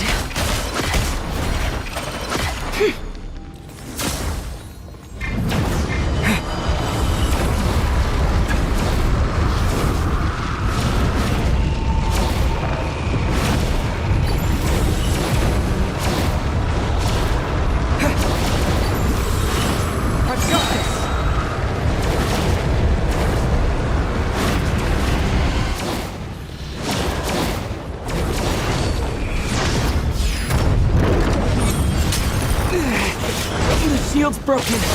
I can't keep this up. Don't push your luck. How much power will it take? Absurd. Can't hide the truth.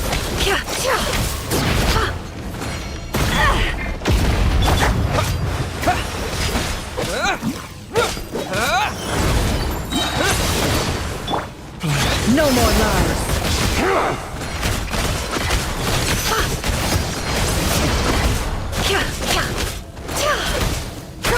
The deception ends here. Can't hide the truth. Time to come clean. It all adds up.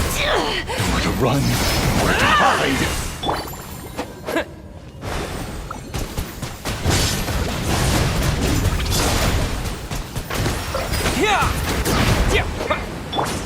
No more lies. The mystery unravels.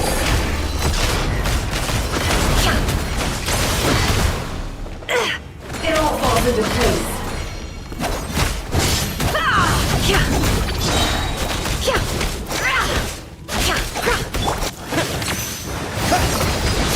Wipe out!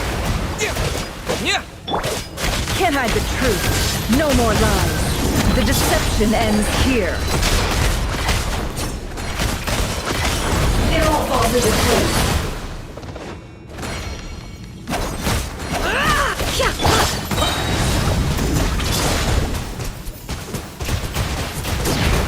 Go! Bombs away! Nowhere to run, nowhere to hide. Can't hide the truth. The mystery unravels. Time to come clean. It all adds up.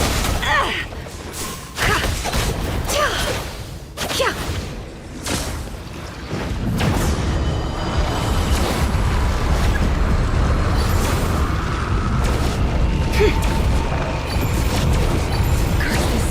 There's no other way.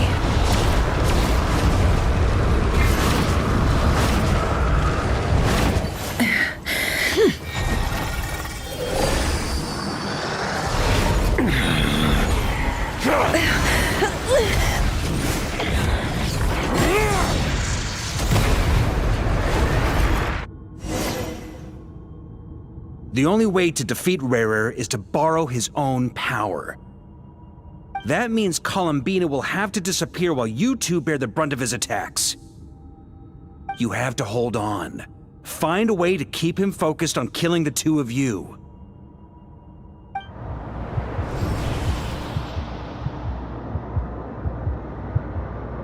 Nefer, your eyes are bleeding. Soon you will be powerless to resist. And then, I will reduce you to dust. But that dust will plague your memories. Come on, keep holding on. Any other tricks up your sleeve? Let's see them. As entertaining as they are, you've backed yourself into a corner. You don't fool me.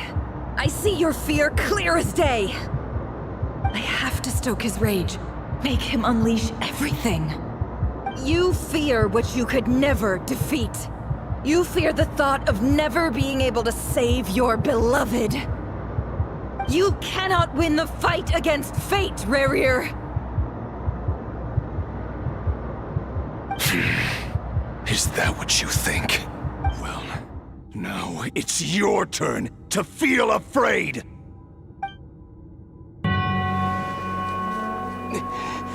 You fear the sound of your own name? Is it us you hate? Or is it what you've become? Let's see what becomes of you!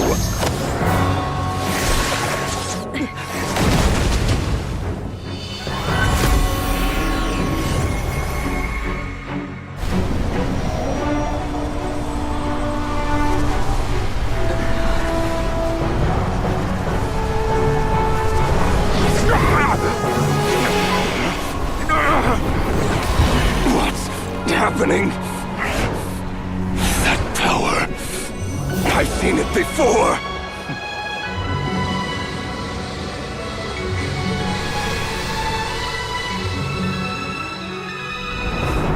power's on another level.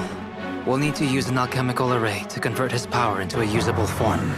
Then quickly channel it into Columbina, rendering her powerful enough to compete with him. I'll join you. I can help. If I release enough abyssal energy into a confined space, it'll create a potential difference, allowing us to extract a huge amount of elemental energy. Next, I'll synchronize with everyone's minds using Pyro, then give you temporary access to their abilities and fields of view. But it won't last long. Can you see? Well enough. So, we have a student of Gold Rhine-Daughter in our midst! How about that?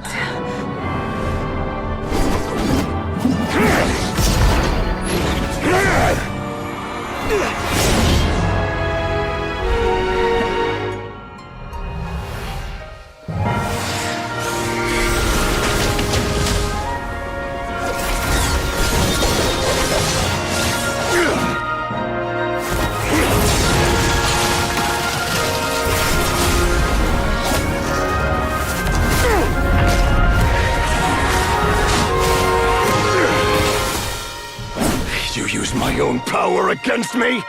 Just like how you stole Kuvaki. Look familiar?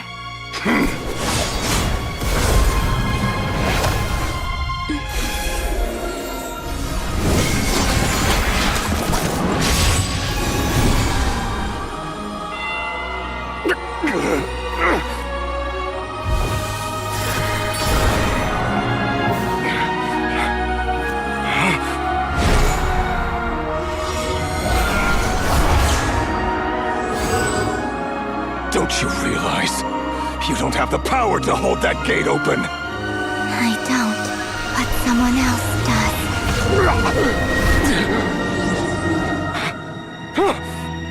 Goodbye, Reverie.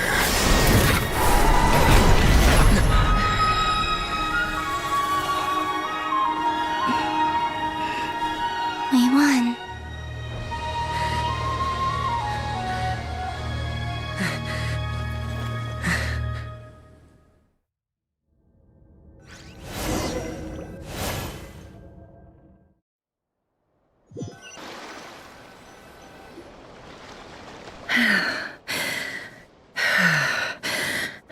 Nefer, how are your eyes?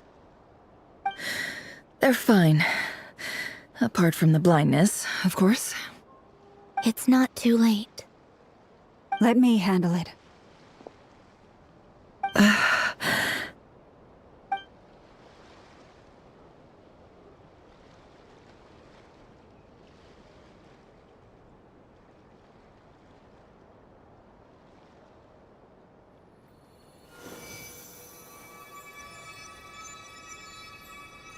Miss Nefer, it's not like you to lose your composure. That was the most reckless thing I've ever seen you do. Reckless how?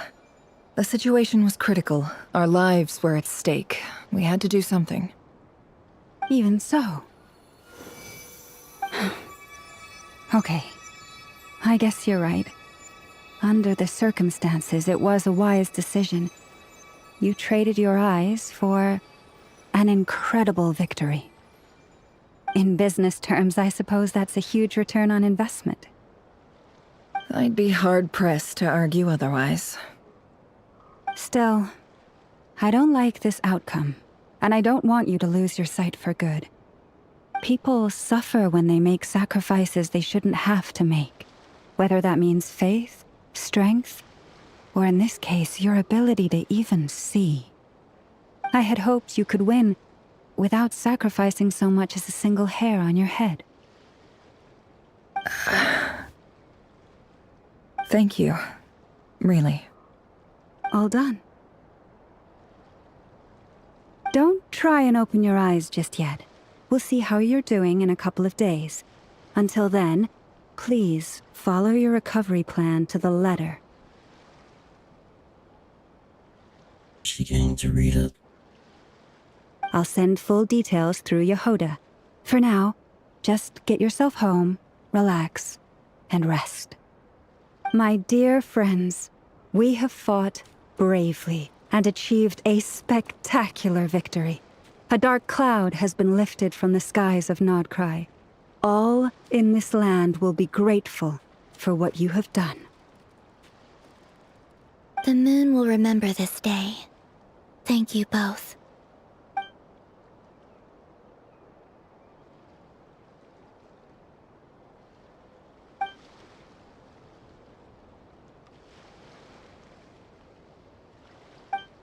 There's something I want to let you know.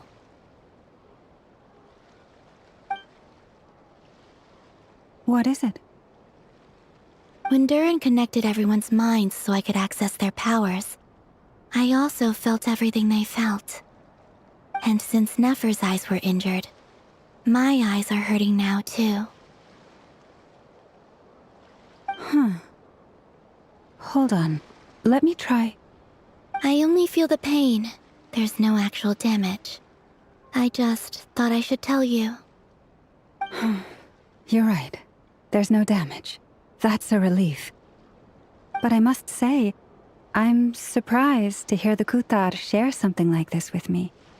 In the past, you never used to open up about yourself. Things are a little different now from how they were. I'm learning to share how I truly feel with my friends. Friends? You have no idea how glad I am to hear that.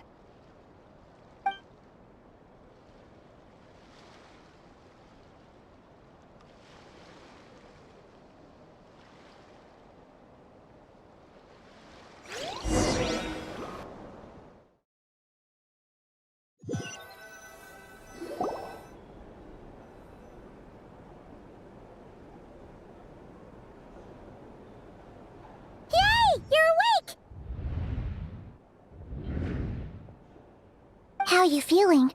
Any aches and pains? Did you sleep well? I'm doing all right, Paimon. No need to worry about me. Phew! Well, that's good. Paimon's been sitting on the edge of the bed worrying about you for ages. You slept a whole day and night. Poor Paimon had to eat all by her lonesome. Glad to hear you didn't starve. How was the food? Well, it wasn't the same without you there to share it. Honestly, Paimon just can't relax when you're not your usual self. She couldn't enjoy the food and settle down to sleep. Well, I'm back to normal now. Oh yeah, and Albedo swung by earlier. He said to tell you to head to the tavern when you woke up. Varker and the others are organizing a victory feast and they want to celebrate with you. He also dropped off some medical supplies, but you seem fit as a fiddle, so guess you won't be needing those. If you're feeling up to it, let's head over now. Wouldn't want to keep them waiting.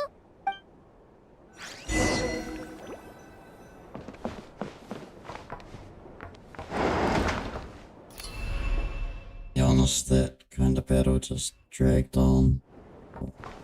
I guess it makes up for the lack of combat throughout the whole thing.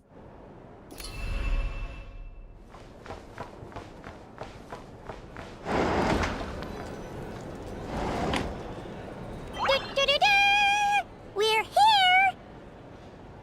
Oh, Traveler and Paimon!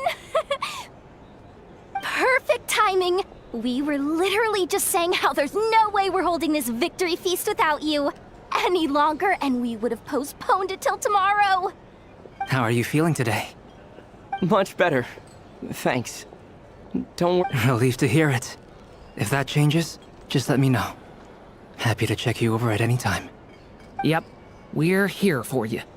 Anything you need, just let us know. Oh wait, where's Nefer? How are her eyes doing? Nefer's right over there. I'm sure she'd love to catch up with you. If you're here to sign up with the Fatui, make sure your paperwork is all in order.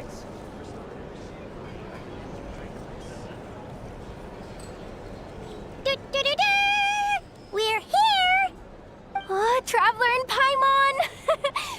Perfect timing! We were literally just saying how there's no way we're holding this victory feast without you any longer. How are you feeling today? Much better.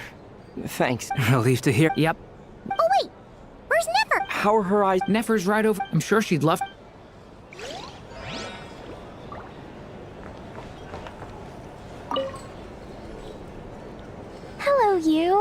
Recovered from the battle? Come on, what do you mean? Of course I'm gonna ask. I care about my friend's well-being. And we are friends, aren't we? Get yourself a drink. You've more than earned it. In fact, today, your drinks are on me. Lord Sangamabe's got you covered. Wow, really? What about Paimon? Has she earned it too? Has she? Please?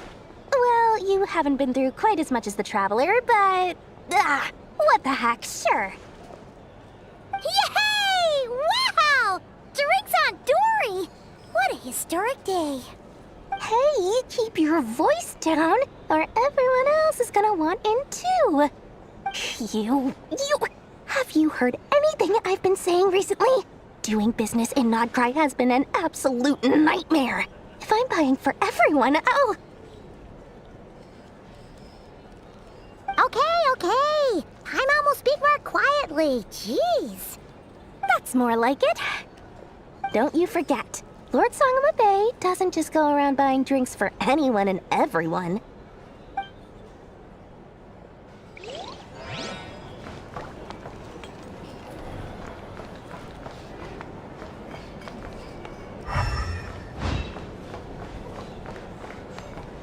These are bounties. If you want to negotiate prices. I see you've recovered. You bet. Snooze his way to a full recovery. Glad to hear it. A healthy body is paramount. Nothing else in life is possible without it. So take it slow. You can't afford an injury. Paimon too! You really saved the day when you swooped in to open that gateway. I came to accept that although Rerir was my friend in the past, here and now, he was an enemy that must be defeated. Though I will never fully understand what happened between us, I could not let this crisis deepen any further. We fought a very necessary battle, and you played your part admirably. Yeah! And if you ever need to talk, just remember, we're always here. I'll do that.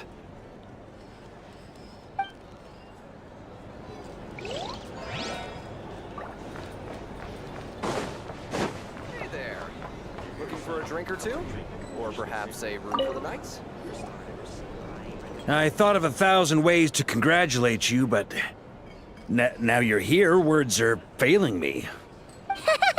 The honorary knight stuns them speechless once again. Well said. The honorary knight showed us all how it's done. The other knights tell me that Mondstadt was the first stop on your journey. All of us are truly delighted to count you as our friend. I'd like to thank you for supporting the Knights of Favonius, and also for helping us save Nodcry. Nonsense! Of course I'm gonna mention it. This is more than just business. It's a relationship. And there can be no relationship without showing gratitude where it's due.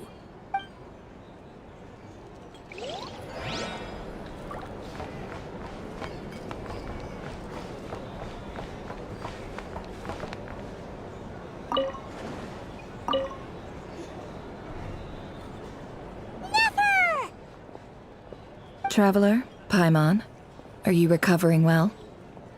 Turns out that moon chanter has some real talent after all. My eyes were mostly recovered after just a couple days' rest. I can actually open them again now. Yeah, but you gotta be careful. Lauma says not to strain your eyes while they're still healing. Yes, thank you. I'm well aware. Yehoda, could I borrow you for a moment? I could do with an extra pair of hands. Oh, sure. Coming. Did you hear that? I gotta go help Lauma for a second. You guys chat among yourselves. I'll grab us some drinks on the way back. Paimon, you still like 'em sweet? You bet. Make it extra sweet, 'cause Paimon's earned it. Sure thing.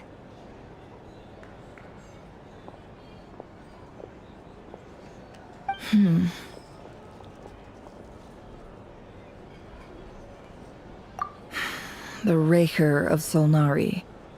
Kind of a snake, don't you think? No, definitely a snake.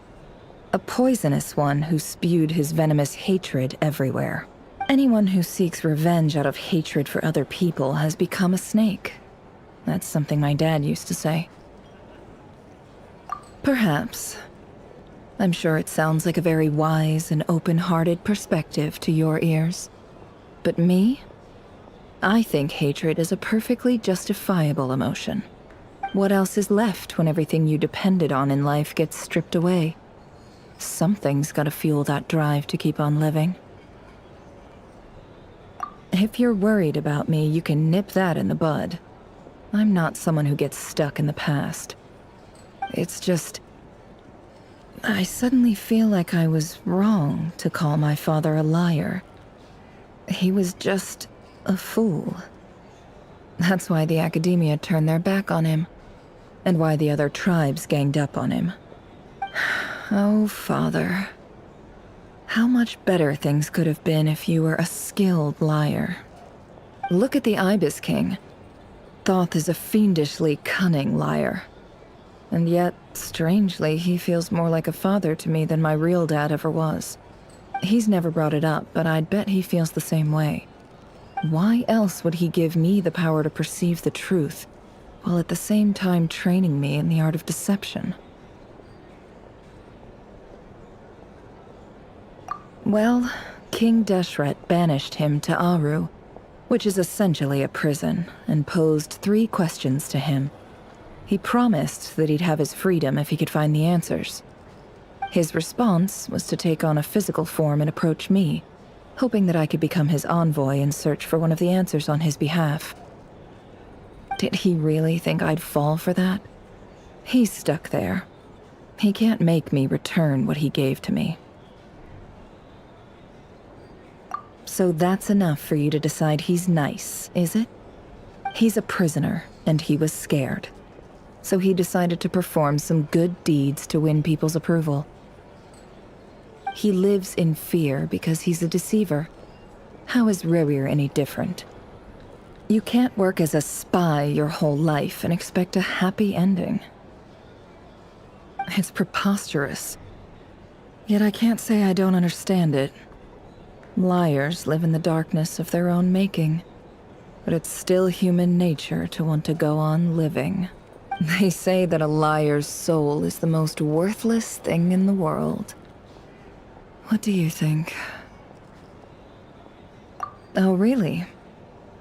Well, it takes a very kind person to find compassion even for liars. If you ask me, the soul of a liar really is worth nothing. Because all they care about is themselves. For example, when something good falls into my lap, I don't go sharing the news around. Stops other people trying to steal it from me.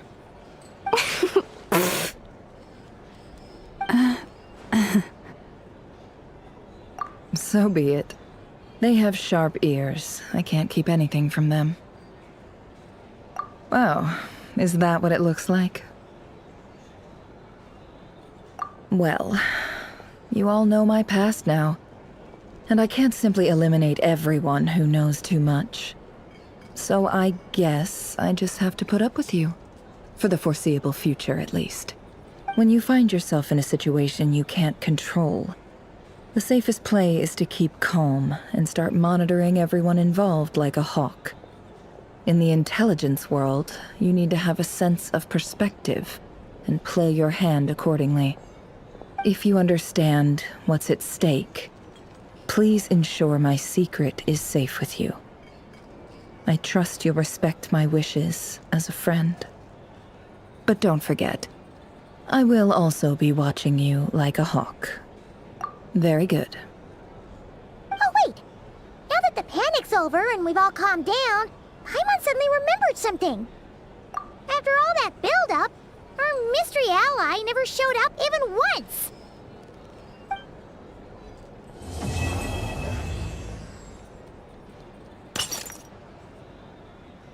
Huh? Am I imagining things?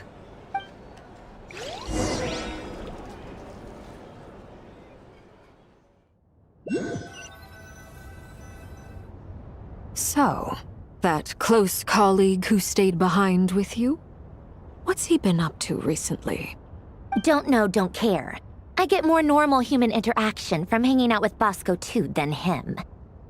Although, now you mention it, he hasn't bothered me in a while. I wonder if... If he's disappeared without a trace, it's the biggest gift he ever gave to the world. But I somehow doubt that's what's going on. He won't lie low forever. So we'd better stay on guard.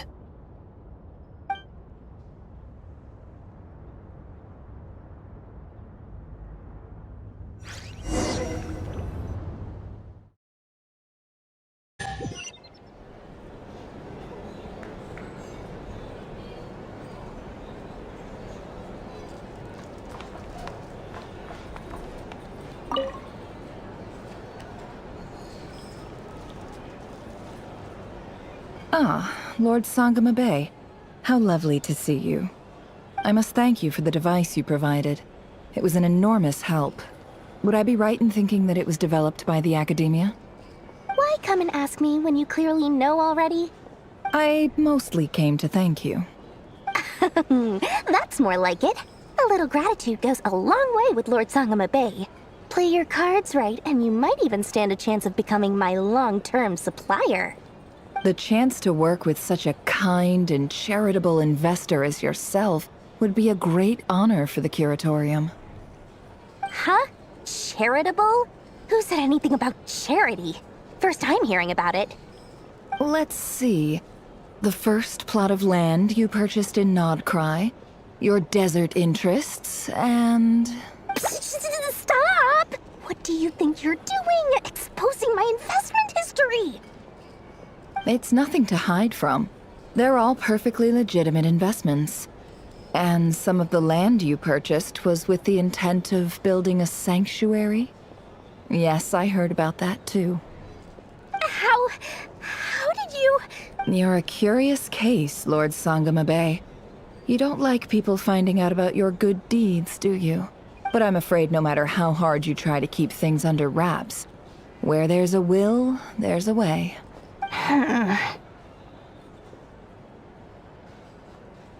You did it for Sumeru, didn't you? It was empty land that was gonna go to waste otherwise. I figured if I built something there, it might at least get some use in an emergency. Disasters are capricious things. They strike without any warning. I've lost family to a disaster before, and I don't want to lose any friends or business partners if I can help it. My elder sister used to dream of finding a sanctuary. Somewhere with plenty of food, water, and medicine. Where everyone could live happy lives.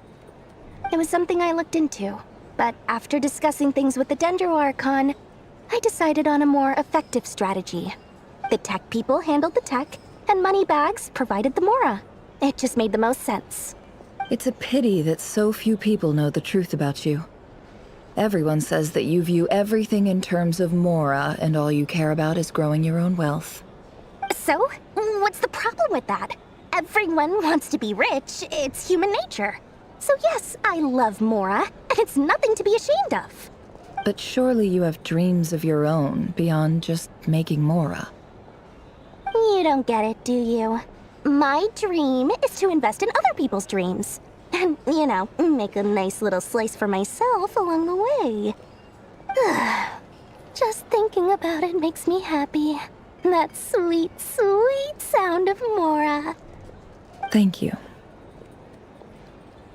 For the device? And the pendant. Oh, that. I was just returning a favor. Don't worry about it. Seems like we've both been away from home for a very long time. Yeah.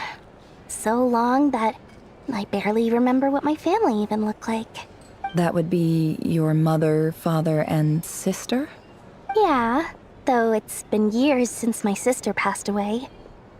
It's not like I want to forget them, obviously, but memory can be even more ruthless than the most calculating business person.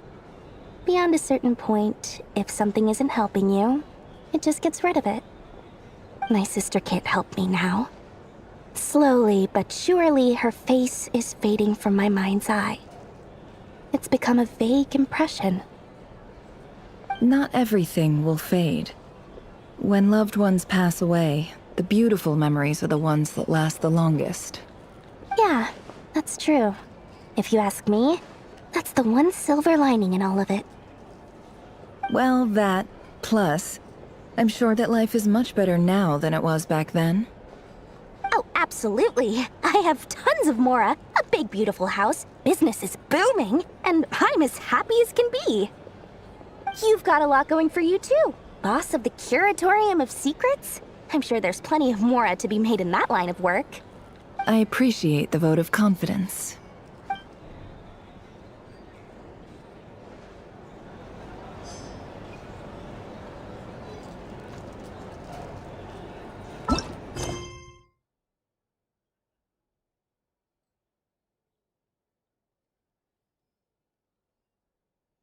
I might actually pause there because I think it's starting the next section. Or if that was still part of 3. I don't know anymore. It's confusion. Yeah, I'll finish this and see what happens. If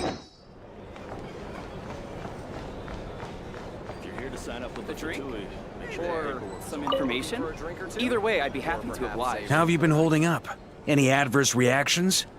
If you start to take a turn for the worse, make sure you tell me right away. You don't need to worry about me, Grandmaster. I'm fine. I mean, I barely did anything, so... What? You're too humble, young man. You played an indispensable role in the battle for Nodcry. We can't thank you enough for your support. Sometimes, when people praise you, it's because you deserve it. The best thing is to accept it calmly and with grace. It's important to learn how to respond to words of admiration. Let's do a quick demonstration. Albedo, that was an incredible feat of alchemy. The pressure was on, but you worked flawlessly at lightning speed to get the job done. Thank you. I can't take all the credit, though. Durin played a big part in forming the alchemical array. See? Did you catch that? A masterclass in how to take a compliment. Okay, yeah. I did work pretty hard to help prepare for the battle. No point denying that. Hey, you guys! Hey, look who's bounced back. Looking good, Traveler. Seems like you've recovered. You won't need to take any more medication. Can I get you a drink? Huh? You know how to order at a bar now? You've sure learned a lot recently. Handling a drinks order is ridiculously simple compared to alchemy. Don't worry, I'll blend into society yet. Paimon believes it. You're clearly a fast learner, just like your brother. To be totally honest, though, Paimon didn't quite follow all the details when you first explained the plan to us. Don't worry, that's completely understandable. Unless you're a student of alchemy, it's hard to grasp the principle and how the process works. To put it in the simplest terms, we saw how our enemy stole the power of Kuvaki. And that gave us the idea of stealing his power to turn it against him. When facing an enemy you have no hope of defeating, it's best not to engage them in battle. So, instead of looking for a way to overpower him, we decided to help Columbina get strong enough to at least stand up to him in a fight. For this to work, we had to analyze his modes of attack, confirm who his main target was, and make sure that he wouldn't go beyond the range of the alchemical array. For added security, we prepared a total of 4 arrays. But to mitigate the impact of the battle, we identified one location in particular as the ideal spot, which is where the confrontation took place. The alchemical array absorbed his abyssal power. Then Durin processed it to render it usable by Columbina. That power enabled her to do what would otherwise have been nigh on impossible. What surprised me was that Dainsleif actually agreed to join us. Given his history with Rerir, he had every right to sit this one out, but we're extremely grateful for the decision he made. It must have been a painful choice to make. But I'm sure that making a decision was far better for him than staying in limbo.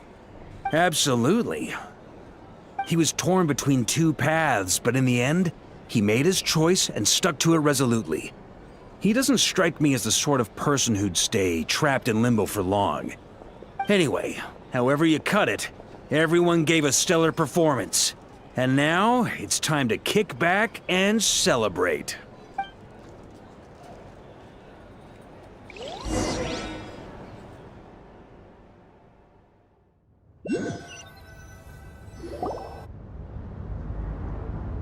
That's the only reason you're here. Yes. I've thought a lot about it. And I've realized that you, me, and Arlecchino should be friends. I think this is very important. So I felt I had to come and tell you. Well, this is a new one. I'm so moved. I can't even hold my teacup.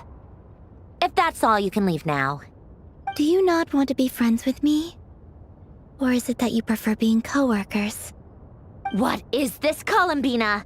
Are you deliberately testing my patience threshold? Right now, my politeness module is active. But if you say another word, I swear I'll shut it down. If your politeness module was active, wouldn't you say the word please at some point? Polonia, please see Lady Columbina to the door. Will you still invite me to your next tea party? What? Yes, I think you will. Bye-bye, dear Sandrone.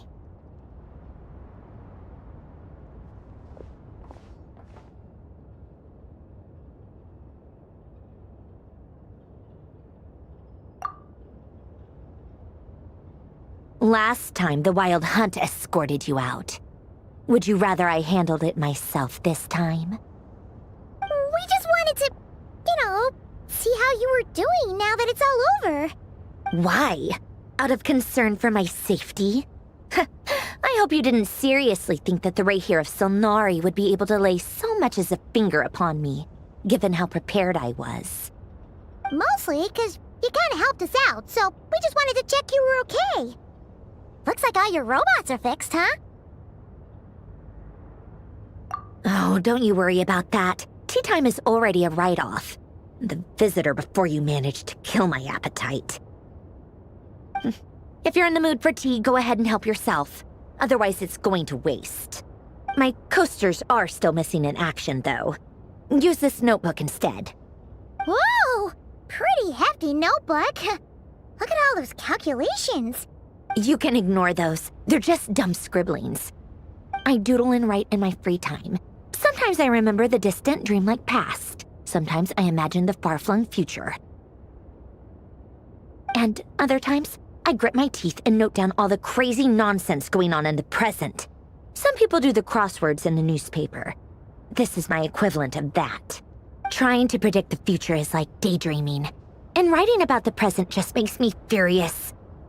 The past is my favorite. If nothing else, it's already set in stone, so I don't have to rack my brains trying to figure it all out. Huh.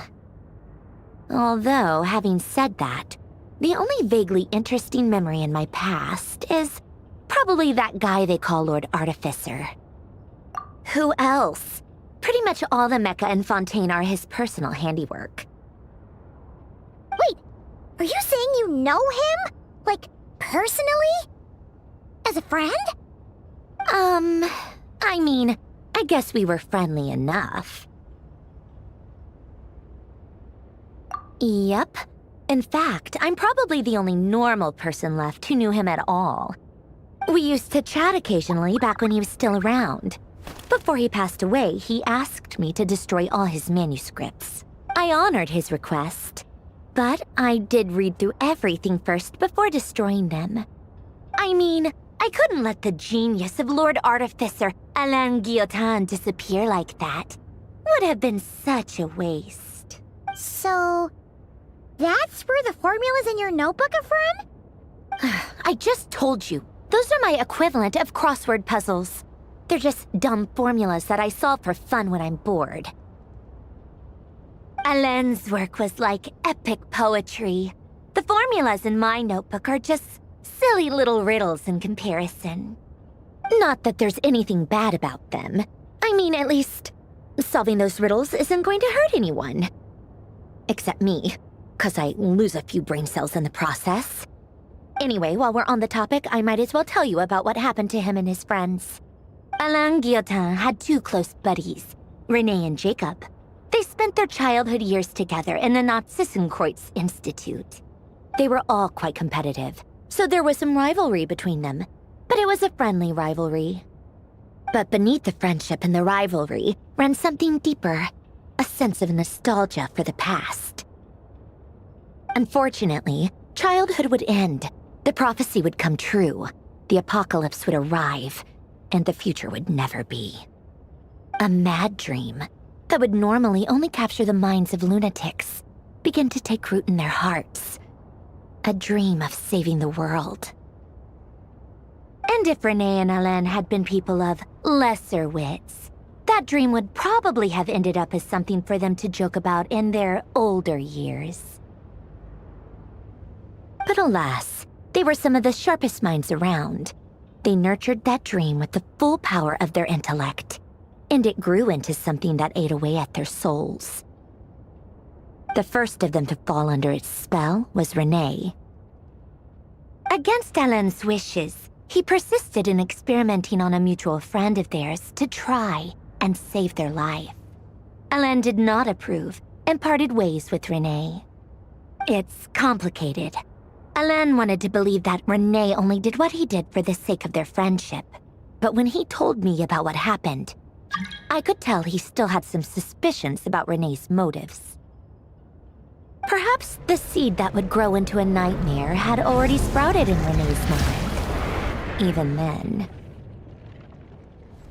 The next time they met, Renee's soul had been completely engulfed by the dream of salvation. His futile attempt to change the tide of fate only resulted in a wave that swallowed up the world, even before the apocalypse came. And although that wave died down eventually, I hear that it just recently came back with a vengeance. As I understand, Renee wanted to live out his dream of salvation once more. But I'm told that the attempted resurgence finally died out for good. At long last, Renee awoke from his deluded dream. Though of course by then it was far too late. What do you think of Renee? Do you admire his transcendent genius? His view that any price was worth paying to achieve the lofty goal of saving the world? Or do you despise him? Dismiss him as an evil madman who wrought havoc on the lives of everyone around him as he pursued his delusional dream? Same difference, really. Just a matter of perspective. Really? I can't tell whether that's because you disapprove of his deeds or because he failed. Or maybe you have some other reason.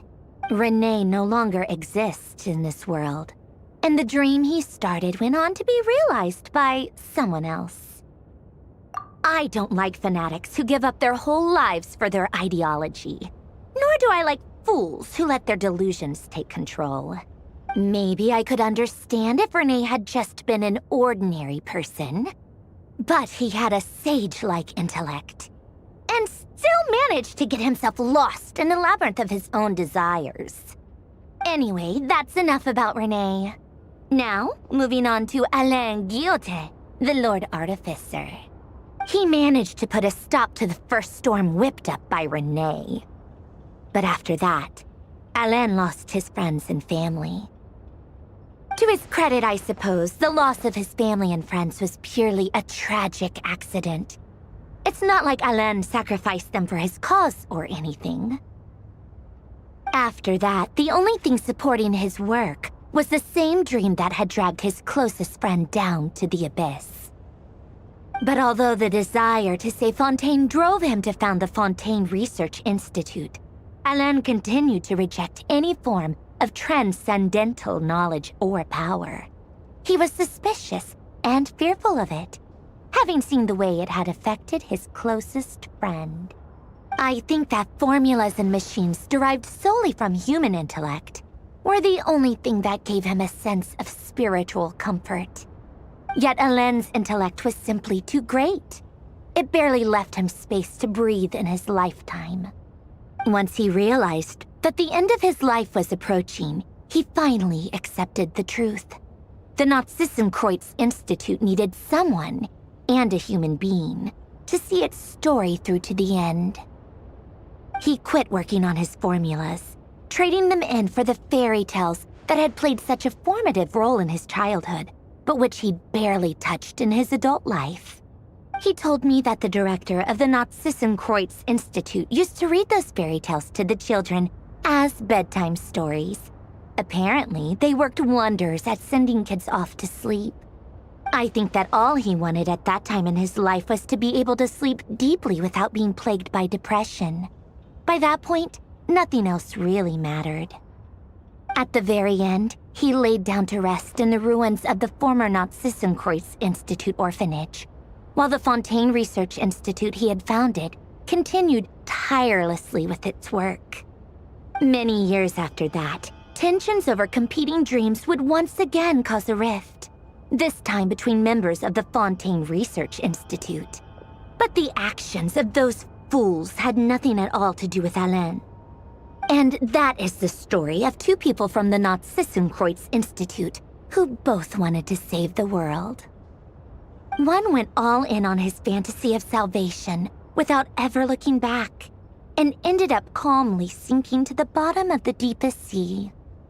The other sought desperately to burn bright in his life, even though he wasn't sure where he was going. I do sometimes wonder, why is it that people like them have such grand hopes of saving the world? Even the grandest tree starts as a tiny seed. So perhaps, for each of them, their mission to save the world began with a very simple desire: to save themselves. They were young children with friends and family who mattered to them, desires to explore the meaning of life, ambitions to have a successful career. They didn't want to see all of that taken away in one fell swoop. Or maybe they just wanted to find something to anchor themselves within the chaos, to stop them getting quietly swept away by the storms of life. But instead, the search for their own salvation took them down the rocky road laid out by fate.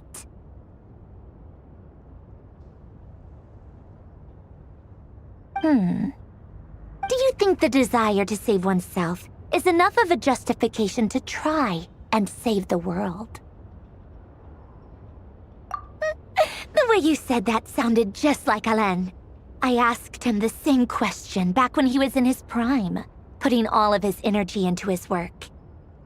He gave the exact same answer as you did. No elaboration, just a quick short answer before getting right back to his work. He was always that way. All right, tea time's over. I owe Arlecchino a favor for telling me these stories. I'll have to bring a whole sack of gifts the next time I visit the House of the Hearth. I'm gonna go tinker with Polonia now. You guys can do whatever you want, as long as it doesn't involve interrupting me. Polonia, exit hibernation mode. Begin diagnostics.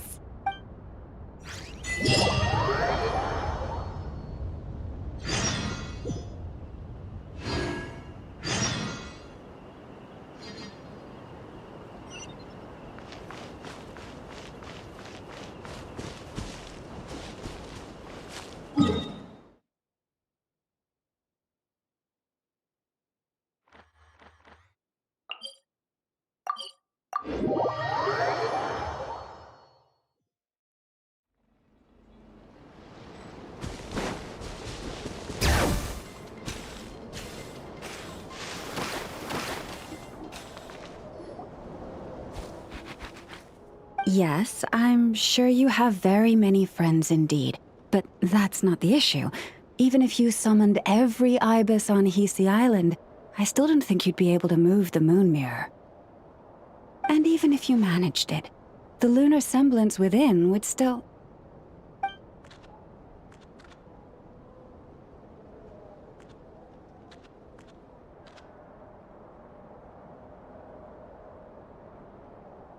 dig it out. You could, but moving the mirror would still pose a challenge, even for you.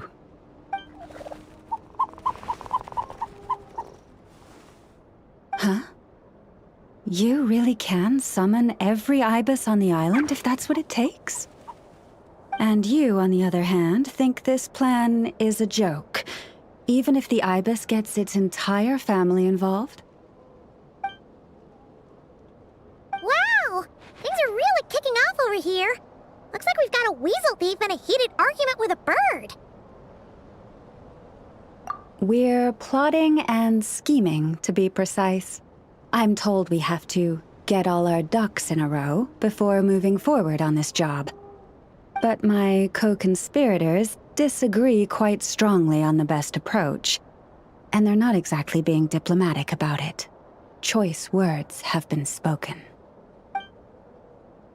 All right, I believe you. I'm sure you do have friends in high places. Although, where did you learn to speak like that? From a short girl with a metal arm and a hat. Oh, of course you can keep talking like that so long as you enjoy it. But be sensible around her, okay? Don't copy everything she does. I'm going to have a little chat with the Traveler and Paimon now, so be good and pipe down a little. Huh, it really did quiet down. Being able to understand animal speak is so cool. Paimon wishes she had that ability. Trust me, Paimon, you would not enjoy it very much at all. Don't misunderstand. Nothing terrible would happen, and it doesn't drive you insane or anything like that.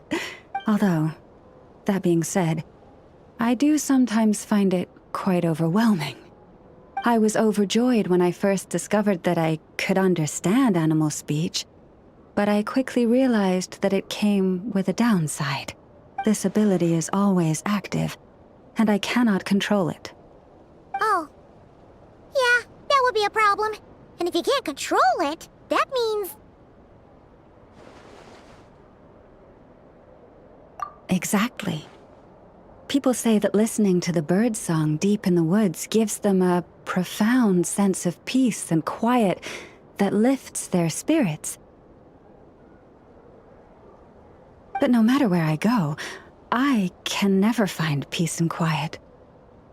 When I stand in the forest, I hear the chatter of the wildcats, the rabbits, the rhyme-horned deer, the chic badgers, and the long-plume ibis. They argue loudly about who's to blame for damaging whose roost, or which part of the woods the best twigs come from. Alright. Guess talking to animals isn't all it's cracked up to be. Waking up to the sound of birds chirping is pretty nice, but replace that chirping with bickering, and suddenly it doesn't seem so appealing.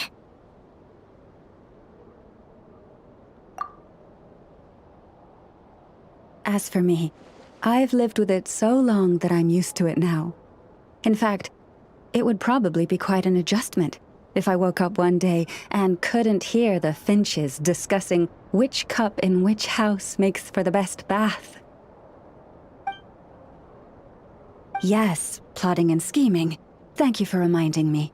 I got a little sidetracked. Although, now that the Traveler's here, we might just have the solution to our problem. No, just you will suffice.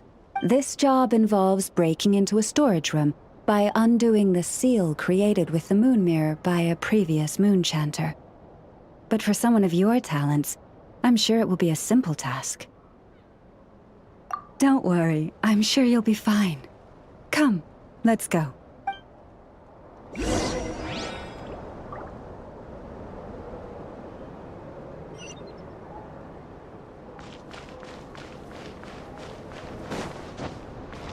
Bring it!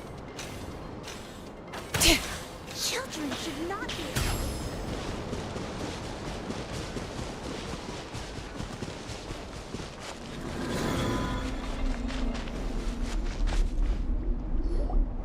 Here we are.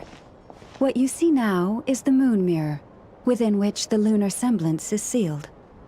Oh, must be a pretty precious statue if they went to all this effort to steal it away. Do not worry. This little one did some scouting for me ahead of time. The seal does not contain any such fatal traps. Oh, must be a pretty precious statue if they went to all this effort to steal it away. Will there be some traps inside? You know, the kind that send arrows flying out if you step in the wrong place?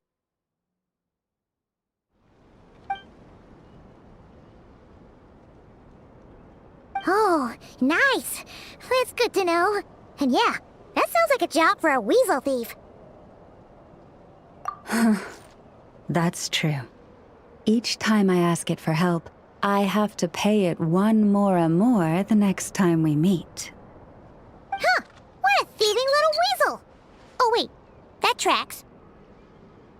But considering that it's helping you keep watch on the lunar semblance, it might need a name change. How about... Weasel Guardian!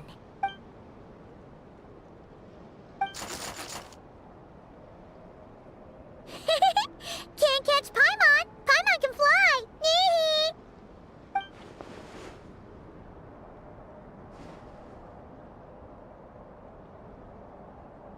Come on, be nice to our guests.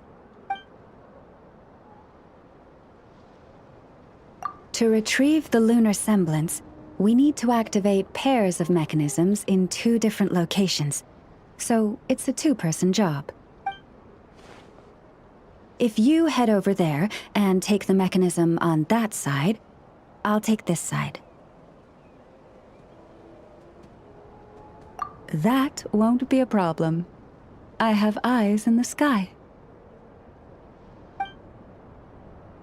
It will keep me updated on where you are and which mechanism is in front of you. Don't worry. All you have to do is follow my instruction.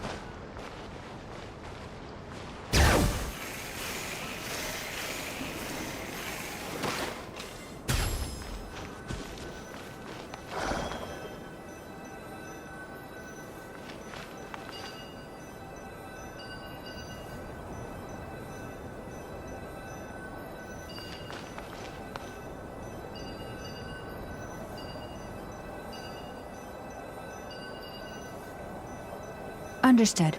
I will retrieve the lunar semblance now.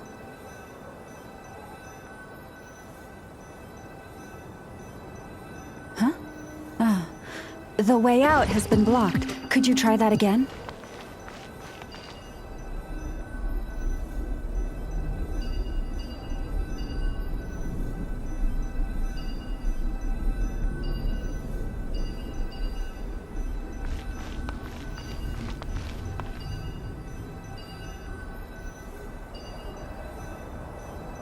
Understood. I will retrieve the lunar semblance now.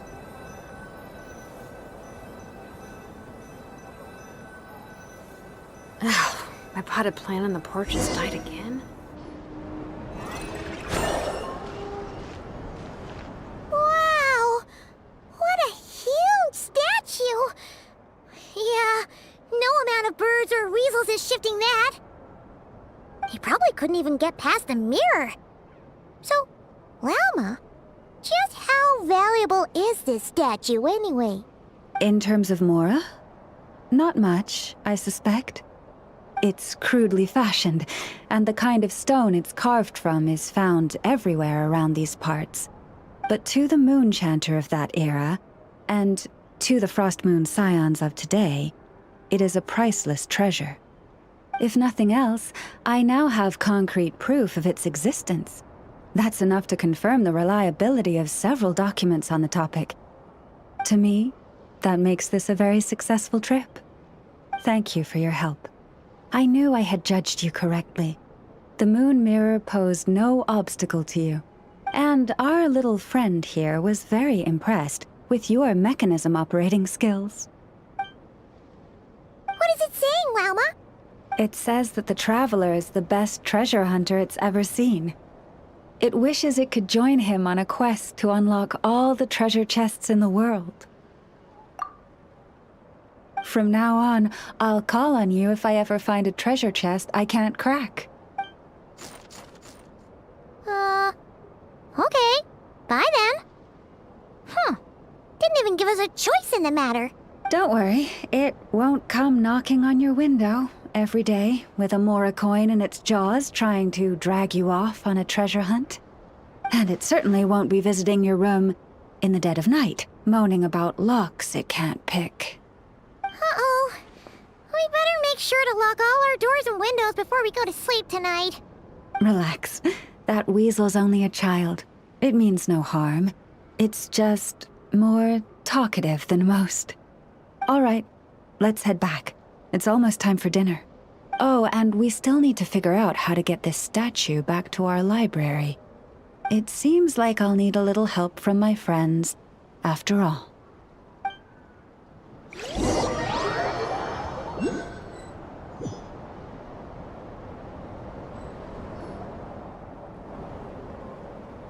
Just here will do. Oh, that all went down without much fanfare. Paimon was expecting something exciting to happen once we put it down. Well, it's just a plain old statue. A historical relic. It doesn't hold any kind of mystical power. The real value lies in the stories behind it. My job is to dig those stories up, wherever they might be hiding, verify them, and then share them with the people. Cool. Well, it's a good thing we got it back here in one piece. Indeed. And you two have my thanks for that. Please, take these fruits and quench your thirst. I had the animals gather them in the woods. And after that, forgive me, but I have another request to make of you.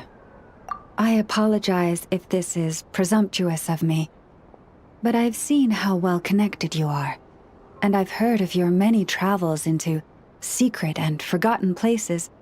On your future travels, if you ever come across any texts about the Frost Moon Scions, could I borrow them and make a copy with which to enrich our library?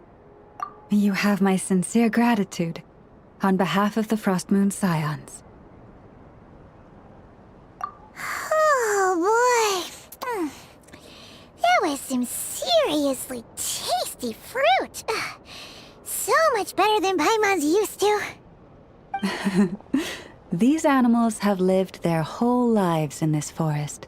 Naturally, they're the ones who know where to find the best fruit.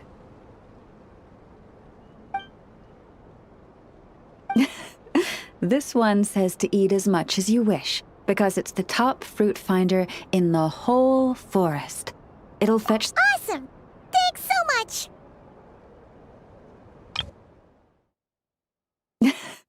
This one says to eat as much as you wish, because it's the top fruit finder in the whole forest. It'll fetch some more right away.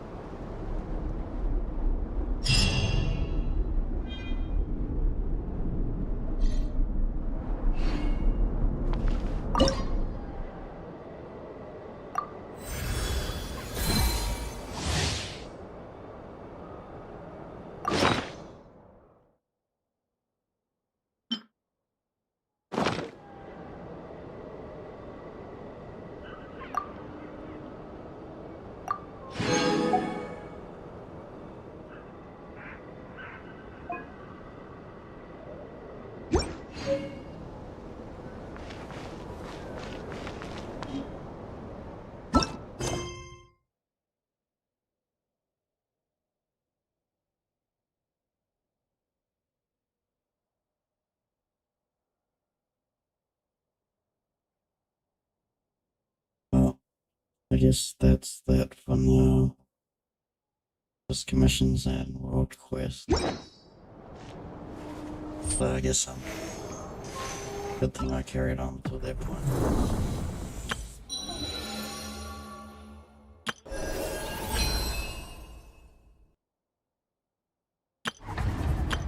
Oh, anyway,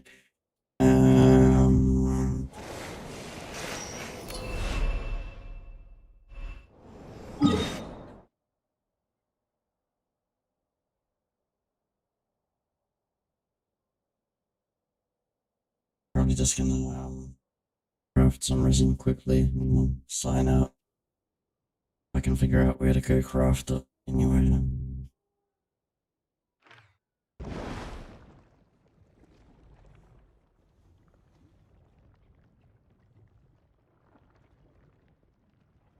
Yeah, where is it?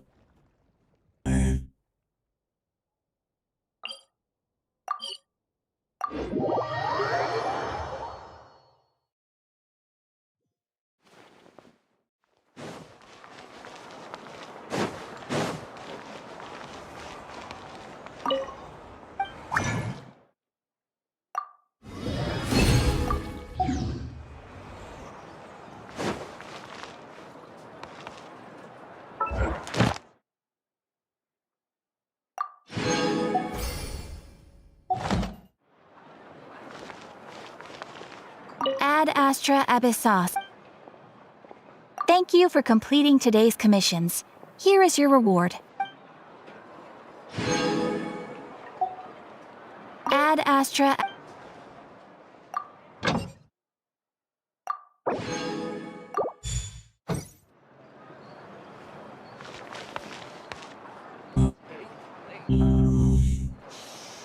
Yeah, that's the end of that section.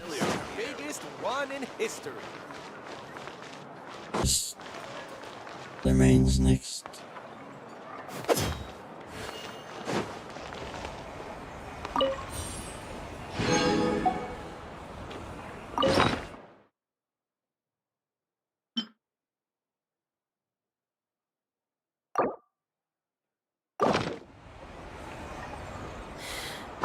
How many forging? Those things.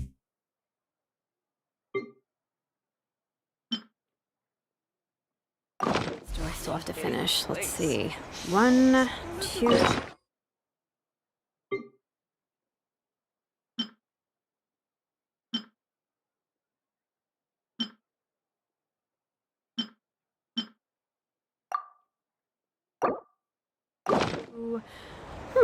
No. Strike a pose!